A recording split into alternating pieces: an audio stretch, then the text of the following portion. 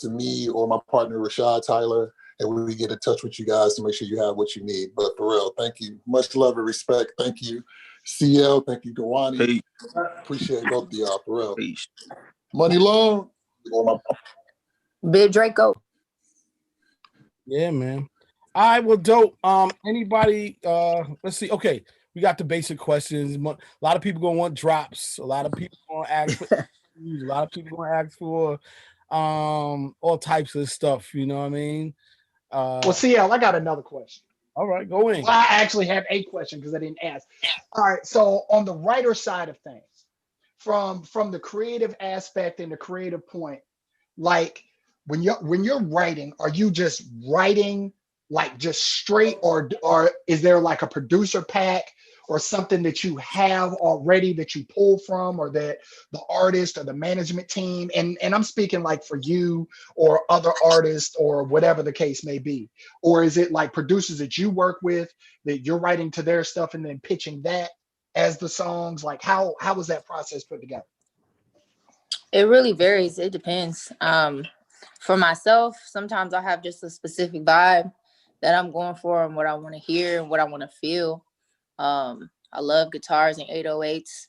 So sometimes I'll have a producer come through and just play, on the keys or on the guitar, and then we produce it out later. Or sometimes if I haven't been in the studio in a long time, I'll have all these ideas just built up.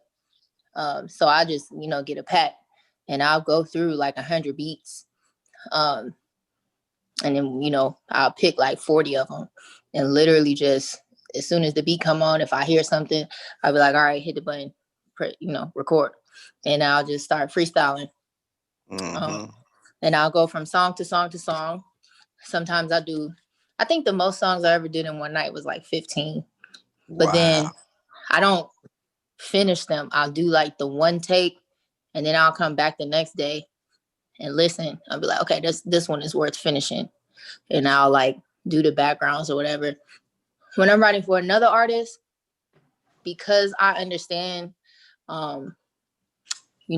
intention and like frequency and all of that stuff, I can't just zoom, because then it's just going to be my song.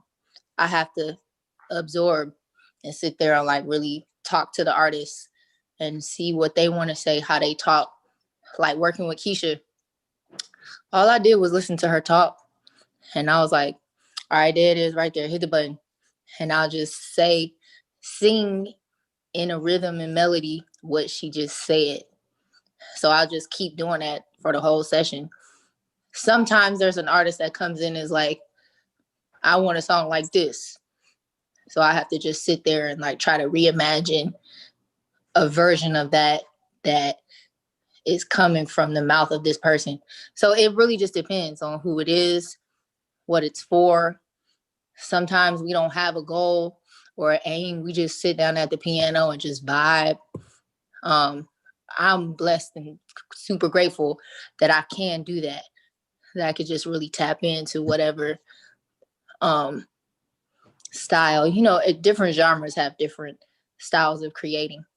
A lot of times in rap, R&B, it's more of a freestyle. With country, it's more composed. Like it's an actual chart sheet music.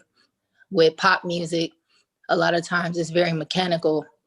So like, what to do on what part, that the verse only needs to have so many lines, and, so it just depends on what we're doing. Makes sense. Makes a lot of sense. Bionic, did that answer your question? Yes, sir. That answered my question. Okay. I appreciate that, man. Thank you. Yeah, man. Shout out to No problem. all the writers are like these unsung heroes, man.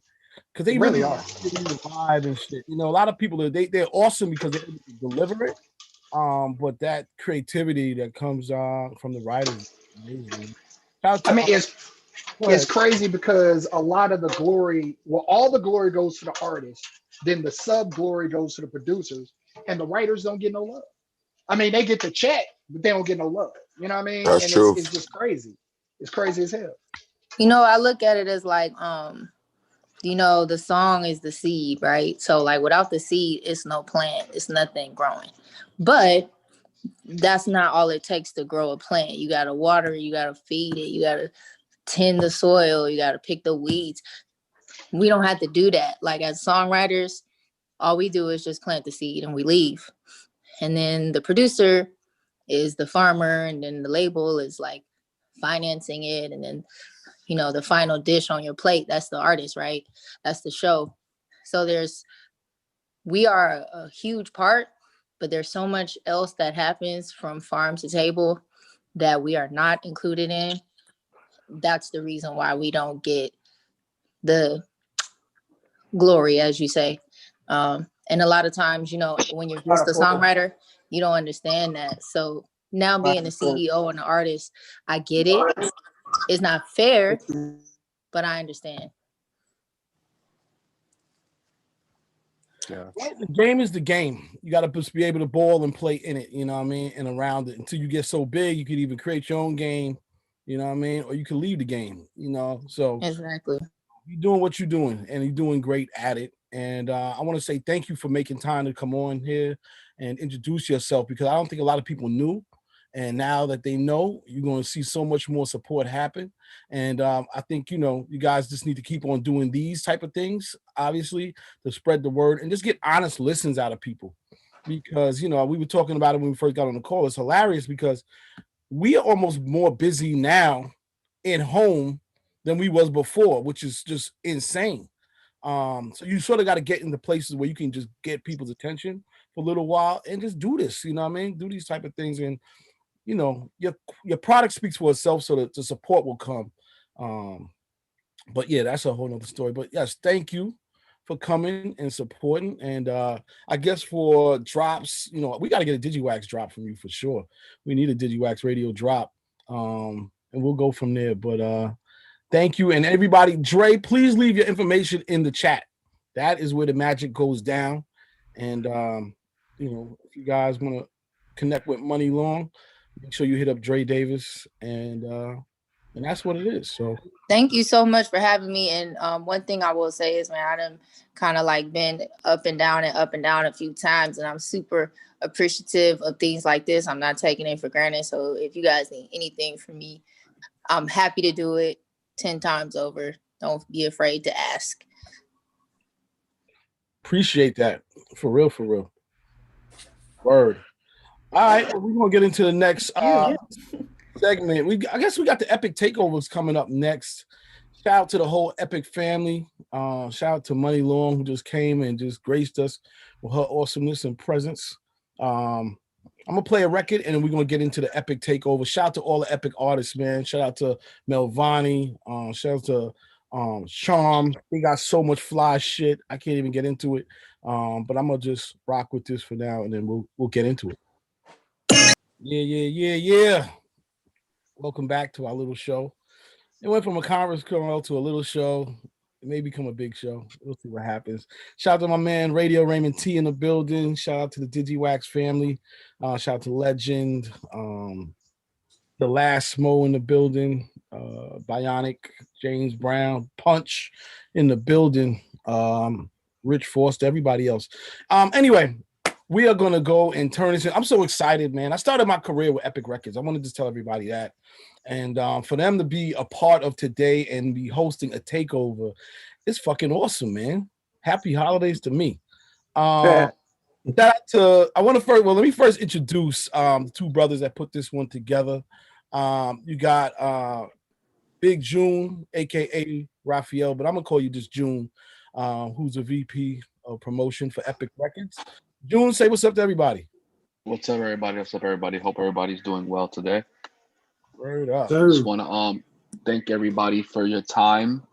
Obviously, 2020 hasn't been the kindest year to all of us, but what a blessing that we can actually be on a call talking about music during Christmas, right? Think about that.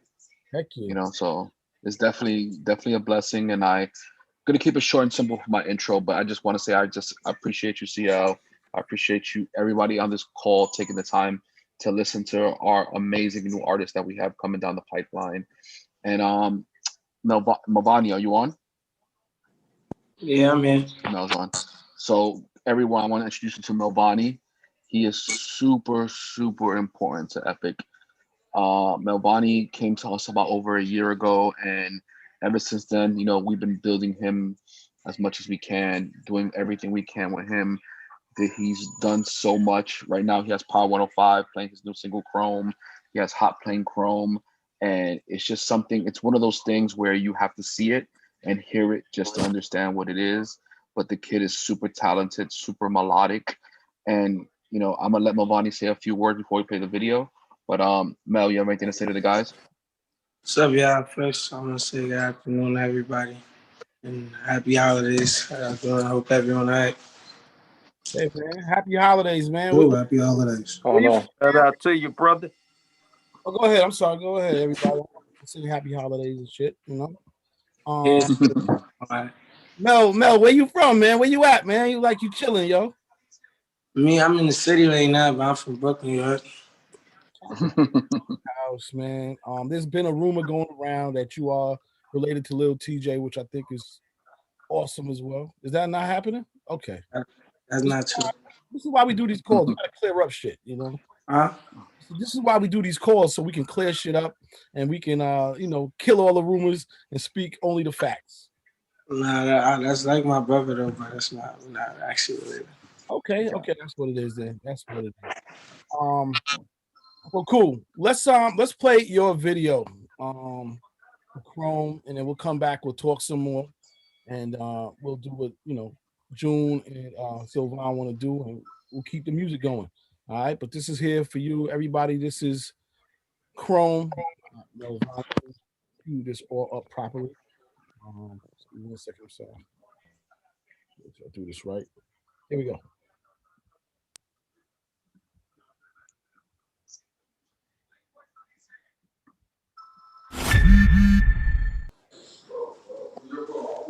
Yeah, dope. Cool. What's up, y'all? Thank you so much. Appreciate you. What do you guys thought of that? Well, you know, I like the kid from before when y'all had another record on, but I love it, man. Big Rocks. Yeah, that's what it was. And you know, I just like people. I like artists when they allow people to sort of show themselves in their neighborhood, you know, where they're from. You know what I mean? Because ultimately, that's what we connect with. You know, the realness, the authentic personality of a person. So, you know, I love that. That's what it is. So, anybody got any questions for Melvoni? Because I got a couple, but I'm gonna let everybody open up. And you know, you got some dope young talent here. Let's talk to him. You got an EP or album or anything coming out, or is there something that's already out there on all streaming services? All right, so this whole year we started just a little campaign called Math. We call it Melvoni Approved Fridays. That's my shit. Like we just say approved for me. So we was dropping a single like once every 3 weeks for me, and then just to like flood the streets. Like somehow I just kept flooding it. Like I dropped about 8 songs, like from the course of just June to now, and then we were supposed to ultimately put all of those songs on a EP and like add a couple new ones to push it out there as a project. But now we decided we're just gonna start a whole new ones top of the year.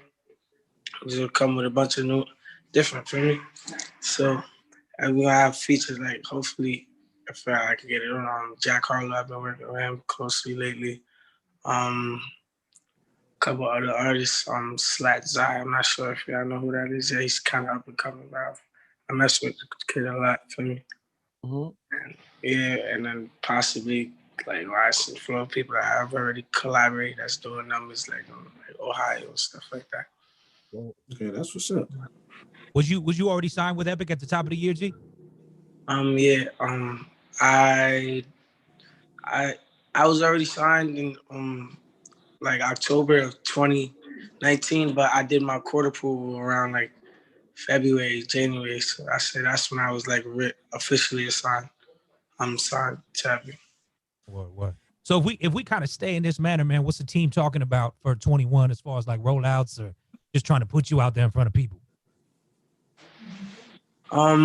We right now we trying to attack. I'm not sure if you're like Google Ads, like for like YouTube, Facebook, Instagram. Right now we just trying to like just put my face and my name, my music out there in front of everyone. And then like I said, once again I'm just try to flood the streets because like at the end of the day it all comes down to the music. I mean that's Are you guys fucking with TikTok at all too, or what? I'm not gonna lie, I wasn't a big fan of TikTok.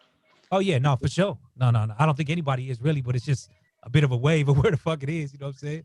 Facts. And it took me a minute to realize that, but I noticed that this song that you were just playing, Chrome, it had like naturally like me, because I never even made a TikTok account.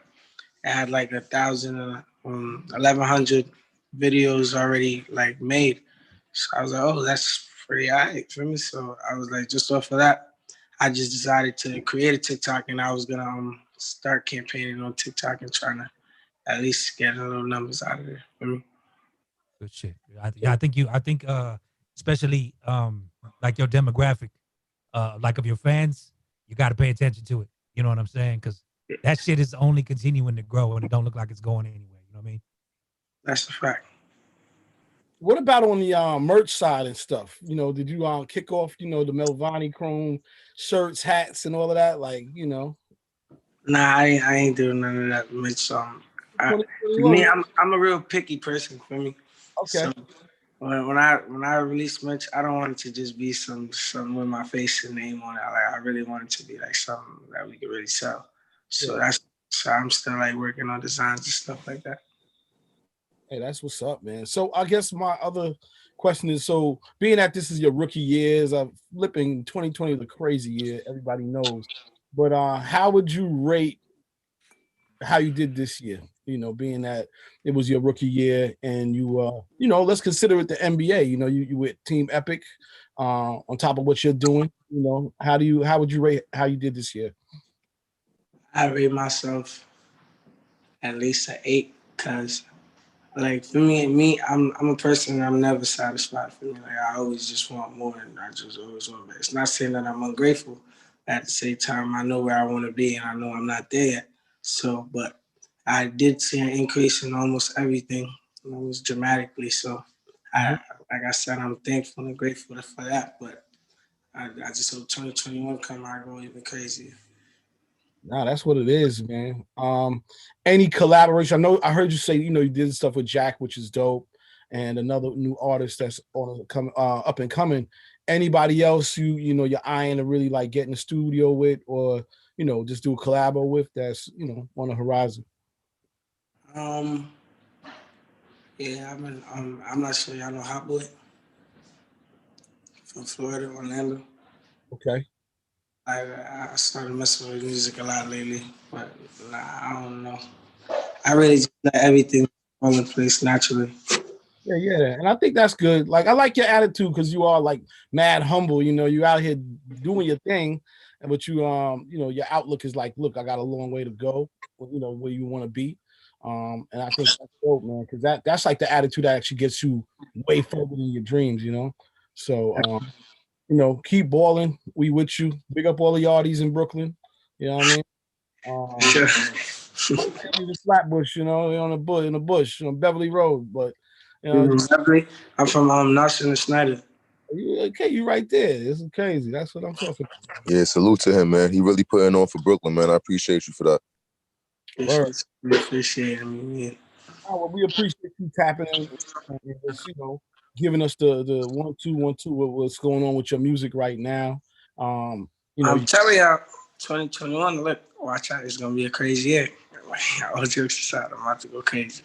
I'm excited for you because, like I said, I got your music from Sylvan, and this was like maybe it had to be at least 6 months ago, and it was like it was funny because it was in this link. It was in Sony sends out the way they send out their DJ packs, and it was he sent me a different record, but then I was like, let me just go check and see, and I clicked on it. I was like, yo, this shit's hard, and it was a whole other record. So I'm definitely proud that you're continuing to grow, put stuff out, never stop. And, we got a great team. and we're here to help, man. So we'll be getting at you for like everything from drops. I'm sure other people want videos, and whatnot. If anybody else has anything they want to say to Melvoni or ask, please, this is the time to do it, and that's what it is. Yeah, like I just wanted to shout you out, man. You I think you have a really dope position, and I appreciate your humbleness. And what I'm saying, just like the way that you're going about, your year and your career is just starting out, what I'm saying? So like salute to you on that. And keep it up, man. I'm out here in Brooklyn too. So I've definitely been hearing your music around. It's dope that you're here on the call.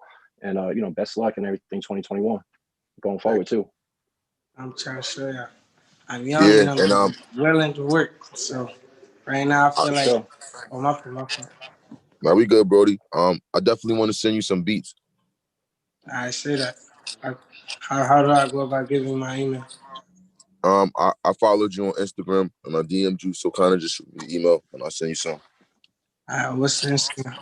Q on the beat live. Q on the beat live. Yeah. All right, I'm gonna search Appreciate right you. Or if you want to always put it in the chat, I'm gonna keep it 100. Y'all can chat direct. It's easy.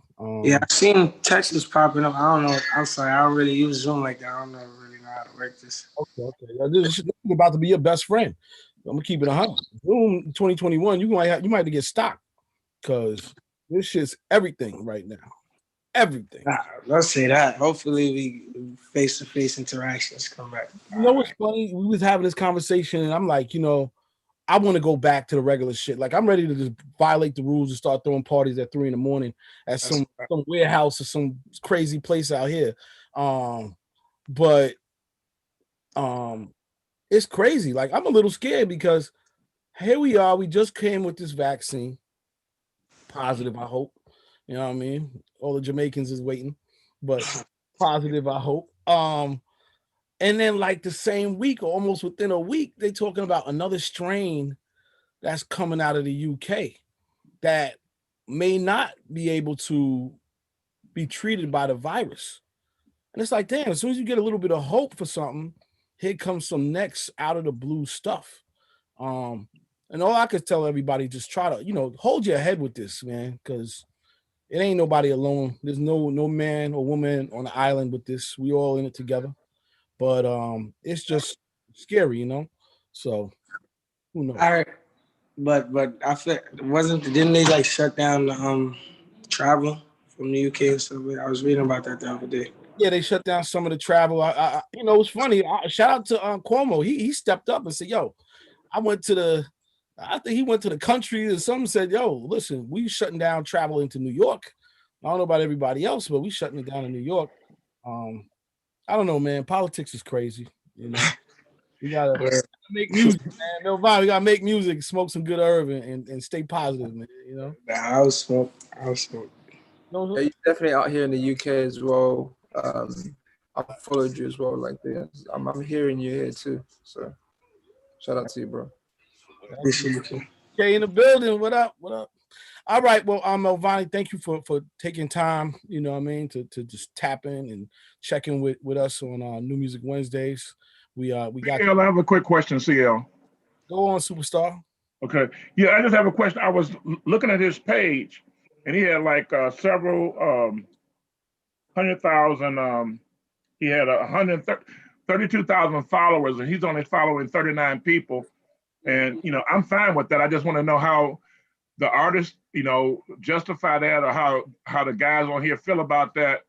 I always talk about that on my calls, as far as I support artists. Like, I'm on here now to support Digiwaxx, which I've been supporting for years. And DJ Punch remind me, because I'm a senior citizen, to get on here.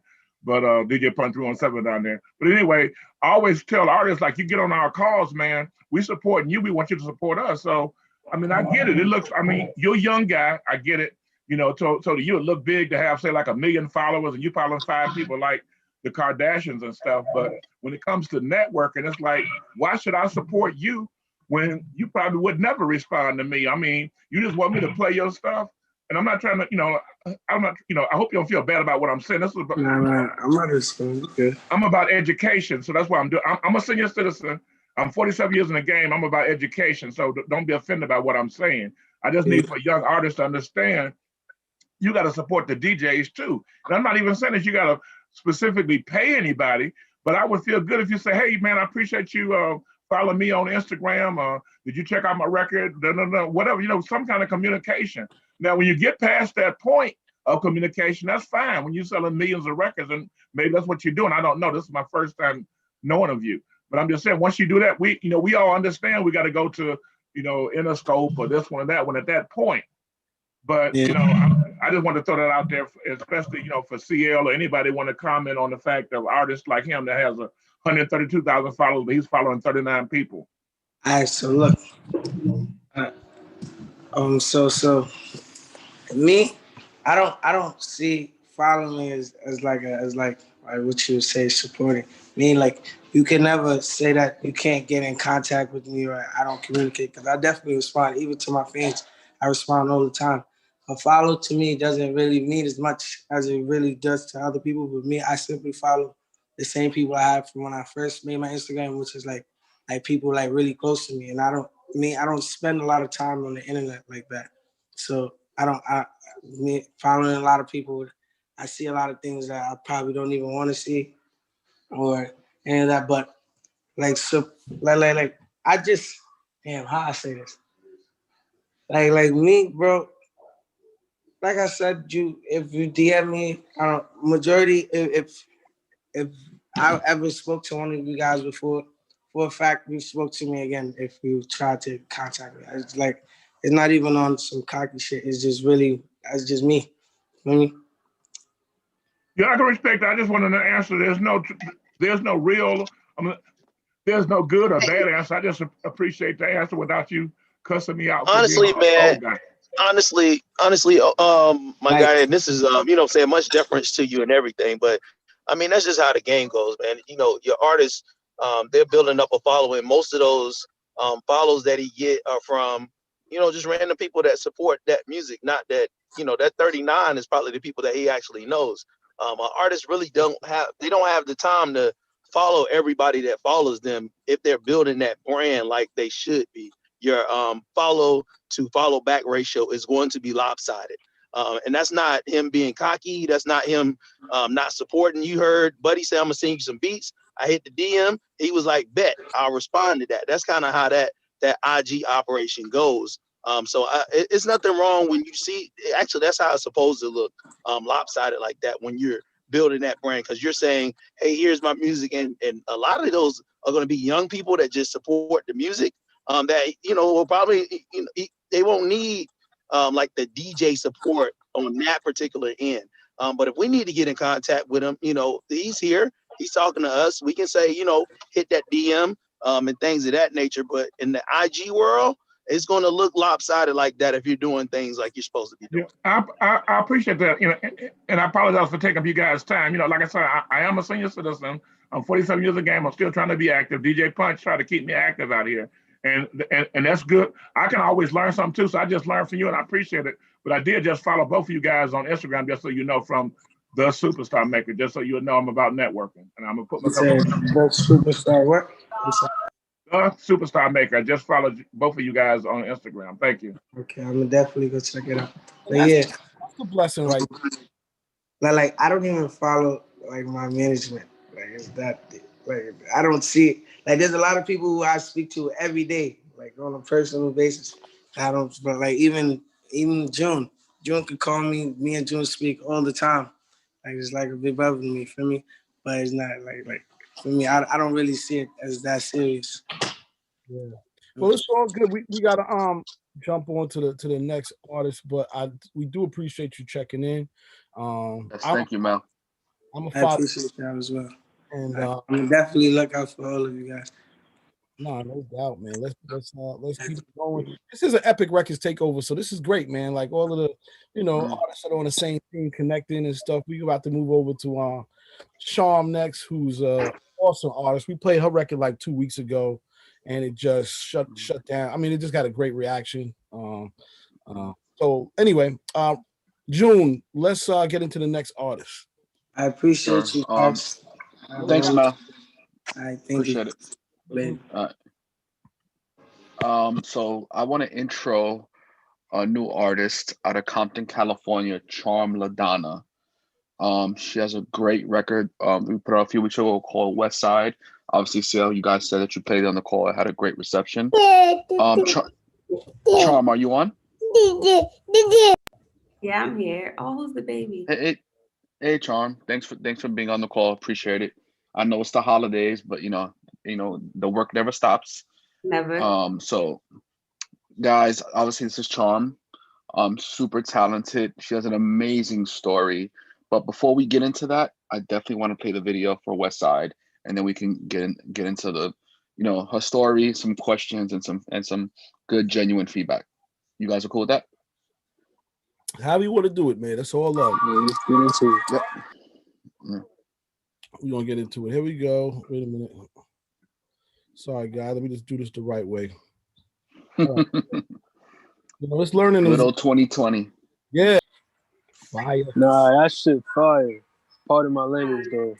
But that's a vibe. Good. That shit is a vibe. Yeah, shout out to Sean for that, man. First of all, again, we had another artist on here earlier, and she had an incredible background as far as being a writer, writing for everybody in the game. But your background ain't nothing to fuck with neither.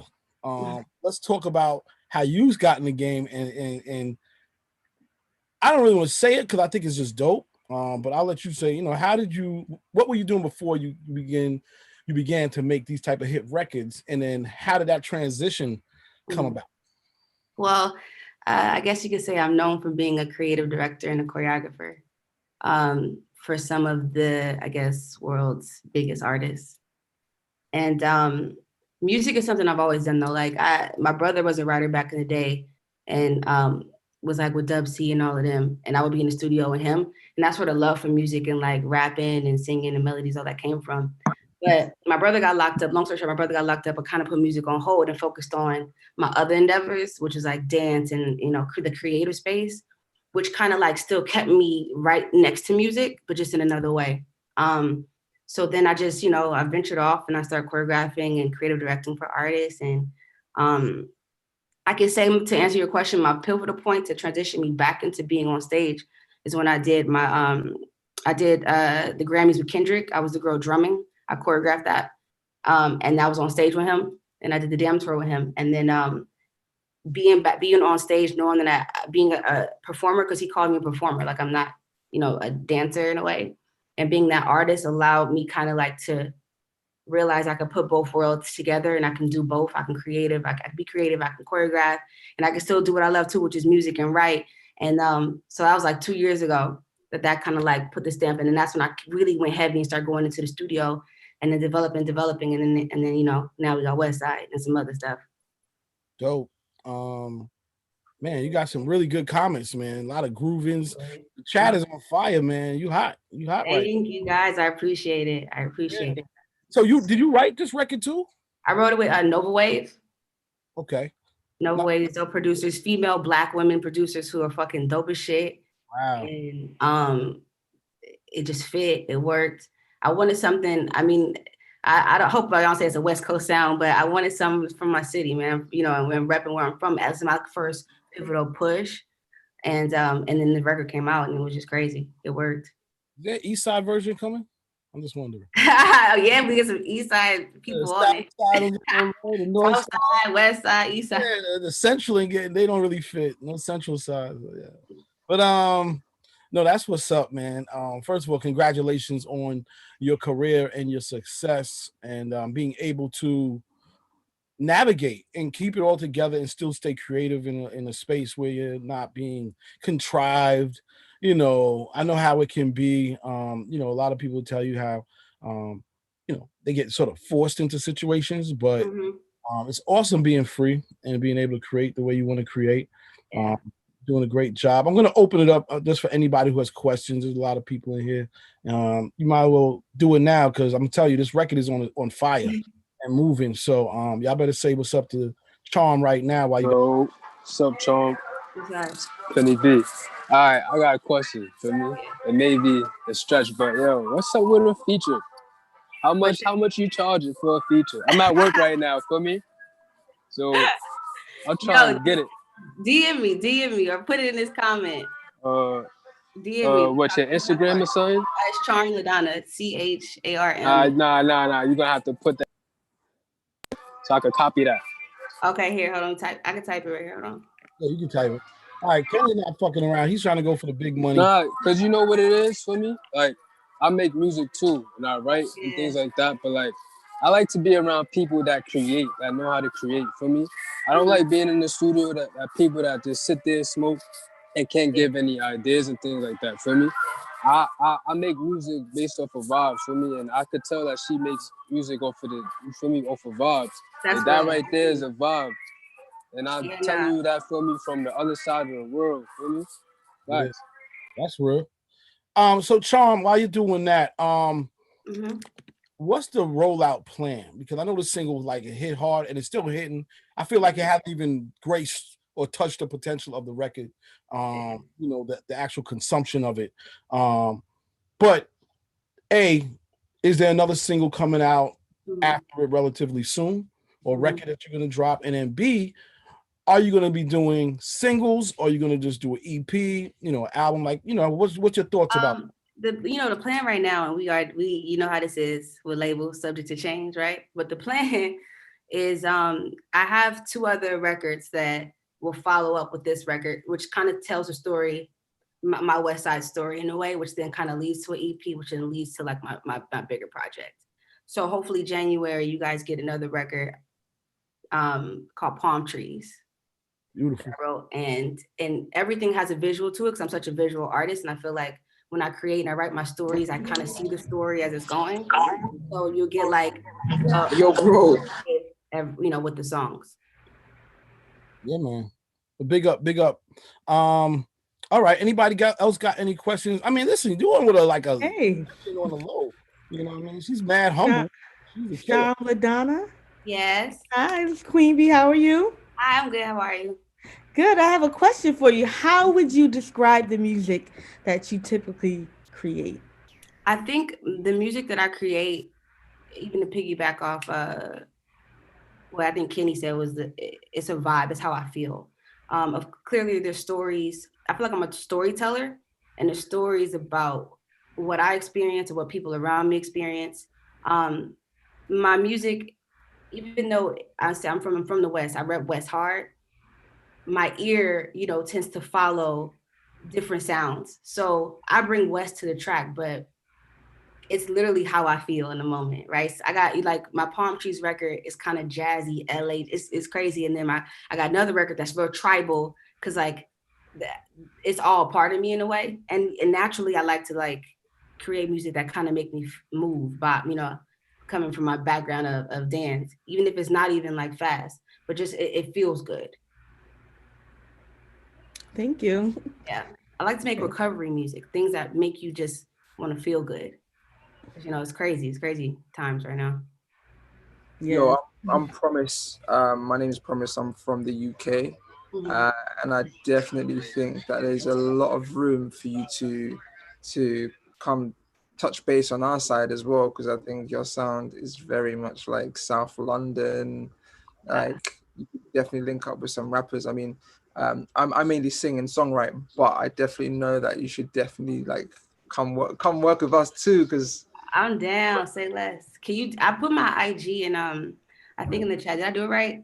I seen it. So y'all like DM me, and then I've already followed you anyway, so it's all good. It's Promise Music on IG. Definitely need to do something, because I think people will love you here. I love London, so hey. I get big creative vibes from you, you know, in terms of like, you know, the Beyonce, like, you know, when she puts together one hell of I don't even know if you could call it a video montage series or what, but that's what I really, I mean, because the music is just intoxicating alone, but you know, when you put the visual behind it and the things that you can do creatively, you know, it's about connecting with people in a way that they remember you, and I think you'll be able to do that. I mean, I know you will. I mean, you know, but that's what I get, big vibes right there. I appreciate that. Yo, Charm, I had a question. Raymond T checking in live by live. So the song has been responding well. I have it in the new hip hop now, the new R&B now channels with us. So it's been getting a lot of good response. I was curious, are you getting some love at the market? Like, are you tapped in with like Charisma and the Leakers and all that type of stuff? Yeah, I just did something with DJ Head the other day, and it's it's slowly built. It's a slow building process, and I hopefully it just continues to grow, the song, and everybody responds to it. But from my homies from the city, and like I get mad love from them and stuff, and I just think that it's an organic build and growing. So I'm just trusting the process, and letting people find it when they find it. Good shit. No, I mean, Head's good people, of course. You know what I'm saying? So, West Side Up, though. You know what I'm saying? It's Cali love right here. Hey. Yeah. Dope. All right. Anybody else got something they want to say? I just want to say, keep going. I like the fact that although you're from the West Coast, you're willing to really put your all in what sound you want to choose. I think recently with LA, like there's no sound that kind of defines it. You guys got the right to do whatever y'all want. So I appreciate you for doing what you want and taking it a little bit further. I'm from Brooklyn, New York, but I stay in LA now. So if by any chance we ever be in the same studio working, I'd love to get it back to you. Appreciate you. Sure. I would love that. Yo, and I just want to say a big win for the West with the verses. E40 and Too Short did that. Right? Fact. That shit was crazy. Yeah, that thing went forever, but I was down with it. You know what? It was a dope ass win because E40 got the dance moves that Ross ain't got nothing on him. He was going in. Real shit. I ain't seen a big man dance like that since Heavy D, dog. Come on. He was with it though. He was so ready. I was literally watching it like, yo, this nigga is lit, right? It's crazy. Yeah. R.I.P. Heavy D. Rest in peace, Heavy D. I'm from the 914 from Greenburgh, New York. You already know. I got to shout to Heavy D. Yeah, Charm, we need that. We need those where's June and Sylvan? Yo, we need a East Side, South Side, and North Side remix so that we can expand this shit because the record you got one. And that ain't easy to get. So, all you got to do is the little stuff. And I feel like it's already on its way. That's a super dope ass Put idea. Lloyd on the, why you bullshit? Put Lloyd on the South. Put Lloyd on the South Side version. It's been discussed. Things have been discussed internally, but end of the day, it's what Charm wants to do. Who do you say? Lloyd. Oh, okay. Lloyd. He said Lloyd. Remember Lloyd's single, South Side? That's not a bad idea. I ain't mad at that. I'm not mad.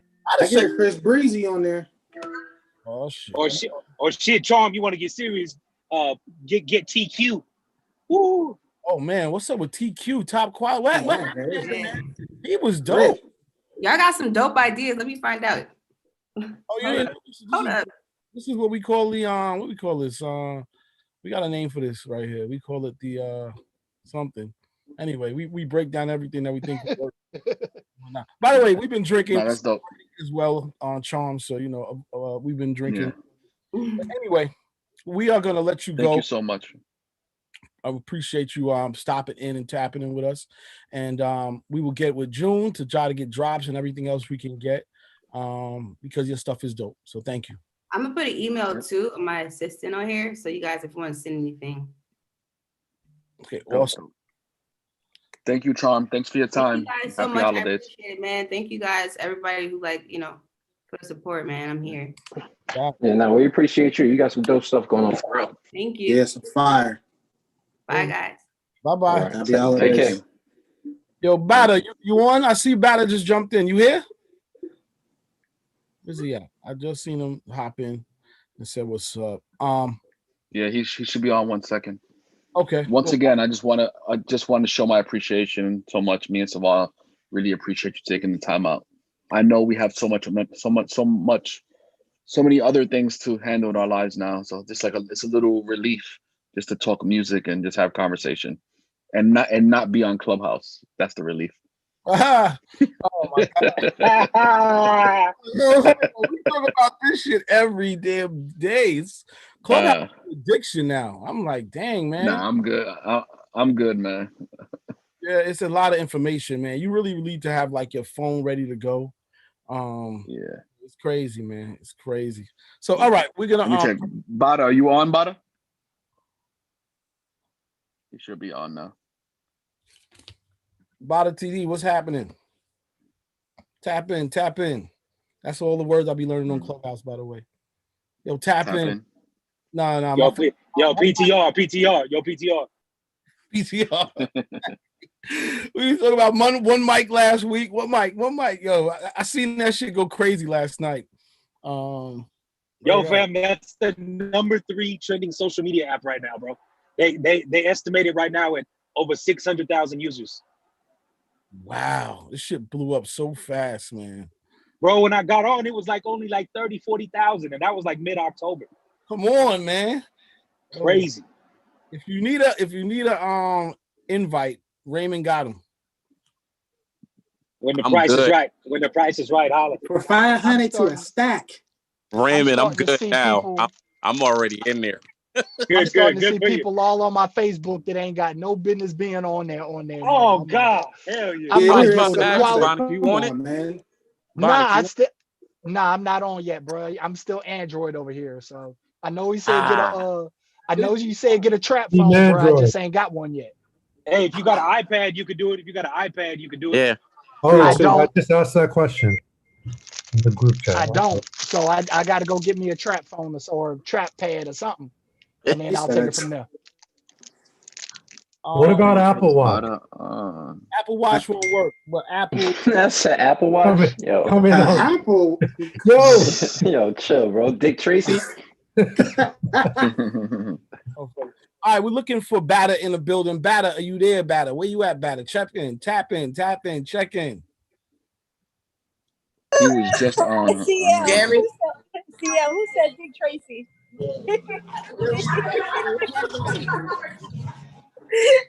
There he is. That was Earl. Yo. Y'all can hear me? Yeah, what's happening, brother? How you doing? Oh, I'm good. I couldn't hear y'all before. Okay, where you at, man? Messed up. You chilling in the bar? What's happening? Nah, I'm shooting a video with 42 Doug right now. Oh, that's crazy. That's what's up. Yeah. What city? I'm in Atlanta. Oh, you in Atlanta, man? Okay, shout out to Atlanta. Yeah. Yo, Hawks playing tonight? What'd you say? The Hawks play tonight? Y'all started y'all season tonight? I don't know. I'm not from Atlanta. I'm from New York. Oh shit! You just shooting a video in Atlanta. Yep. Oh, I'm from New York. I'm just in Atlanta right now. All right, just so you know, the positive energy we on. Yeah. We all drinking this right here. This is what's going down. So don't take nothing personal. You know, this is all about the Oh, you're not drinking Henny? Was that why? You're not drinking Henny? Nah, this is Appleton. This is some Jamaican. Henny for the beginners. That Appleton. Oh my God. Well, I don't drink anyway. I only smoke. Okay, that's real. There you go. Yeah, I don't drink. I just smoke. Get high. So, speaking of fact, go to smoke. There you go. First of all, thank you for taking time to join us, man. Appreciate no it. problem. That's my manager right here. Jelani Ray. Look. He coming. He's right here. Oh, okay. I'll make you my team and shit. My manager right here. Hey everyone. What's up? What's happening, brother? What's going on? What's going on? Chilling. We here, man. You know, moving and grooving. Let me give y'all a sneak peek what we got going on. Okay. How you turn this camera around? Can you turn it around? Oh, this is set. Oh, hot. For a song about his EP with 42 Doug. Hot. That's wavy. Let me see what the whips look like.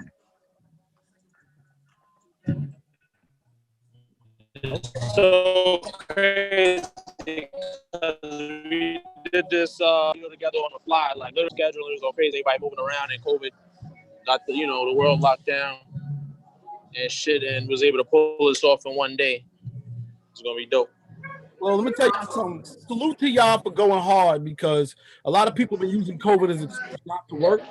So big up to y'all for doing shit when people won't. You know what I mean?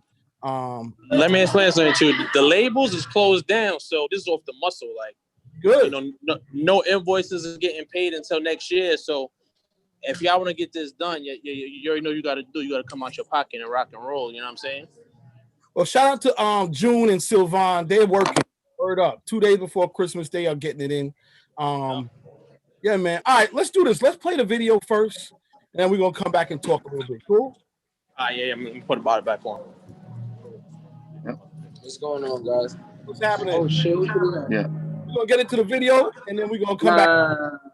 Stop playing me. Stop playing me. Stop playing me. Stop playing me, bro. Own it. There you go. Let's go. Flatbush. Yeah, man. Hold on. All right, we back. I like that song.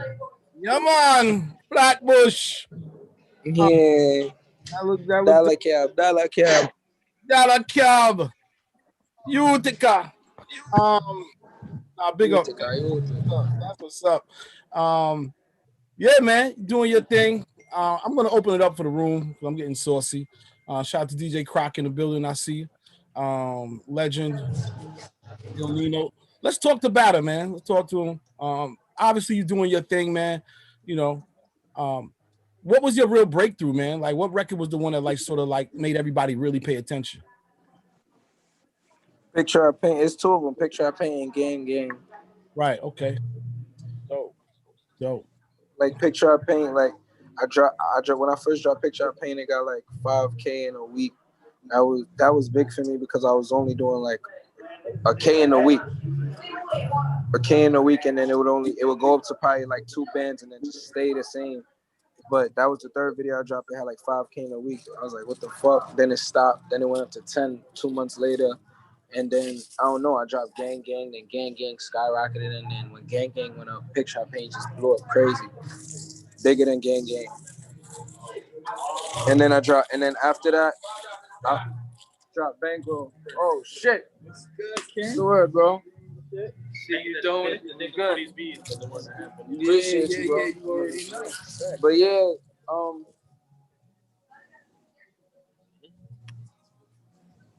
right. You know, hello? Tell everybody we said what up. You know what I mean?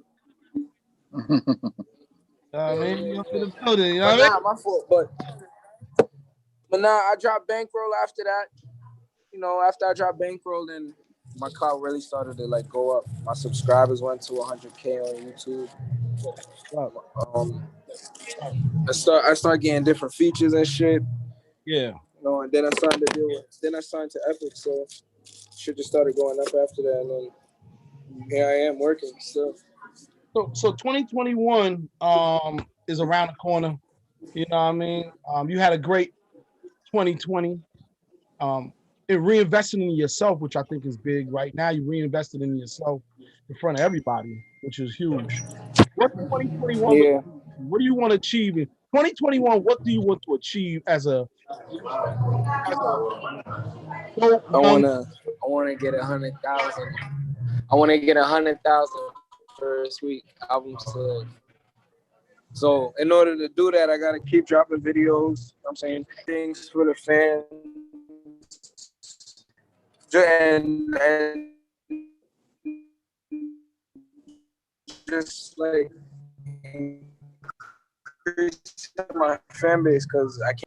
I'm saying I could try. I could go as hard as I'm saying. So keep going. You're up. Okay, fair enough. You were breaking up a little bit, but we heard you.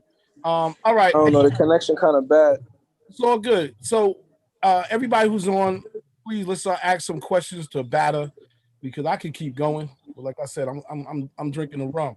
So what do y'all want to hear? You know, I feel like there's a lot as a new artist. My other question is this. I'm sorry, everybody. But my other question is this. Business-wise, right? So you obviously have your music career popping. You know, you're doing your videos, you're killing on YouTube, on all your digital stuff. Any plans for like, you know, I always say like the merch, You know, I know Torrance not doing it, but you know, between merch and other like maybe brand partners, any plans on that? I definitely got some merch coming. And as far as like cross branding with anyone or any like big time brands or something, I'm just waiting till my time come. You know what I'm saying? Be patient. But as far as merch, I got merch coming.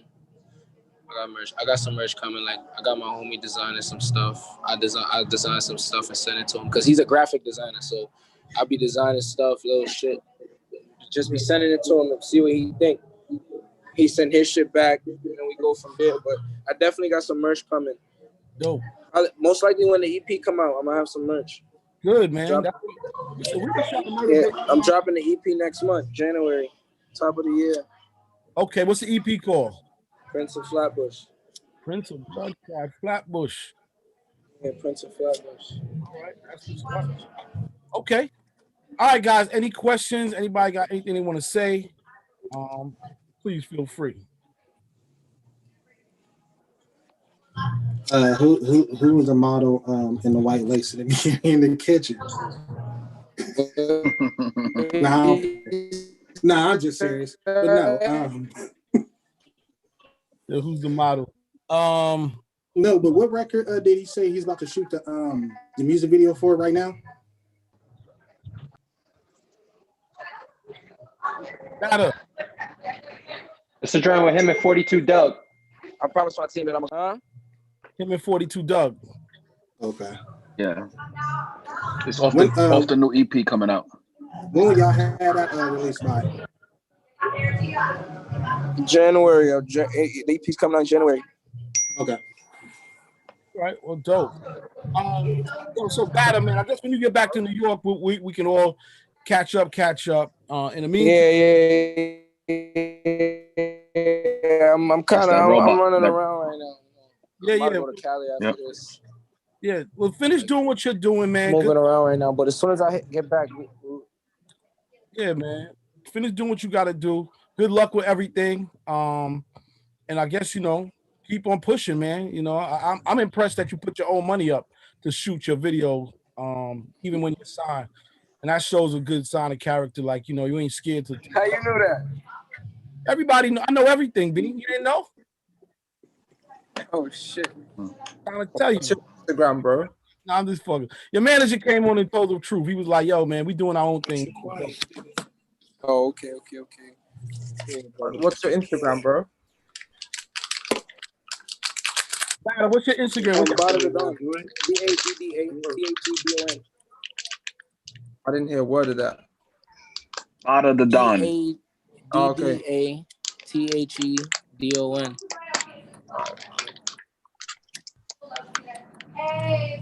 All right, well, Badda, do your thing, man. Keep shooting your video. Thanks for having me, bro. Yeah, man. We're gonna try to get at you for some drops and stuff later on. All right. All right, bet. Later. Peace and love, brother. Peace and love. Yeah, man. Shout out to Badda. I'm actually gonna play his record in the meantime. Just Thank you guys. Yeah, I don't think you got a video. But we're gonna play it anyway. Yeah. Word up. Hold on 1 second. Let me get back to my I'm gonna get Mo on in a second. Yeah, take your time. We just here chilling out. Appreciate y'all even, you know, jumping in and doing this, which is dope for the holidays. All right, here we go. This is a new Badda record. It's called Yeah. You're listening to the All Two Digiwaxx Radio. La, la, la, la. No, I'm just talking shit. We're drinking, we're having fun. Shout out to Promise in the building, representing the UK.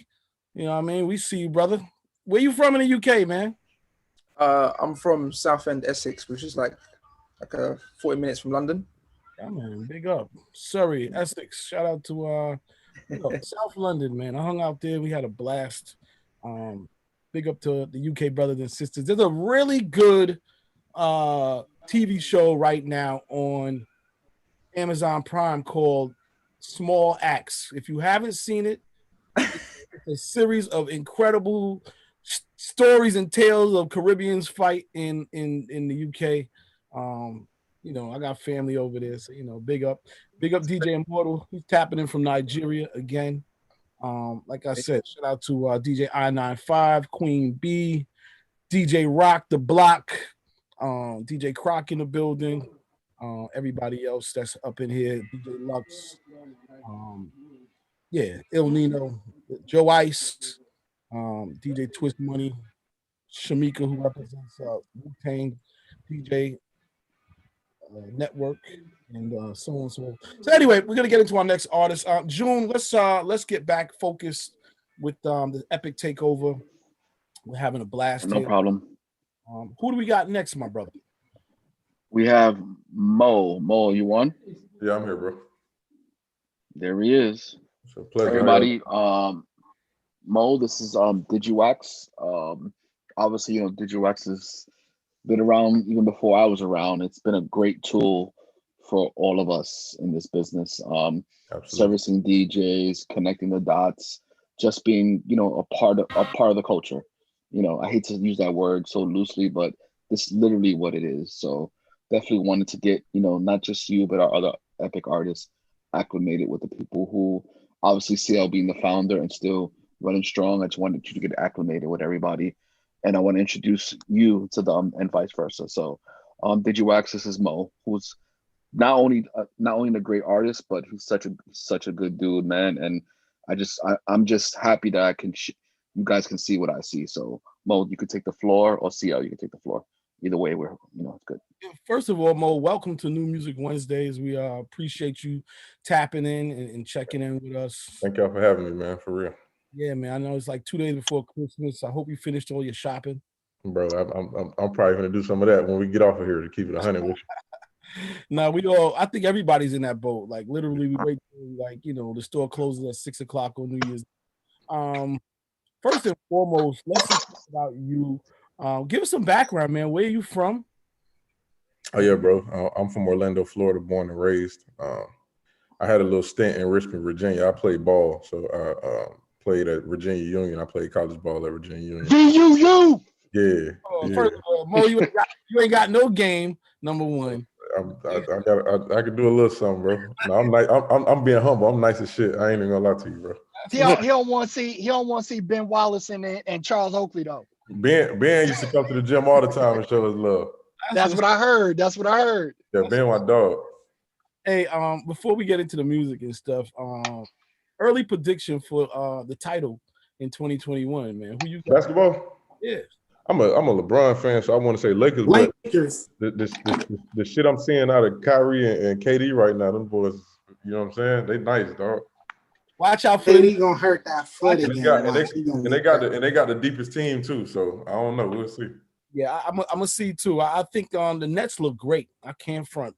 Yeah, they do. Game one and the name of the game in the NBA is staying healthy through the season. Anybody could be awesome till that one injury. So I hope that everybody can stay healthy. Anyway, I purposely went off track. We started talking about basketball. It's all good, bro. We can bring it back. We can talk about that later. Yeah, no doubt, man. So let's get back to the music, man. So yeah, like how'd you get in the game? I know you connected with Epic and you signed with them, but what was your pre-story, man? What was the story to success to where you got to that point where you signed and did all of those? Prior to Epic, I did a project by myself called No Regrets. I did it on my own, just with the homies, in-house, recorded the whole thing in my mom's house in my bedroom when I was living with her still. That was like 3 years ago. That project got me to Ayo, the producer. He produced WAP for Cardi B. So I got he's from Orlando too. I got to him. He executive produced my EP that I did again before I got signed. But one of the songs on the EP, I got it put on NBA 2K20 because being like one of the hottest rappers in Orlando, I had met Aaron Gordon. So me and Aaron Gordon got pretty close. So I was in New York with him last summer, and we were in the Uber. And one of the girls that worked for NBA 2K20 was like, "Oh, AG told me you're a rapper. Let me hear something." So I played the Out of There record that went viral on TikTok. I played that for them. They took it. They put it on 2K. From 2K, it went viral on TikTok. From the viral on TikTok, I had 20 record labels calling me, trying to sign me, and Epic ended up being the one that we went with. Wow, dope. Crazy because we get TikTok stories all the time. Yeah, shit. OD. You feel like it's still the biggest platform to like break records? So right now? Yeah. I mean, as far as digital go, I mean, shit, honestly, bro, you still got to get your ass out here and get with the DJs and get your face to the people. You know what I'm saying? You still got to do that. That's first. You know what I mean? But as far as like, yeah, digitally for sure, I think TikTok is still the way. Yeah, that's what's up. Okay, cool. All right, let's play the video, and then we're gonna come back and talk some more and get into it. Talk about the Knicks and what we're gonna do this year. Because we coming. A bunch of nothing but love New York though. Yo, listen, man. If you ain't a real Knicks fan, unless you believe That's crazy. If you don't think you're gonna win a championship at the beginning of every season, you're not a Knicks fan. You're not a real Knicks fan. You're right. You're not a real. Who's That's a lie. I'm a Knicks fan, and I know damn well we ain't winning shit. Yeah, I'm gonna keep it real. As long as Dolan got the team, I don't know, man. Oh my. We're gonna see though. Leon Rose doing his thing. And, you know, listen, man. We're gonna see what's up.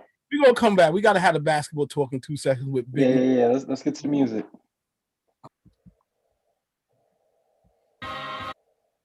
Fire. I appreciate it, man. Yeah, man.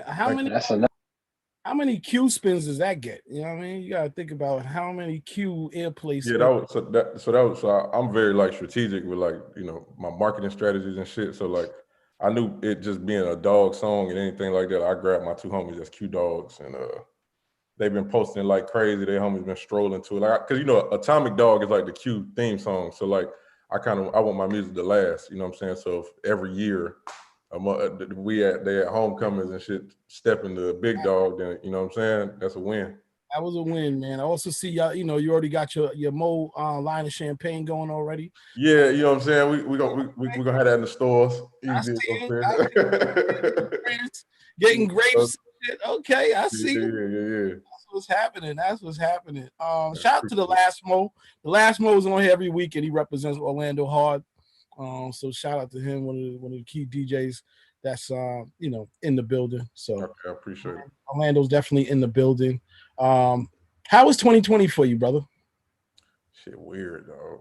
It's weird. It's so weird. Like I'm used to being on the go. I'm used to being on the move. Just being in one place has been like, it's cool, but you know what I'm saying? It helped me be able to catch up with my family a lot, bro. Like, you know, with my parents, you know, whatever, they had to step away from their jobs a little bit because of the virus, or they're spending a bunch of time with them. Me and my brothers got a lot closer because we lived apart from each other, so we was with each other. And it's dope, bro. I got to spend time with my nieces, and it's cool, bro. It allowed me to get closer with my family for sure. Yeah, I feel like it's definitely a yin and a yang. You know, there's the bad part of it. Obviously, everybody's sick and shutdowns, but I agree. You know, you get to be closer to the family and everything, and that's dope. I mean, we here though, bro. So God is good. You know what I'm saying? We here. We're not affected by it, you know, as much as other people are. But you know, we here. We still grinding. We still got breath. We still got a chance. So it's still good. No doubt. All right, let's get back to the music. Producer wise, who did that record there? The Big Dog joint. Yep. Murder. Okay. Murder. Was he one of the guys that you said, like, you know, when you first put together the music that sort of got you there? Is he part of that clique, or he's a producer that you just found? No, Murder was Murder was after I signed. Like I said before, I did a lot of my shit with like Ayo, the producer, and like a lot of my homies. Right. So as far as like that go, but even the stuff I'm working on now, like Ayo did a bunch. Me and Ayo chemistry crazy. Like I said, as I get to rolling them out, you'll hear a lot of hold up on my beats because that's what I work with mainly. But I got stuff with like, you know, Twisted Jeans. I got a record with DJ Paul, 3-6. I got some Take Keith shit. I got a record with Jill. I got some stuff. You know what I'm saying? So that was leading into my next question. I was like, well, who your inspirations? Because I was really taking that whole, you know, chemistry with a producer thing. Because I felt like, you know, if you're able to come with anybody, one producer, Ayo, and create enough energy to where you sort of just create enough energy to have options, that's awesome. And now that you've achieved that, you know, I sort of wonder, who are some of like the people that inspired you to be an MC and have the style you have, and, you know, just be on your own shit?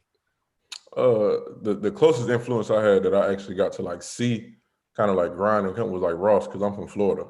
So I got to like really watch Rick Ross come from like, you know, the correctional officer job to like hustling. You know what I'm saying? Like we seen him road running up and down Florida, really pushing his brand when he was a slip and slide and all that. So I got to see that firsthand. And then like, you know, I grew up on like, you know, the Trick Daddy and a lot of Florida rappers. And then like, you know, by the time Jay-Z got down here, for me, that was something new, because the first time I seen Jay-Z really was Big Pimpin'. When I seen that, the video with the champagne and all, I'm like, oh shit, so this what rapping looked like, you know what I'm saying?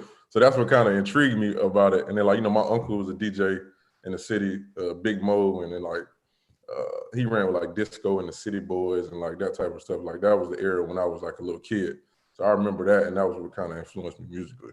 Okay, dope. Awesome, man. Anybody you want to work with this year that you haven't? Like 2021, any collabos, dream collabos, or people that you like, what, I would rock with them and do a joint. Yeah, I want to get one with Future sooner or later. Okay. For sure. Dope. He who I spend the most probably right now, just because his music is relatable. It's like the shit he says, damn near like I'm saying it. All right, on the triple threat side now, what's your biggest threat? Passing, shooting, or dribbling? I'm a shooter. Okay. I'm a shooter. I'm a shooter. I got a clip. Defense or offense? Everybody gonna say offense. Not everybody, but don't nobody like playing. You don't really want to play defense unless you're getting buckets anyways. You know how that go. If you're having a bad game, you don't want to play no D. Or like me, you can only play D because you can't shoot for shit. You got some players that they make their career off of defense because they know, they just know they might not be the offensive threat, but they will. But what's crazy, bro? Them same players, if you throw them in any open gym, they'll score 50. They go crazy. They the glue guys. I've seen it. I've seen glue it. Guys are crazy. Ron Artest, you know what I mean? He's really a defensive player. I seen Tony Allen. Tony Allen ain't getting no type of buckets in the NBA. I see him in pickup, he don't miss. You know what I'm saying? So it's different. Bruh, being here in North Carolina, right with UNC, Duke, NC State, all that, and you see these guys in pickup games, bruh, it's stupid, man. These dudes are insane. Like, don't let TV get you fucked up. No doubt about it. No doubt about it. All right, let's open it up, man. I hear Bionics already talking. Anybody got questions? You on with Mo, representing Orlando, Epic Records.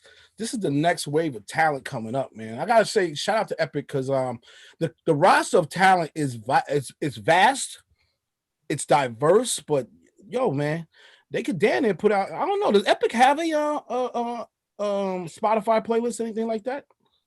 Do they do it? They should be pushing maybe a playlist. Yeah, we have all that. Yeah. Yeah, that shit is good. It's good. Definitely do. Okay. All right. Anyway, I'm opening it up. Anybody got questions, comments, motivation, anything y'all want to say? Big Mo is on. We got Mo representing Orlando, Florida, and the world. You know what I mean? Talk to this brother. This is it. Keep telling everybody next week, next year, be like, yo, B, we was talking to him. Well, I got one. All right. So I'm from Chesterfield, Virginia.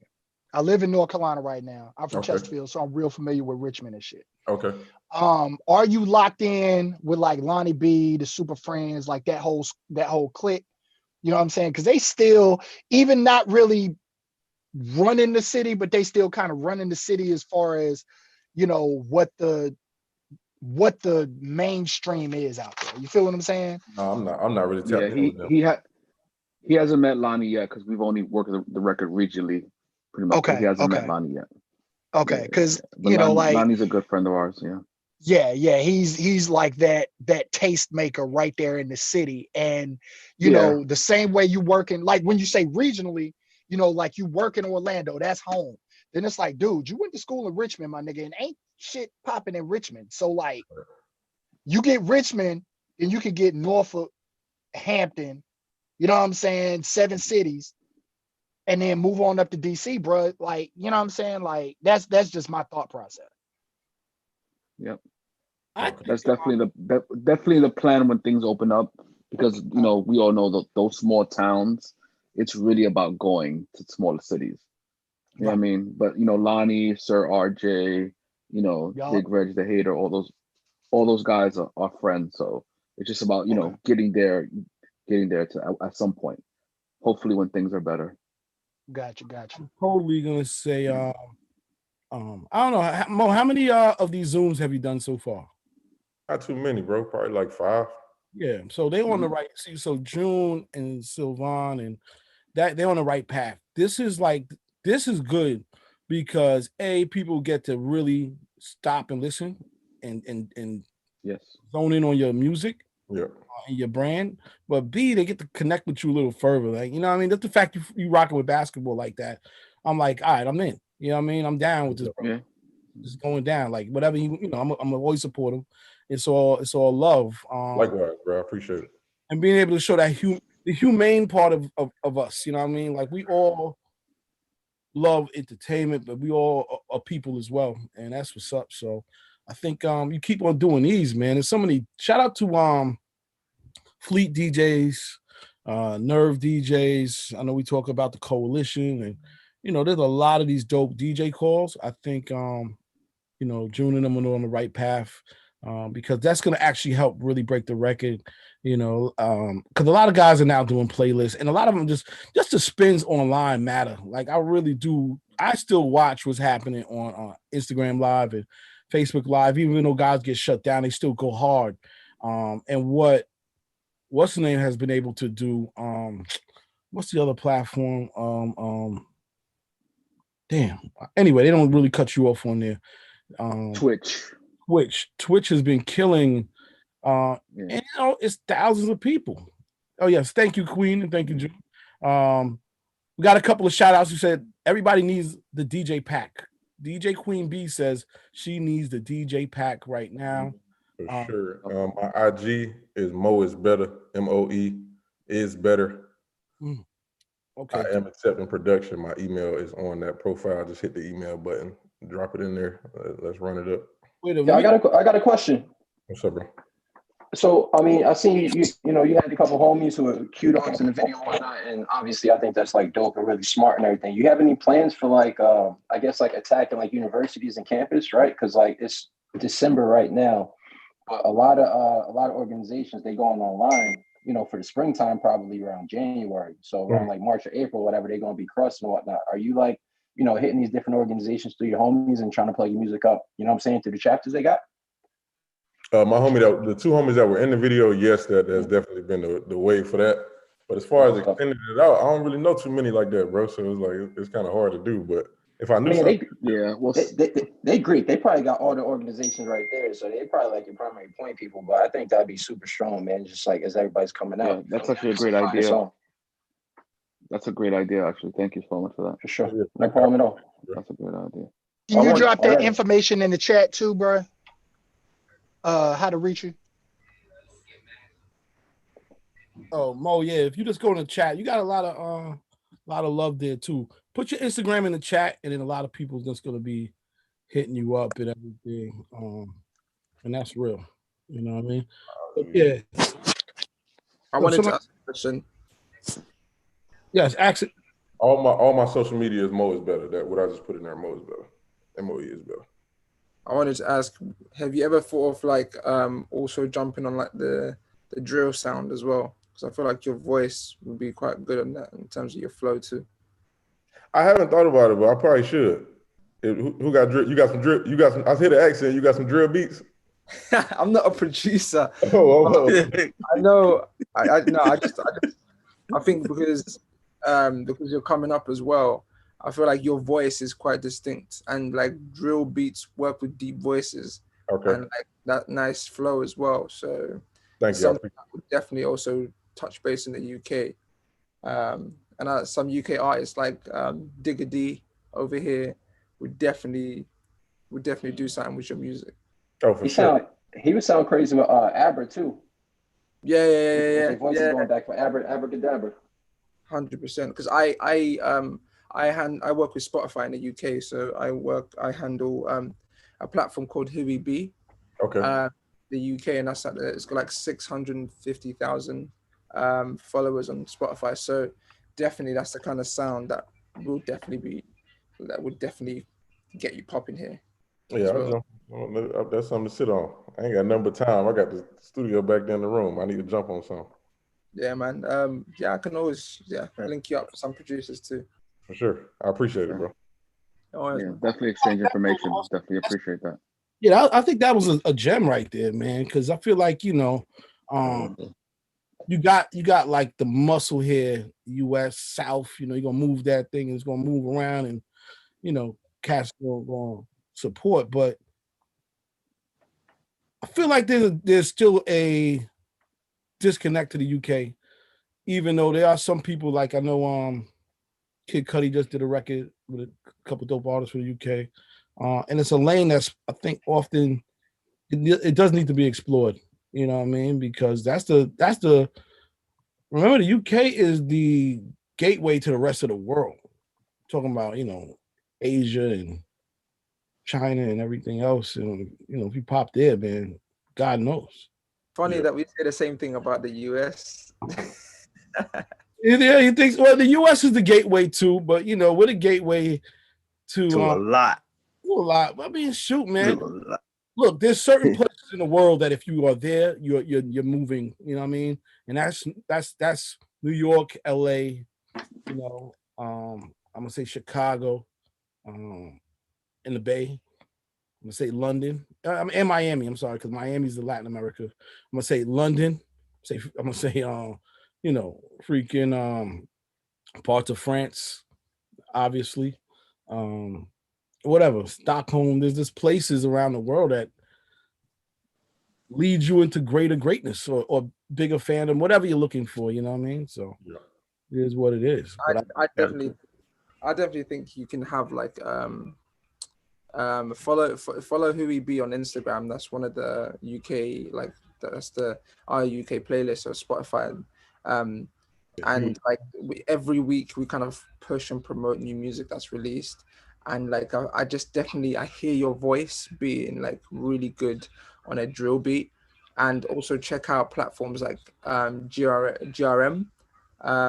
Those are platforms that, for example, the way you've just released your track currently, if you did a UK remix with a UK rapper and you flipped it and got them to create a video there, merge the videos together and put it on the UK platform, that also will give you a push and a kind of like a pop in the UK a little bit, so people start hearing your name.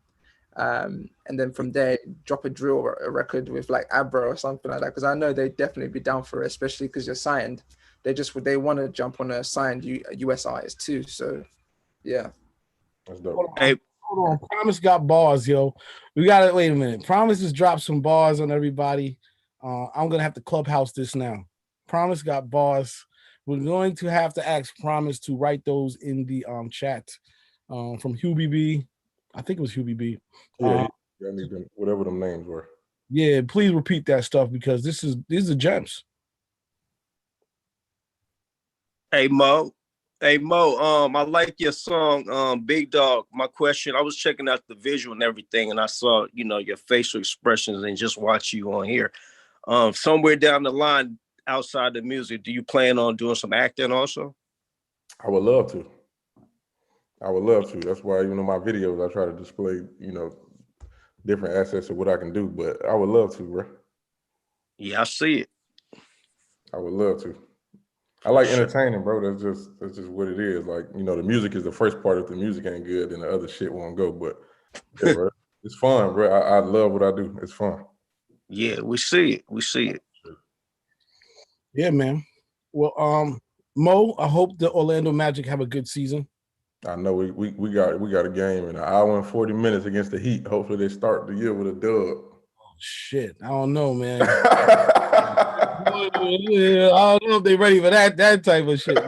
Yeah, how you feeling about Cole Anthony? How you feeling about Cole Anthony, yo? But what I seen preseason, Cole nice. He was having some trouble with LaMelo, but he all right. I mean, he was giving them problems too, though. Yeah, for sure. I like Cole a lot, actually. That's what's up. Ball kid is real. We gotta see if the ball kid is real. He can ball. He's definitely a passer, and he seems very free on the court. But we gotta see. We're gonna see if he's real. You know what I mean? Mm-hmm. Anyway, Mo, you already know you got a home here, my brother. Man, thank y'all. I appreciate it. I appreciate you, man. Thank y'all for real. Yeah, thank you too, man, for making the time. Absolutely. Love. Thank y'all. Cool. Thank you so much, Mo. Appreciate it. Appreciate you, June. I'm just gonna play right in the meantime. Well, actually, brother June. SNF.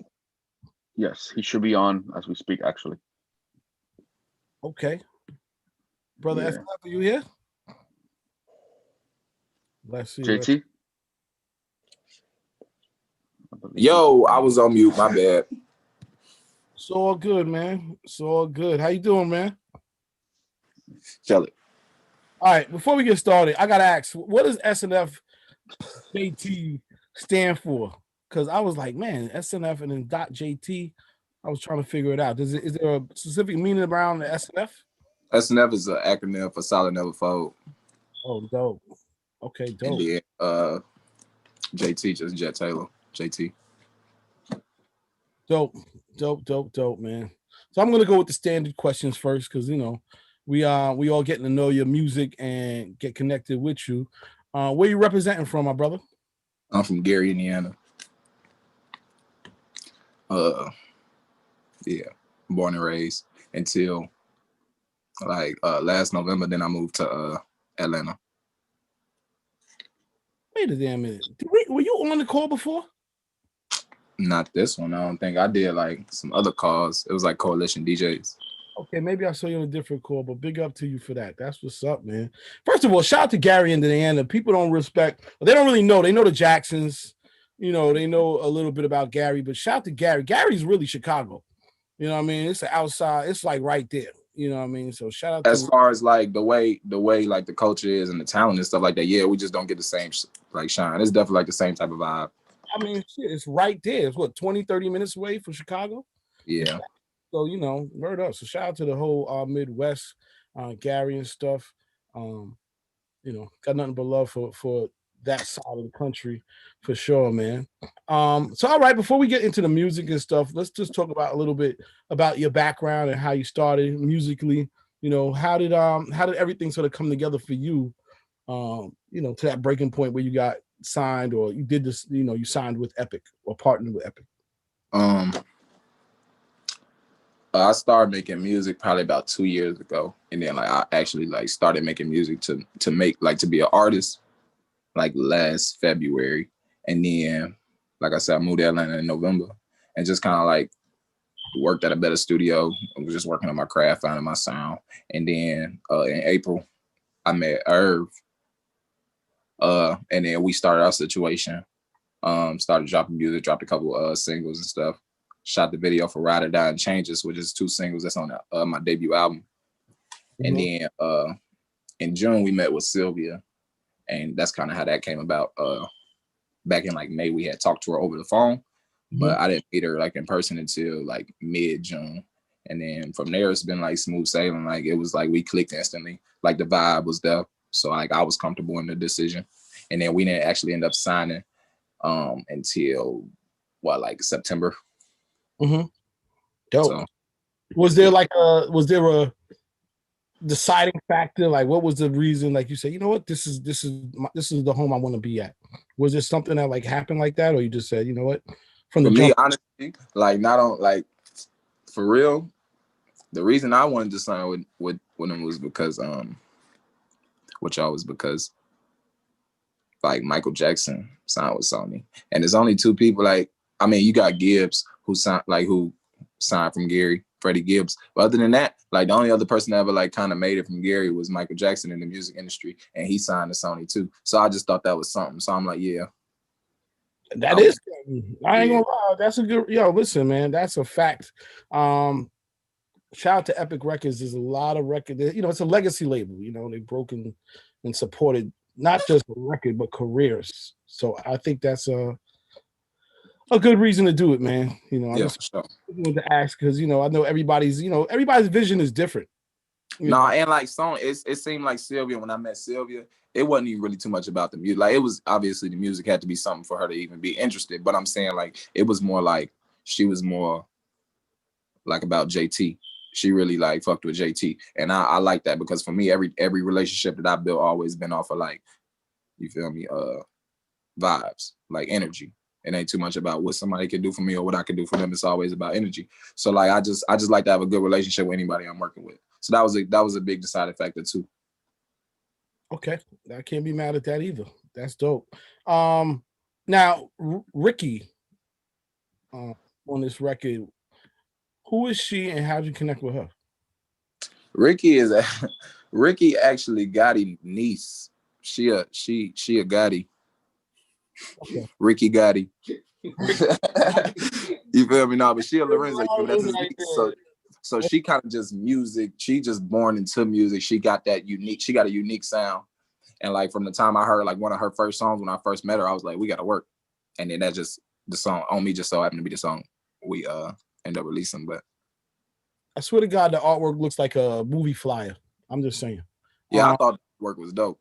Yeah, it is dope. It looks like a movie flyer, like a and shit. Like this is coming out to theaters. Yeah, for sure. Let's play the record first, and then we're gonna come back. We'll talk some more. We gotta talk about a lot of stuff. So let's get into it. New Music Wednesdays. All right, cool. Yeah, that's a dope record. I like that. That's what I'm talking about. Word up. Mm-hmm. All right, let me Legend, you got any questions? Anybody got any questions? This is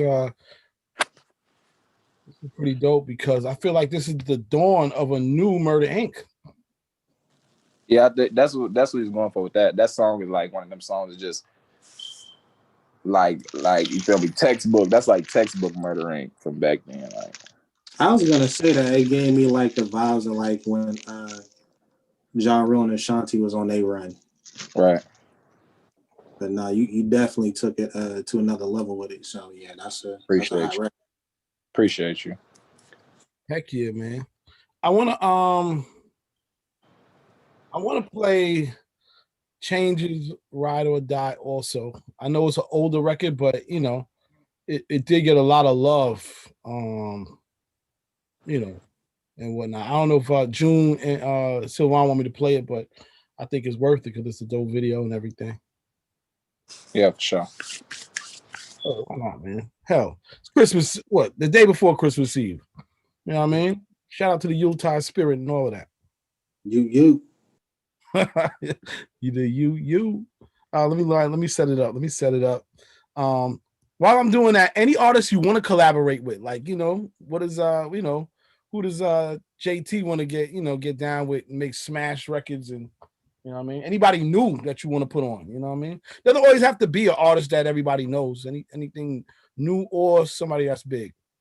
Yeah, like I like working with the people that like I was working with before I signed or whatever. Mm-hmm. So I'm gonna continue to work with them. And then I don't like, as far as me working with other artists, it's like certain artists you can't work with because okay, not you can't work with. Certain artists I don't want to work with because I don't want it to be like a little bro situation where you can't, in the eyes of the fans, like you can't never really be better than this artist because you did a song with them and they put you on. You feel me? So like, other than that, I pretty much will work with anybody. Like I want to work with a lot. I want to work with like females. I want to work with R&B artists and stuff. And then like I kind of want to cross genres too. Well, so you're saying like more like even like cross genre, meaning pop, all the way to Latin music and all the way to, yeah. That's where the money at. Yeah, no doubt. And that's where the music's at. You know what I mean? I feel like when people do that, they really understand like this world is a big world. You know? Yeah, and yeah, like you said, the world a big world. Like some people, it's just certain hip hop it's a broad genre, but I feel like at the same time, it's like it reaches so many different people. It can reach so many different people depending on how you do hip hop. Like I feel like my form of hip hop, you can cross that over to R&B or pop or whatever because you can get a lot of different sounds and a lot of different flows. It ain't you feel me, mono. It ain't stuck in one lane. Yeah, definitely. And I think that's like, it's so funny you say, because I find like there's a lot of, sometimes I can't tell a genre of an artist from just playing a song. Yeah. It's almost impossible, you know what I mean? You just gotta let it be. You know, you just gotta let it like sort of like, and it's a good thing because you can take your career almost anywhere. You know what I mean? Right. But that's a good thing because I can't really tell. I would say like that record, it's more R&B, but not really. You know what I mean? Yeah. So, like that's the style of music I like. I don't know. I don't like too much. I listen to rap. I like rap music. Like my favorite rappers is probably, if I had to give you a top three, it'd probably be like Wayne, Hov, and Big. So I like rappers. You feel me? I like hip hop, but for whatever reason, the music I listen to and the music I make is not always like in that direction. Now listen, I'm an R&B nigga too, man. You know, don't be you know what I mean? Shout out to all the R&B brothers, you know what I'm saying? Yeah, for sure. Oh, good. I like Hey. Go ahead. Hello, JT. How are you? How you doing? Good. This Queen B. I want to know, what music did you grow up listening to? What did you listen to in your household? My parents ain't listen. My parents don't listen to music, so I really didn't grow up listening to nothing. But like I grew up in church. I wouldn't even say grew up, like all the way through. I didn't stop going to church. Like I was going to church like 2-3 times a week. I didn't stop going to church as often as I was until I was probably about 16, 17. So I was around music there, but other than that, I wasn't really around music. Well, in the church, I know they played a lot of church music. Okay. So Yeah, were you in a choir or anything, or just No, see, I joined the choir for like the summer right before I went to college. Oh, okay. But other than that, no, I didn't really do that neither. Oh, okay. Thank you.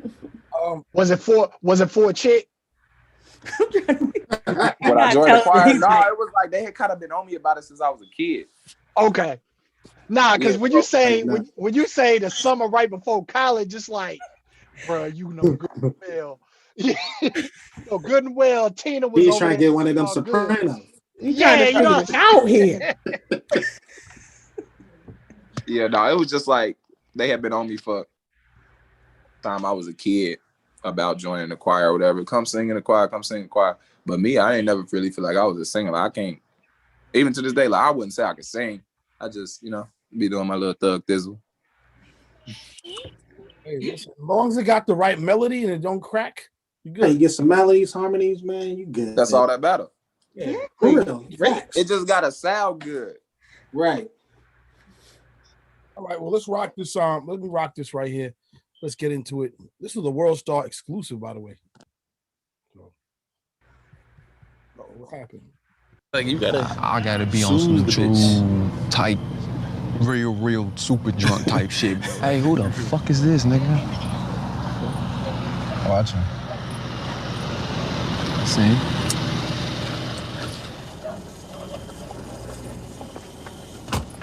Where my money at? Money. You see me out here, right? I'm trying to get it. I ain't trying to hear that, man. Where my money at? Hey, yo, nigga, relax. He said what he said, nigga. This is my shit. Don't come over here with all that. Man, mind your motherfucking business. Ain't nobody talking to you. Now back to you. You delinquent.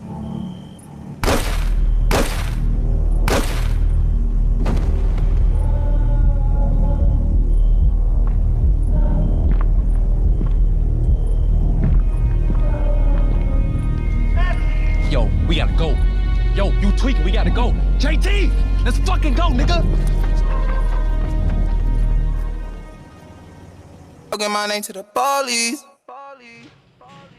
JT killed him.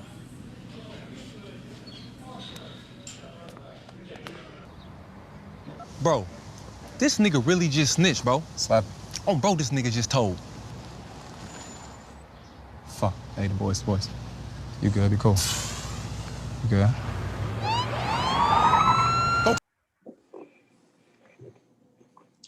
Oh, shit. That was a movie right there. Yo, the transition, movie, the acting, the transition into songs, like that was classic. Irv directed that, right? Because I thought I remember him giving y'all like a speech in front of the crib. Like I remember him talking or something like that to y'all. Yeah. Telling y'all like, yeah, just going, this is real.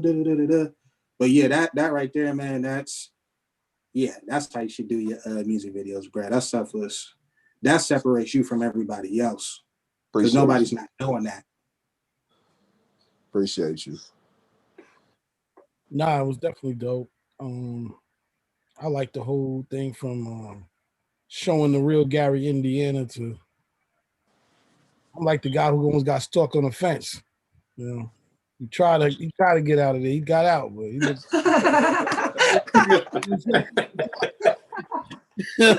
That's good acting. Good acting, man. Good shit, man. My man's ain't that clumsy. JT, man. So, man, 2021, man, what's it look like, man? What you gonna do, man? What's the plan? 2021, we you know what I'm saying? Like I said, debut album. Top of the year, we dropping the On Me video. Okay. Which that's the continuation of that video. How I said to be continued. So that's the second half of that video. I love that. Legend had Shouts to that. That's dope. Cause I like. There's never any second halves to be continued. So that's ill that you got that continuation going. Yeah, for sure. And that's another dope video. Yeah, 2021. I feel like that's gonna be my my year that people, you feel me, really find out who I am, because just the music we got lined up, it's a little different than what we've been dropping. It appealed to more people. Yeah, I'm excited. I'm excited for 2021. I'm excited for you, man. It's a good look. Little off question, but I gotta ask, man. Like, who was the first DJ that you heard play your record on the radio? Between, I don't want to lie. It was either Top Boogie at Power 105 New York. One of them at Power 105, either Top Boogie or K-Stone. But K-Stone might be High 97. But it was definitely Power. It was definitely Power 10. It was definitely okay. So it was Top Boogie or it was K Caesar over in Chicago. Power 92. So one of them was the first ones. It was around the same time. First time you heard your record on the radio? First time I heard it was definitely in New York. That I heard it with my own ears was in New York. And what was your reaction? Shit, for me it was like, damn, I'm on the radio. That's what's up. Like in the moment, it was like, yeah, I don't know. Looking back at it, I'd be more like than I was in the moment. In the moment, it was like, damn, I'm on the radio. When I be looking back at it, it's like, damn, you was on the radio. And like, I'm not from New York. So for me, the first time I heard my songs in New York, that was, you feel me? That was dope to me. Word up. Well, shout out to June. Shout out to Sylvan. It's all good. Yeah, man, keep doing your thing, man. Like I said, man, we a platform to do what we do. You know, to introduce your music to more dope ass DJs and people who are in this business and respected in their cities and their towns, and that spread the word. Because what we do is go back and talk. You know what I mean? The next thing we're gonna say, yo, well, who's doing their thing? This kid JT got some shit. You know what I mean? So yeah. I was gonna say something real quick. I was gonna say, I love that you do your kind of storytelling music videos that like mini films. So a few years ago, I worked on a piece called Shara Story with the rapper / director now, who's called Rapman. Rapman is now signed. The video went viral, got like 8 million views now. He got signed to Jay-Z. Jay-Z came to the UK and actually signed him off this music video. He did 3 parts to it. I've just posted it right now. That's the first part. You should definitely, if that's your lane, bro, there's definitely directors that are there for you to be able to create it in this, you know, in such a epic way that will just kind of keep progressing that storytelling music video style that you have has just kind of a piece. I've put it in there anyway for everyone to check out. But yeah, this is something that we worked on. It was in the UK, it went massively viral everywhere. And the guy that done it got signed to Jay-Z, and that's got to tell you something. Do you know what I'm saying? Yeah. So yeah, man, definitely something that you need to look into in terms of kind of like your next video, because you could definitely do something. For sure. What up? Yeah. Anybody else got anything they want to say, express? You know what I mean? We got some dope talent, man. Today was awesome, bro. Ladies. Drop your IG and email in the chat. I know I do that. Go to where it says more, click that, and then you'll see chat at the top. Okay, bet. Yeah, man. Keep on doing these Zooms as well. I'm gonna say that. Stay humble. You know what I mean? Always. Yeah, man, we got you, man. For sure.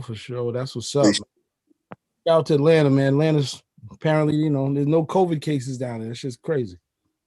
You know, Atlanta don't believe in coronavirus. No such thing down there. Black magic out there. These niggas crazy. Crazy. That's the only word for it. I'm like, yo, how y'all motherfuckers crazy, B? Yeah, nah, they wild out here. It's a different breed of people out here. Apparently, man. They be talking about Florida, but Atlanta, these niggas is wild. Crazy. That is funny. Be safe. I believe you with that. Yeah, man, we're gonna keep it going, man. You know, bring us the music top of the year. What you got? You know, like I said, shout out to June, shout out to Sylvan, shout out to the whole Epic Records family. Really impressed by the diversity in the music, the lineup. You know, you guys should have an awesome 2021 and do the wildest shit ever, man. You know what I mean? The one thing this whole virus taught me, like, if you can think about it, try it. Who gives a damn? You know what I mean? At this point, it doesn't even. At this point, if you could think about it, try it. Why the hell not? You know what I mean? Hey, I feel it. I feel it for real. I really do. Crazy, like this shit is nuts. You know what I mean? So that's all I got to say. Yeah, it's gonna be what it's gonna be. I definitely appreciate y'all though. Yeah, man. Well, thank you for joining. Appreciate you, man. Thank you for your time. Oh, Definitely thank you for your time. Have a safe, happy holiday. Especially for the holidays. Yeah. Oh yeah, man. Yeah, man. So that's what's up, man. That is the Epic Takeover. That shit was dope. A lot of good music, a lot of artists. I'm shocked all the artists tapped in and did that. You know, most of the times that's a struggle to get people to just focus in and do it. One artist couldn't make it, but I'm gonna play her record now because she's dope. And we're gonna get back and talk some more. I got questions, man. You know what I mean? And shouts to June and Sylvan for being able to get everybody to do that too, man. I know that takes a lot of work. That takes a lot of man. Shit. Yeah. Are they still on? Let's see. I think June is gone. It's all good. They was texting me and threatening my life, but it's all love. While I'm doing that, think about this, and I don't know. We've had a lot of conversations on here, but hold your answer till after I play the record because I know this is it Interscope? No, is Donald Trump right with this bill that he didn't sign? Sorry, that shit's hard though. Yo, that's how fights be happening in clubs. I know. The mosh pits and stuff. Pushing. Bro, they don't make fight music no more. Like this and they're no, I'm serious. They don't make fight music no more. But that was part of the energy of the club. CL know I went off about this a while back, where I was like, now, like, I'm a dancing ass dude. So, you know, we had dance hall, we had, you know, that swag East Coast shit, we had West Coast shit, we had house music, we had booty shake, we had all that, we had the fight shit. Now everything sound the damn same. I know, man. I'm all for having a motherfucking fight song. I'm all for it. I'm too old to be fighting. I'm not gonna be out that motherfucker. But I'm all for it. But the shit bangs though, like you're nuts for that, Bob. Who's that? That was okay. So the one artist that didn't make the call, her name is Bia. She's on that Russ song, "Greatest on Earth." That's the chick who did the song "Skate." I think we listened. You played her during last week. Skate shit is too. Now she nasty. Played her last week, and she did a joint with what's his name? Bad Bunny. I mean, she's on her way, yo. Like she got flavor. She definitely got the flavor. So, but the good thing is June. Shout out to. Let me get the fried rice. Can I get that too? The fried rice. Oh, you funny, yo. Yeah, let me get chicken wings. Chicken wings with that shit. Hard. If they ain't got no pork in the rice, I don't want it. I don't want it. Give me the pork in the rice. And 2 egg rolls, real greasy. Yes, and duck sauce. I'm joking. No, real quick though. I remember the first time I came to New York. I remember I was walking. Where was that? Chinatown, and I seen the ducks just hanging up. I said, "Hold up, Dad, what's this? He was like, that's Chinese food. I said, nah. Nah, bro, them joints is fire though. Next time you up here, you gotta bang one. Yo, The I Peking felt duck like is Rush fire. Hour. Yes, I felt like Rush Hour where Chris Tucker went up to like the little food truck and he was like, what's this? He said, I'm chitty and fly. He said, what's that? Because the dude had like a big bowl of duck heads. I'm like, I don't want that. I want something that's already cooked. This is like crazy as hell. I ain't gonna lie. Y'all are hilarious, man. What's Y'all going on, CL? James What's Holloway in the house, man. What's up? James Holloway in the building on the check-in. What's happening, brother? How you feeling, man? I'm feeling great, man. It's good to be here. Thanks for having me. Oh, you already know, man. You know, I'm happy. James like, F that. I'm here. What's up, everybody? What's up? Yo. That's the Philly Cool, style. brother. How you doing? Shout out to Philly, man. Love Philly. Man. Shout out to Camden, New Jersey, too. And what's it? I used to mess with a chick in what's the city? There was a girl I used to mess with down in Where? Trenton? No. Willingboro? Cherry Hill, yeah. Cherry Hill, man. Right over the bridge. Shout out to Jersey, man. Shout out to Philly, Jersey, and all of that, man. Jay, well, since we jumping into it, why not? I'm gonna play Bia's other record real quick, and then we're gonna get back into the shit. Okay, wait a minute. Somebody said I'm emailing the track. Okay, Earl, I definitely got you, without question. Yeah, man. So James, first and foremost, how's life, man? Life is good, man. I just gave birth. Well, I didn't give birth. My wife gave birth. We just had our firstborn child. I have a son, Langston Wynn Holloway De Leon. Yeah, 5 weeks old. Congratulations. Yeah, thank you, man. That like somebody was saying, man, I think people should write books during the this whole COVID experience, giving birth and major things that happen, graduating, shit like that. So that's huge, and congratulations. Thank you. And And please, thanks to everybody in the comments. I see the chats started going off a little. yeah, they did. Yeah, they did, man. Thank you. So no, shout out to my man, James Holloway. Comes through a friend of mine, man, who's somebody I respect in the music business a lot, named Guy Rute. Guy Rute, music supervisor of a 40-year-old version. Yeah, and a whole lot of other stuff. And Yeah. he manages. Guy manages a ton of dope people. Pharaoh Monch and that whole clique. And we also have another friend that's a super brain, smart brother by the name of Mark. And yeah, man, he came through. Guy had to immediately listen in. And before I play the record and stuff, James, let's talk a little bit about your background, some of the things you've done, because while you are an MC, you also are just an artist or a purveyor of the arts. Yeah. So Performer, I like to say. a little bit about your background and how you got to where we are now. Yeah, man. Thank you so much for that. No So, like everybody, I think already put together.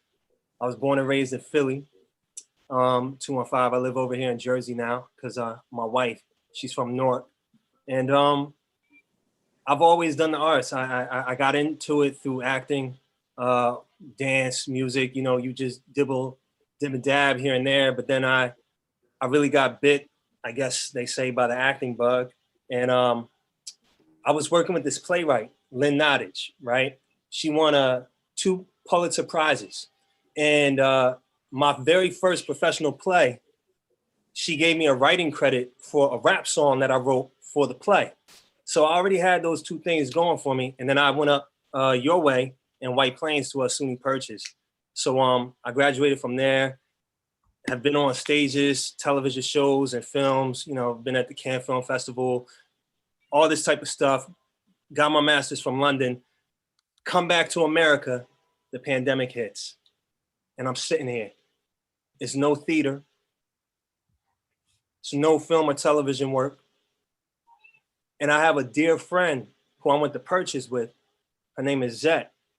And I'm sitting at home feeling like everybody. I said, damn, how am I going to make my way through the rest of this year? As an artist, how am I going to be able to create and express myself? and she shoots me a message. I did this Shook Ones freestyle years ago, right? Remember 2015, maybe 2014, the Shook Ones freestyle, and it came up in her memories, I guess, and she decides to shoot me a message telling me how dope it was, and she said one thing to me. She said, "I'm still waiting on the album." Right then and there, like right then and there, I started hitting up producers who I knew. It gave me that spark, and I said, "You know what? This music is going to be the theater that I don't have. It's time," because I just never really did it the way that I've always wanted to do it. I've written songs for other artists. You know, one dude, Jay Harris, he's no longer an artist. He's the vice president of Janet Jackson now. But I used to write songs for him. But I said it's time to do it for me because I got the talent. Well, that's real talk, man. I don't meet too many people, let alone brothers or sisters, that say they have their masters in the arts, you know, from London. You know, that's real shit, man. Like, this is a diverse thing, and you know, like I said, I like the song, so I was like, you know what, we got to have you on. You know, this is like a situation where we play new music every week here. We try to find what we like and everything, and yeah, shout out to you for putting this one together. I'm gonna play it in about 1.2 seconds, but shout out to Zet also. Now, is Zet? She did the beat, right? She did the production? No, you know who did the production? Dino Sounds, who I actually met on my very first day in London. Talk about God aligning things. Talk about God aligning things. My first day in London, I meet this dude. I'm looking for a place to live, and he happened to be my driver. My producer was my driver, and now he's driving me in life. Look at that metaphor. All right, well, let's get into it. Shout out to James Holloway. The record's called No Smile, Philly.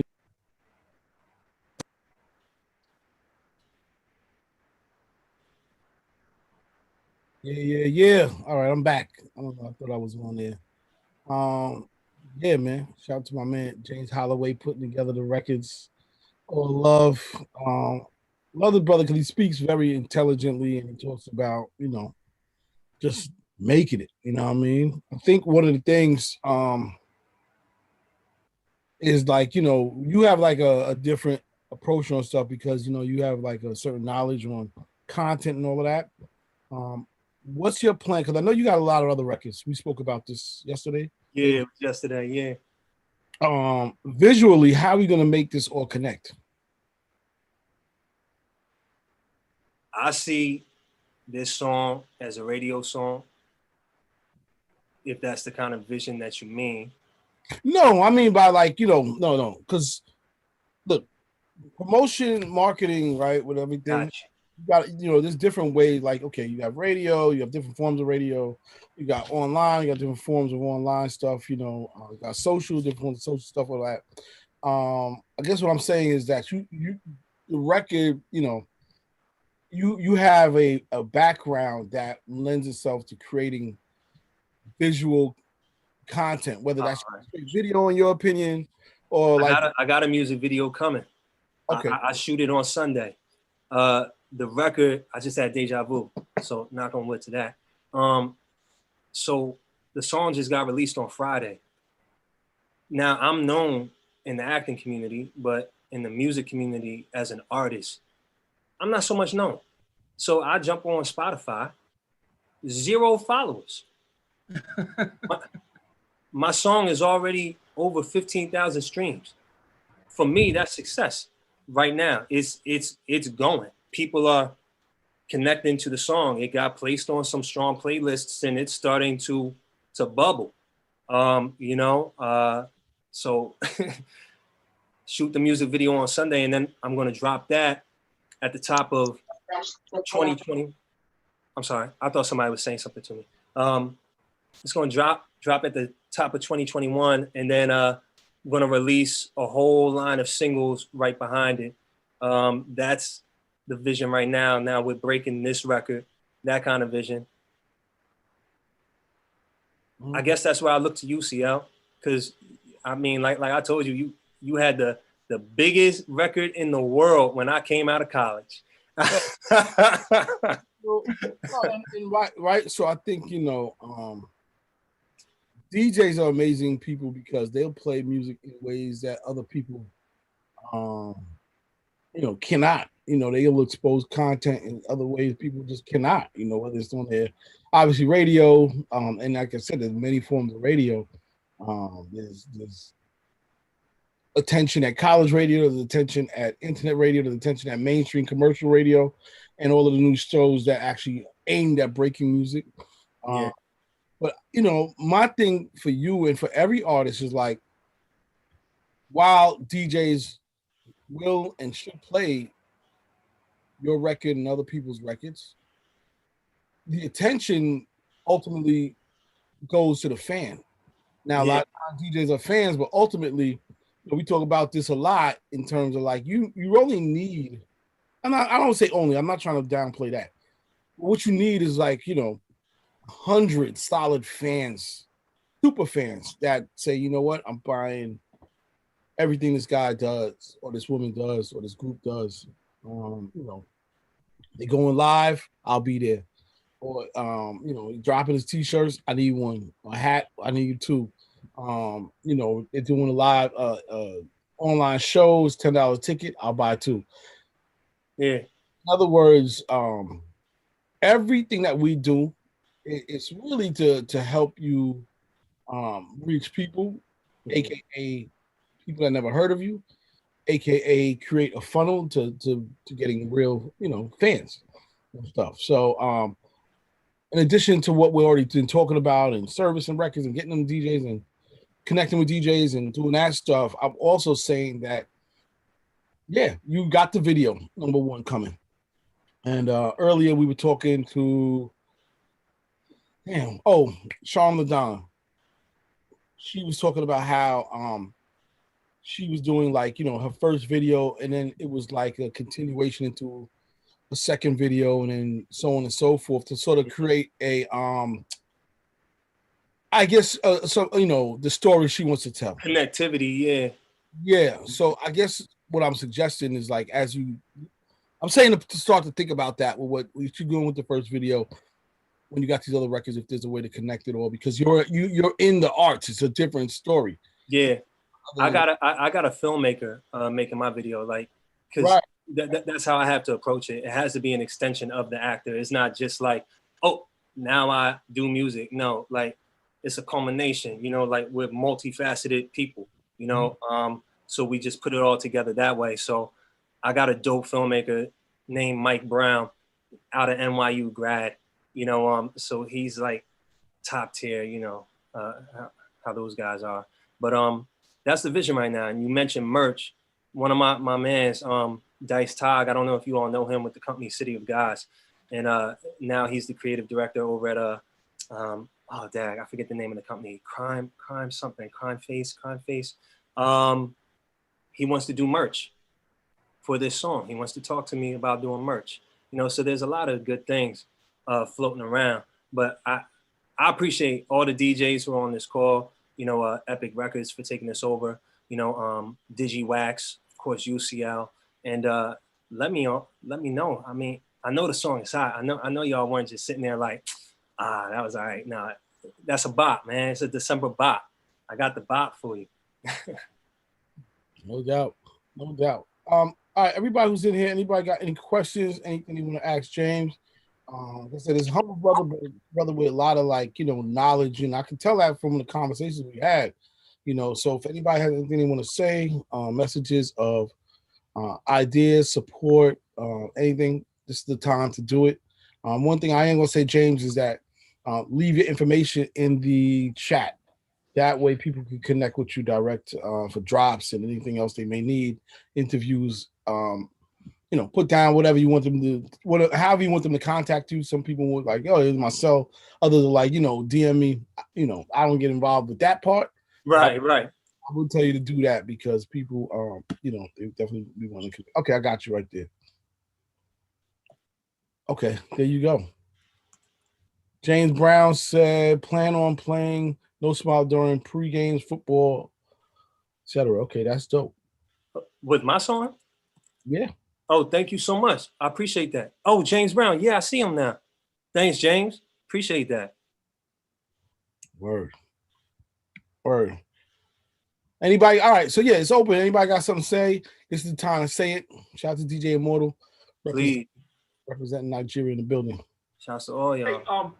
Hey, this DJ Immortal. All right. Digiwaxx, What's up, man? Greetings, you know what I'm saying. All right, James. You said something. You said this is a radio song.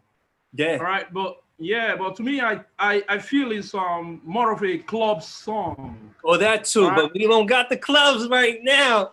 It's more of a club song. I didn't hearing it is more of a club song, not a radio song. You know what I'm saying? Okay. Yeah. I'll take that, but I mean, you know, look, I know music too. It's catchy. It's catchy. Let's play it in the club and take it to the radio. Okay. Like right now, people are at home in their different countries, so you can actually have a club in the house. You know what I'm saying? Yeah. All right. Yeah. Yeah, you get what I mean? So playing do. from the radio station to the audience. All right. So it's kind of like a club from the radio station, like giving them a club experience. You know what I'm saying? In some countries where the COVID is still limiting them and restrict them from going to the physical clubs. Okay, so I understand where you're coming from, but still, it's a club song. Okay. All right. No, I really appreciate that. That's really good insight. I'm appreciative of that. Thanks, DJ Mortal. Yeah. Word up. Okay, dope. All right, well, James, this is what it is. I appreciate you coming in. We just started with so many people for you to connect with. Shout out to DJ Swerve, DJs, and you know, my thing is to well, let me just back up a little bit too, because what happens is, like, you know, music is one thing, but there's a thing just like, you know, grabbing attention from people in general, and you know, we just talk about. It's music. It's not always just the music, though. You're a freaking actor and do all these other things. I'm saying, yo, you can come up with shorts for your content and grab a whole nother audience, especially right now. It's the content king's time or queen's time. Meaning, like, you know, I'm looking at like, let me just ask in a crowd, like everybody, how many people have a Netflix account? Yep. Yeah, I got one. Okay. How many people? Yep. Okay. How many people have a Hulu account? Yep. Yeah. Let's say Disney. What's the Disney joint? Disney Plus. Disney Plus. Yep. Yeah. Anybody have Prime Video? Yep. Yeah, I got all that too. So do I. My point is, but you just go leave HBO Max out, bro? Nah, fuck. I ain't gonna leave that out. I got HBO Max. I'm not gonna leave that out. My point is that, you know, when you have the 1-2 on these motherfuckers, you can knock people on their face. You know what I mean? With this, not just the music, but the fact that you can you know, that you got a master's in this shit. You know, you have a network of people that you can make movies for each record. Yeah. CL. Oh, my bad. I'm sorry. Go ahead. I'm sorry. I know I'm going in. Nah, like you driving at home, bro. Like, he's right. This is the content creator's time. You got to think about right now how many comedians done came up off of Instagram skits. Like, it's cats that came up off of what Vine. You know what I'm saying? Yeah. It's real comedians doing shows that came up off of Vine. You feel what I'm saying? Yeah. We look at Issa Rae is like one of the princess darlings of the game right now. We all know how she did her thing. You know what I mean? Yeah. And it's realistically where, you know, if you're a 3-headed monster, you need to go ahead and show all 3 heads and go to work. You know what I'm saying? We talk about like visuals is everything, right? And we talk about, like, think about who had some of the greatest music videos of all time. Michael Jackson and R. Kelly. I mean, think about the, you know what I'm saying, some of them R. Kelly videos that were movies, bruh. Yeah, they were. You know what I mean? Yeah. It's an experience. I Can't Sleep is the one that comes to my mind. Yeah. Yeah, so it's an experience. So with you being an actor, you can paint the experience. You know what I'm saying? And even beyond that, like doing something along the lines of, I'm not saying go this far, but I'm doing it with a music video in mind, or a series of videos where you're telling a story throughout your album and the whole thing plays out like a Hamilton. You feel what I'm saying? But it's hip hop and R&B through music videos. That's what I'm trying to say. Thank you, Bionic. You really drove. That's what I'm trying to say. And it's good because this is just the first single, and I'm happy we're having a conversation now, because at the end of the day, most artists, unfortunately, they don't, you know, as good as the record may be or whatever, they don't really have the means. They only have one means to drive people to the music. You know what I mean? At the end of the day, when you could create platform, other things to make people like experience your music and who you are, your personality, and this and that, you know, fans and you know, people will like Issa Rae, like he said, man. You know, you know, you are an Issa Rae that makes music. Like, it's crazy. You just got to put it, you know, put it. I know you're already putting it together.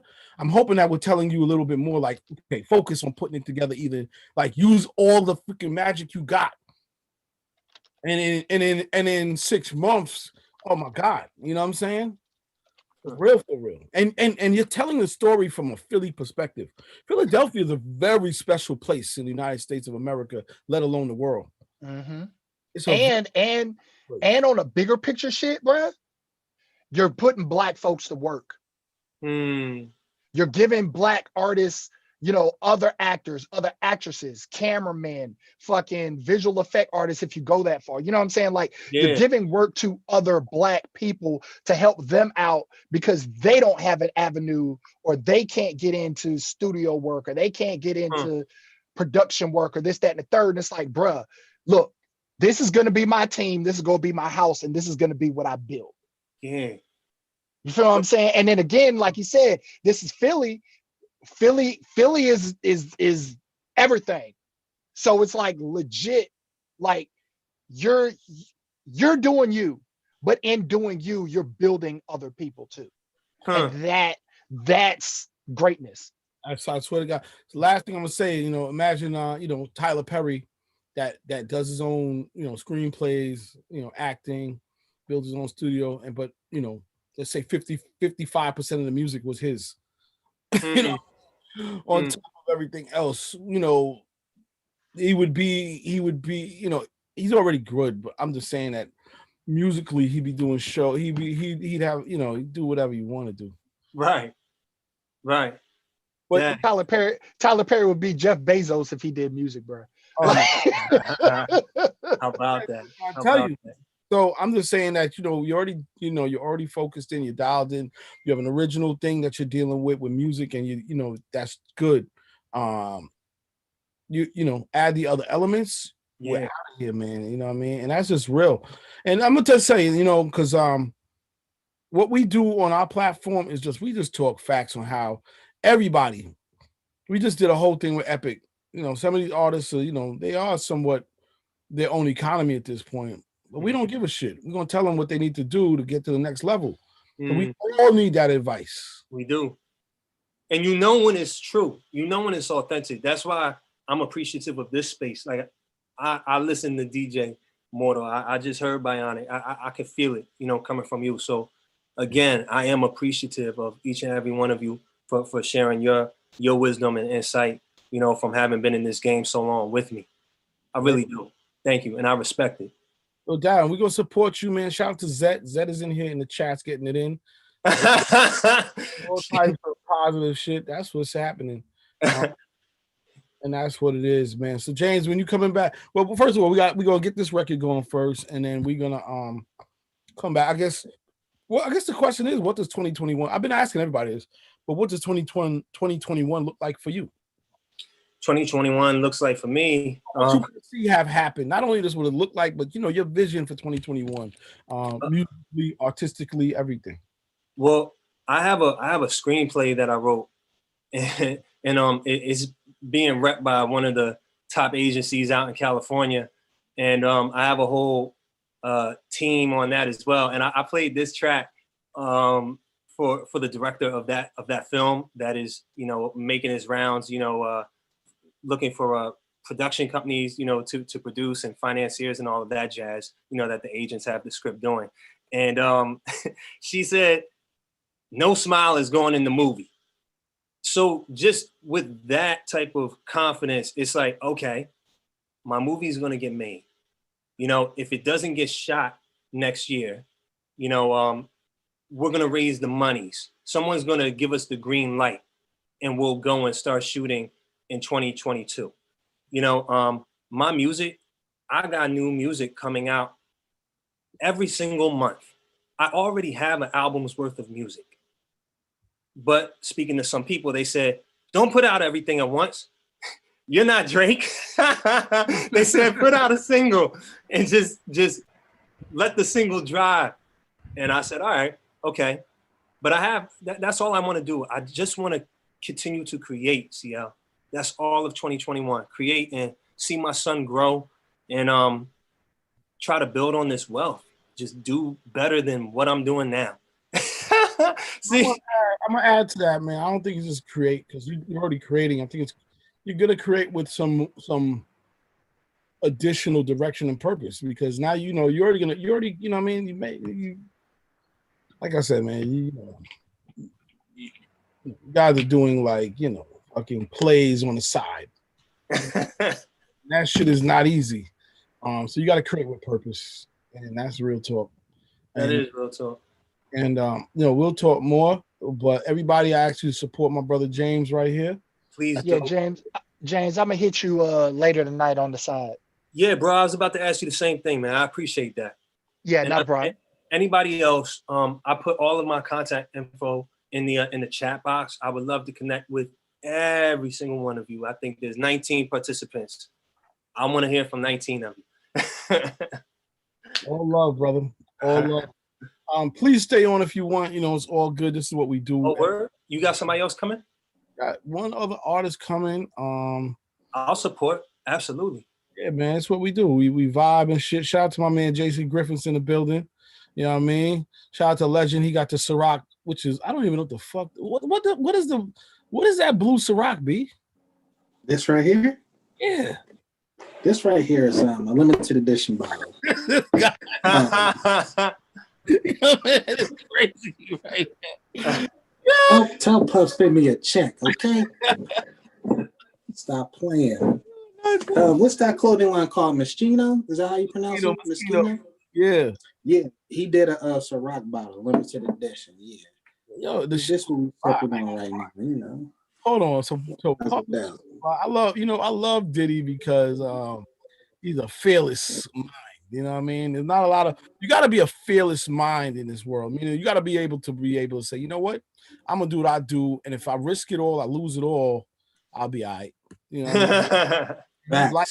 So, shout out to Diddy. I was looking at it. I was like, after my little, as I continue to drink, I'm starting to focus in on that. I've never seen a Ciroc bottle before. So I'm like, what is this? That's what it is. All right. Cool. So as on right quick. Yes, jump in. Okay, on. Thank you.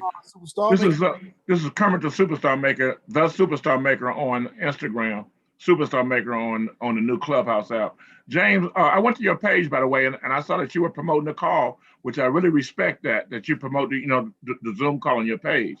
But I was going to make a comment, and your comments were limited, so I couldn't even say salute to you for supporting the call. And I know it's probably because you had to be following somebody for them to leave a comment, or you, or you like most people, we tired of all these cartoon people with comments and everybody else's let me give you a cartoon, let me show you how to make money or whatever. So I understand that's that. What it was. That's really what it was. Yeah. Right, but I wanted you to understand the other side of it too. If I didn't know that, because I get the same harassment, I would just think that you was like, oh, he's arrogant. I can't even comment on this stuff. So I just wanted to throw that out there, so you'll know. Okay. I think that's a bit challenging to be respectful, just because like artists, they have so many things going on, and to deal with a lot of the spam and a lot of the traffic that they get, from people that are not exactly fans, but they're maybe just following and paying attention. That could be a lot. So, I'm not trying to speak for you, James, but just, having worked with artists that are, they're doing their thing on social media and whatnot, like respectfully, I think that, like it's dope that you would like to leave like positive encouragement and reinforcement for them, but a lot of times it's just difficult for artists to manage it. So I would advise maybe not like you're offended about it, but maybe have some more leniency towards that. No, I'm 47 years in the game. I'm a senior citizen. I'm just sharing information. I'm not trying to say do it or don't do it, or is it right or is it wrong. I'm just putting it in the air for people to think about it. That's all. Thanks, Earl. Yeah. Thank you both. Thank you. No worries. Appreciate you. Superstar Maker. Thanks, Earl. I respect all positive conversation. I want to move it on though, and I want to play this record. Actually, Earl sent me this joint, and yeah, man. James, please stay on. I'm here. We're gonna keep it going. Shout out to Nyia Poppin. We see you in the building. Word up. Hey. We're gonna get to you in a second. We're gonna play this song, and then we're gonna get back into what you're doing. Okay. Okay, that's fine. Let's do it. Okay, well, this is a little jamming me up. I thought I was already in. Hold on, Earl. I want to play this song, but I had the whole shit down. I was talking my shit, and now I just got jammed up. Hold on. Love you, Spotify. Hold on a second. Here we go. All right.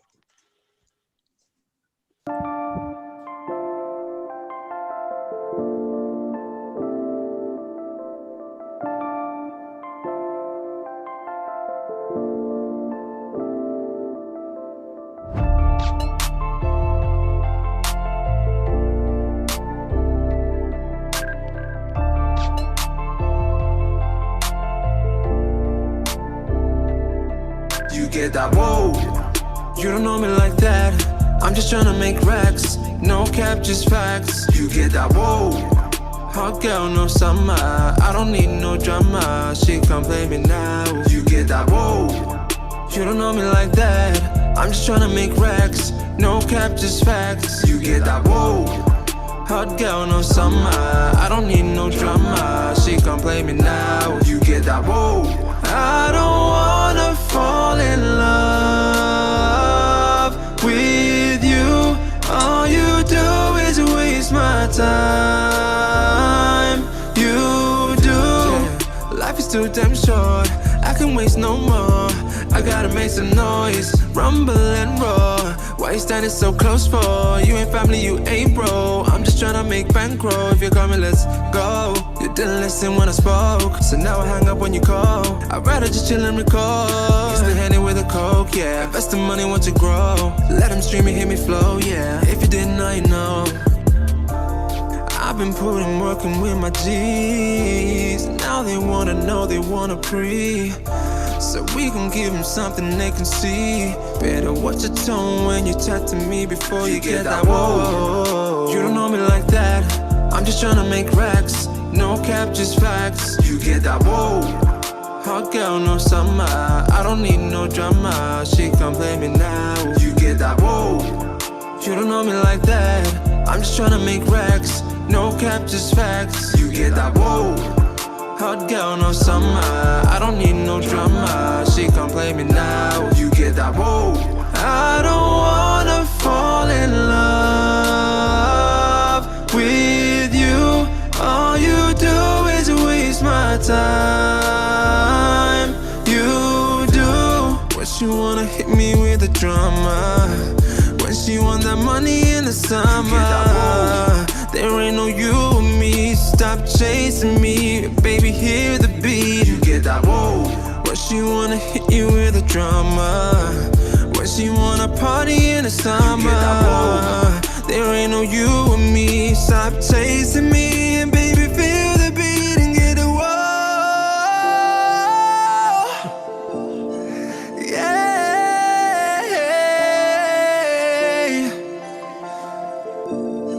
Oh. Da da da da da. Woo.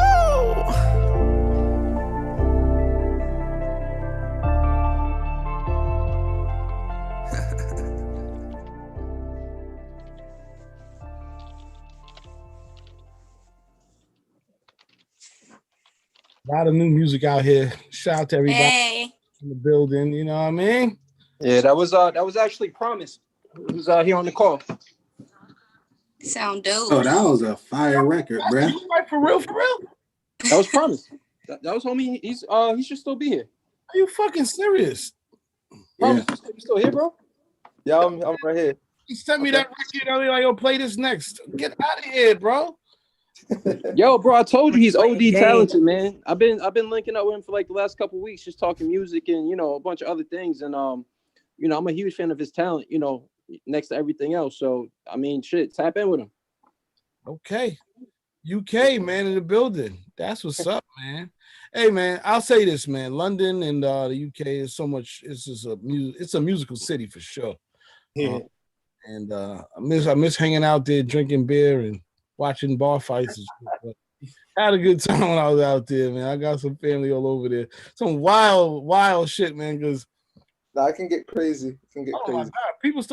People in suits, like people that trade and stuff, they're drinking beer at like 10 in the morning. I'm like, yo, I'm not even joking. Like legit drinking beer, talking and doing business at 10 in the morning. Yeah, that's crazy. But I'm a songwriter, so like I've just been writing a lot of songs. My aim for 2021 is I want to drop some records, but also I want to get some placements, man. I really want to. Like there's songs that I've written that I think are so much bigger than me that I need them to be at an even bigger platform, like with either certain artists or I don't know. But yeah, man, I'm just working, That's a good conversation to have. We should have that one offline. I think part of it is making your content popular. But we can have that conversation. I think it's really first of all, I gotta sort of take in the fact that that's your music, but that's dope. And at the end of the day, thank you, man. We talk about all the time, popularity, attention, that gives you the right to do a lot of business. So that's all of our goals. Everybody should be aiming to be a, millions of followers and so on and so forth. Because as that happens, the leverage that you have goes up, you know what I mean? So, and it's natural, All right. That being said, we have our last artist for the day, Nyia poppin'. Nyia. Hey y'all, nice to meet all of y'all. Hey Miss Poppin', what's going on? What's going on? How you doing? I'm chilling, we here, we in the building, man, doing what we do. How you feeling? I'm good. I've been ripping and running all day, trying to do these interviews and trying to, record at the same time. But, I'm good. Been multitasking. You telling me you finished all your Christmas shopping? Stop it. Yeah. Everybody Christmas gifts kind of still at the store, but. Definitely I deal with that. You Scrooging it. I ain't mad at you, man. Damn right. Bye. First of all, how you doing? Everything's okay on your end? Yeah, I'm doing good. Everything's good, I feel like when I'm still recording and when I keep myself, busy, it could be stressful, but at the same time, I feel like it's for the greater good of me because as long as it's something, involving music, then, I'm good. I'm calm. As you should be, Hey, what's going on? It's a challenging year. So, when I ask everybody that. Hey, what's going on? What you doing over there? Who you ask everybody that question, how you doing? Because I don't know. I don't think anybody does until you actually say it. It's good that you asked that. How are you doing? How is your day? How's your life going. Hey, you know, those are the key questions, man. You know, that being said, let's talk about you, Nyia. Give us a little bit about your background, where you're from, and you know, what your Okay. musical journey has been about. Yeah, let's get into it. So I'm Anaya. I'm 18. I'm from Northwest DC. I, grew up here my whole entire life, and I basically just got involved in music with, growing up in church and my family. In the beginning, my grandma, she's a pastor, so I basically grew up singing in like church choir, and then I branched off from that, and then I joined a group, and I basically went around the city with like Mayor Vincent Gray, and we sung like anti-bullying songs for DCPS. And then when I became solo, I started, making stories and writing songs about, my everyday situation and, things that I was going through, like in my personal teen life and what I'm still going through, etc. But I did start singing in church. But yeah, that's how it all started. Hey, dope. And like, what's your passion with music? Is it R&B? You know, is it more, we were talking about people like music in general. Like some people, they almost like they don't really have a genre. They just make urban music. Like there was the artist we listened to before, JT, and he was like, even though it comes off like singing, it's more hip hop or it's more rap. Do you have a lane that you feel like this is my lane, musically? Definitely R&B. I'm really into like the classic R&B sound. Like I love Monica, Keisha Cole, Tyrese, Tank. Like I'm real into like that classic R&B sound. And I tend to reference their music a lot because, and honestly, I feel like that classic R&B sound is coming back right now. Like I feel like that's bringing the best out of today's music. Like everybody's going back to that sound. Like everybody's remixing somebody else's, that sound from back then. So I feel like that's bringing out the best in today's music, including mine. But definitely R&B. That's my lane. No, that's dope. That's dope, man. So all right. So the album is called Unbreakable. Yeah, the EP. It's an EP. Okay, I apologize. It's the EP. No, you good. And you got a lot of records on here though, I think. Yeah. It's 5 songs. Oh, it's 5 songs. Okay, no question. Oh, you know what it is? I got it messed up. Your fun facts. Let me read the fun so everybody knows what's going on. Here's a fun fact.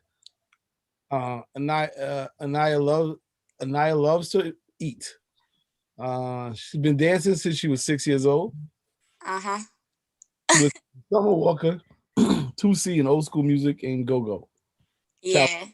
I make fried Oreos when I'm bored and on my free time. I'm a bad driver. Oh God. I love kids. I'm single. I love getting glammed up, hair, nails, etc. So if you guys want to step up to the plate, you know what I mean? I'm really into Marvel movies. That's a good one. Yeah. Are you into the comics also or just the movies? I've actually never read a Marvel comic, but like I feel like I would like it though. Shit, man. I feel like I would, but I'm real into the movies. Like I love watching Marvel movies in 3D, like when they first come out, and then watching like the snippets at the end, because after the credits and stuff go off, they always preview like a little snippet of the next. Yeah. All right. Well, shoot. I'm the oldest of 3 siblings. Yep. Graduated from Dunbar High School. Mm-hmm. Dunbar High School. Dunbar High School is here in Northwest DC. Okay, dope. And I love cheering. Yeah, I was a cheerleader all in high school. I was homecoming queen. I love cheering. I can't wait to cheer in college. All right. That's what's up. That's the positive energy we like. All right, let's play a record, man, or a video, I should say. We can play Flex or Not Mine. Not mine. Man, most recent. Yeah, I queued up Flex, man. I'm looking crazy now. Hold on. Let me. Oh, you was trying to buy Flex. I mean, no, I didn't. You know what? I was waiting to see. I was really just like, okay, maybe this is the record, but that's fine. You know what I mean? We do this shit now. There was a time when we was really novice and we couldn't do this, but now we starting to really understand what's going on with Zoom. Shout out to everybody who's been through this journey with us. Oh, we get to watch it together. Oh, I like this. This dope. This is. You ain't seen nothing yet. No, I'm joking. All right, let me play this record and get it going. This is Nyia, and the record is called Not Mine. Yo, it's me. You know what to do. Leave a message and I might get back to you. Boo, pick up the phone. I done called you like 5 times. I know I messed up, but it's supposed to be me and you forever. You playing. So you got a new guy now? That's what we on right now? What, you just gonna get a new guy and I'm over with? I ain't gonna lie, I'm hurt. Boy, you really got the nerve. Why don't you just put me first? What you seeing in them other girls? Cause I deserve bigger than this. I got caught, but I'm bigger than this. No more hiding my feelings and shit. Won't listen to me, won't listen to this. When another man love me right, how you gon' feel? My love is irreplaceable, I'm too real. You wanted me and now you got me, what's your deal? I'm embarrassed, but you don't care how I feel. Just give it up, you need to give it up. I've had about enough, it's not hard to see, but why are you lying? It won't be to you, can't seem to get through. I was all for you, but you're not mine. Not mine.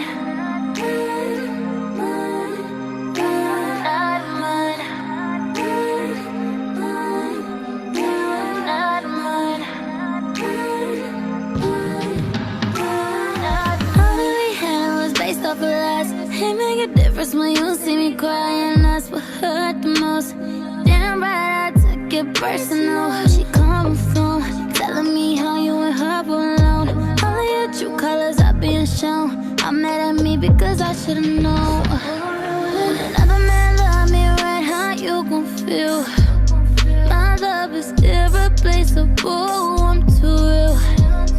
You wanted me and now you got me, what's your deal? I'm embarrassed, but you don't care how I feel. Just give it up, you need to give it up. Had about enough, it's not hard to see, boy, why you lying? It won't be too, can't seem to get through. I was all for you, but you're not mine. Why you lying to me? Why you lying to me?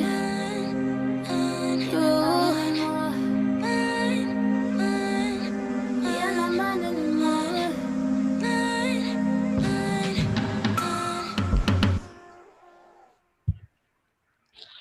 Yeah, he just got the boot like that. Damn. He was hot for 2 seconds and that's it. Anyway. How it True go? story. Hey man, relationships is real in 2020, man. Yeah. Thank you. Nah, no question, man. Anybody got feedback? Anybody want to say? You know what I mean? This is Nyia popping. I'm just trying to, keep it going. I think the track was dope. I mean, I've been, like CL was saying, he's an R&B dude. I'm definitely an R&B dude as well. Mm-hmm. So I was like, happy to hear the track, hear the tone, like know that you from DC.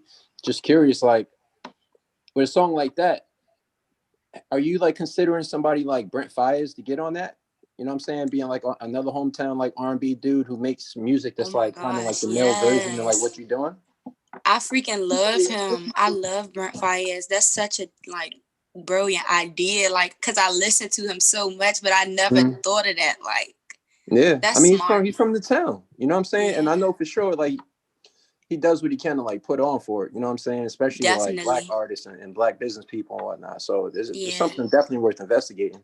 Yeah. Because I feel that track and the whole sound and the feel of it is something that's like right up his alley. So yeah, I'm definitely going to tap into that. All right, for sure. But the track is dope, though. I appreciate you and your Thank talent. you so much. Thank you for your feedback. I'm glad you Of course. like it. No doubt, no doubt. Boss. Anybody else got anything? Queen, Legend, DJ Croc, James No, Brown. definitely a dope record and dope video. You got any follow-ups for after this? Wait, what'd you say? I said, do you have any follow-ups for after this? Like, this is a dope video and dope record. Yeah, thank you so much. I did get like a lot of good feedback, you know, with the whole social media thing after this, because I collab with Food with the Camera, you know, and he from the city too. He graduated from Dunbar, just like me. So, and he's been very supportive of my career from the beginning. So him and his team definitely, you know, pushed the video when we went out.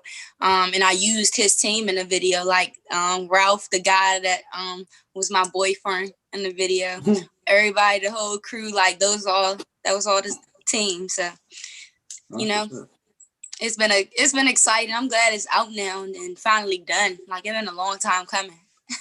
Well, that's good, man. I thought Earl had some solid advice. You know, when you already got a good record, and then sometimes you put like just another name on it, it can help bring it out. I think when it comes to urban records, like just more R&B records, you know, and I'm going to take it to radio for a second, even though I feel like YouTube and other places bring a lot of attention. But with a record like this, I obviously think, you know, do you know Tracy Luttrell from WHUR? So the reason why I like WHUR is because, yes, they are Howard's urban station, and DC's like one of DC's legacy stations, but the program director there, she actually takes chances on new R&B songs. Like, she's not, you know, stuck up like, you know, other radio stations are fucked up. Let's keep it 100. They don't try shit. They all fucked up. They try to scramble, and they like, you know, on this old ego shit from the fucking 90s or early 2000s that we don't give a shit about no more. But certain people, they will try and give your record a shot. I feel like in DC, the DMV area, and even the greater Virginia, maybe north a little bit with Philly and all of that, a good place to start would be WHUR, because they are definitely a real urban station, but the program director's cool and she gives shit a shot. You know what I mean? Sure.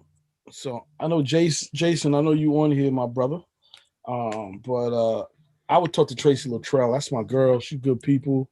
And I feel like she would she might, you know, she has different ways to just test records and try them. You know, but I think she'd be a good ally to help you, at least because, you know, some of it does start in the hometown too. You know what I mean? For sure. I'm definitely open to doing it. I'm definitely gonna say something to my manager. Yeah, Tracy Luttrell. Talk to her. James Holloway to Chocolate City. That's right, damn it. Yeah. Have you worked with any other artists yet, or as far as in production, are you sticking with like certain producers or like one producer or anything like that? Well, I'm not sticking to anybody. I just, you know, I have my own like 2 personal producers. I use Shy Beats and somebody by the name of AJ. I also have got work with Dre Moon. That's like he like an uncle. He real close to my dad. So I am also open to collabing with other artists. I'm really, you know, I love meeting new people, and also I'm really pushing the whole idea of, you know, people from the city collabing together and, you know, helping each other out and boosting each other's platform. Because I feel like it's so much talent that comes out of DC, and we definitely need more props. So yeah, I have I like to hear I've collabed with somebody from the city named Lucky Juan. I've collabed with Dyson Alexander. I have some music coming out with somebody from the city named Gino, and he's going to be on my album that's coming out next year. But we got 2 songs in there called One Touch and I Want to Know. But those 2 songs y'all could really look out for sure. Dope. Yeah, thank you. Long live R&B music. You know, it's a balance without culture. Without culture, it always happens. I feel like sometimes we get away from the balance, but we need R&B, man. We need balance. You know what I mean? Our souls matter. I mean, so yeah. The other person I'll say is Joe Ice, who was on the call earlier, because Joe Ice is a mover and shaker in the city. Period. Not only does he produce, he's also on WKYS, and he's just a guy that understands, you know, where things fit, because he did a lot of clubs and stuff in the city, and you know, maybe you should connect with him as well. But I think it's good, man. I think it's great, man. You got a dope project. You got a project. Thank you. You're moving and grooving, man. You know, shout out to every artist that's taking their own work, their own muscle. You know, and it's so I'm so happy that it's out, because I literally was working on this like during my whole senior year, during like the SATs and the tests and cheerleading practice and all this stuff. And you know, I just kept saying I can't wait till I graduate so I could just focus on music 100% with like nothing in my way. So I'm glad it's out and everybody gets to hear it and see what I've been working so hard on. Well, I'll say this. The last thing I'm gonna say is you have to focus on just putting shit out every quarter, because you have to be able to see yourself, and I don't care, even James, you too. All artists have to look down and see themselves. They have to have a vision of themselves 2 years, 4 years, 5 years, 10 years down the line. And it really does come from just constantly releasing content. Being consistent, it separates the girls from the women, boys from the men. Absolutely. It does. You know, as you're going through your musical journey, man, you could tell artists that really make music, they love making music. And you could tell the ones that don't love it because they fall off. That's real shit. That's true. Fetty Wap, Fetty Wap had a dope run. He don't love making music, yo. He don't. You know what I mean? Shout out to Lil Wayne. Lil Wayne loves making music. He does that shit. Whenever he gets a burst of inspiration, he go in the next room. Let me just get this shit out my system. You know what I mean? Yeah. You gotta love it. You gotta love this shit, yo. You gotta love this shit. Ain't no money, ain't shit going on. You gotta love this shit. Word to mother. So one thing though, you know, when you mentioned, you know, being able to knock the project out while you have so many things going on in life between school, cheerleading practice, and you know, everything else, like, you know, there's gonna be that's just not gonna stop in high school. You know what I'm saying? So it's dope that you still had the drive and the organization to still get that done, because like real life is I'm sure, you know, we're all living real life, but you know what I'm saying? Like outside of school, there's always gonna be something else that might be a distraction. So as long as you keep your head on your shoulders, you know what I'm saying, and like keep putting out that good content, like I was saying, you're gonna be straight. Yeah. That's why I try to keep myself busy, you know, because I will say, like, on my personal life, it's like always dramatic. Like, whether it's good or bad, it's always something going on. And, you know, no matter what, I've always been the type to turn to my music whenever, you know, it's too much going on. It's always been my escape from chaosity or my reflection on anything good that's going on, you know? Yeah. That's dope though. I mean, a lot of my favorite music of all time came from like a cathartic point where like somebody was in pain and they just went in the booth and let it out. You know what I'm saying? Yeah, so as long as you're able to keep doing that, that's the best music. Yeah, just keep that up for real. Thank you. Hey, Nyia. Hey. My name is Queen B. You said you are so pretty. Thank you. You are beautiful. Thank you. Now, you said you're going to college? Yeah, I'm enrolled in UDC. Okay, what you going to be majoring in? I'm studying social work. Oh, great. Yeah. Great. So you're going to be balancing music and social work? Oh, yeah. Yeah. I'm really into, like, I really love kids. So my goal is to one day have a degree in that. And also I want to say, like, I plan on being a big inspiration to kids from the city because, you know, a lot of people don't graduate and, you know, have the the mindset of, you know, I want to go to college, but college is beneficial for, you know, all people of color. It's beneficial, period. So if somebody from the city see me going to college and that can, you know, inspire them to do the same thing, that's the whole goal. Absolutely. Kudos to you. I would love to support you in anything, you know. So thank send me a you. DJ pack. I would like to do an interview with you on Yes. Thank you. I got you. All right. Happy holidays. Happy holidays to you too. Yeah, man. Hey, where's Jay at? Jay Griffiths. Yo, Jay, what's happening? Where's Jay? Okay, I guess he took a break. Okay, Well, hold on. I got something. So I've been listening to everything that you've been saying, right? I got this one track that has been sitting in my library for years.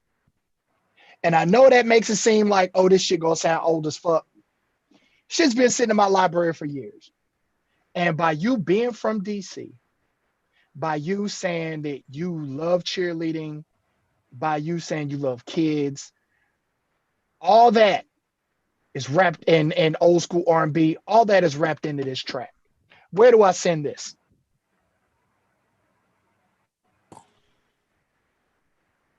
Unmute yourself, man. Hold on, where's she at? Yeah, what we doing? Where can he send the track, Nyia? We want to know what the hell's going on. You got yourself on mute.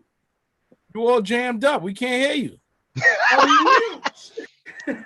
Hold on, because I didn't even touch my screen. It's like a ghost press mute because like my hand's been in my lap the whole time.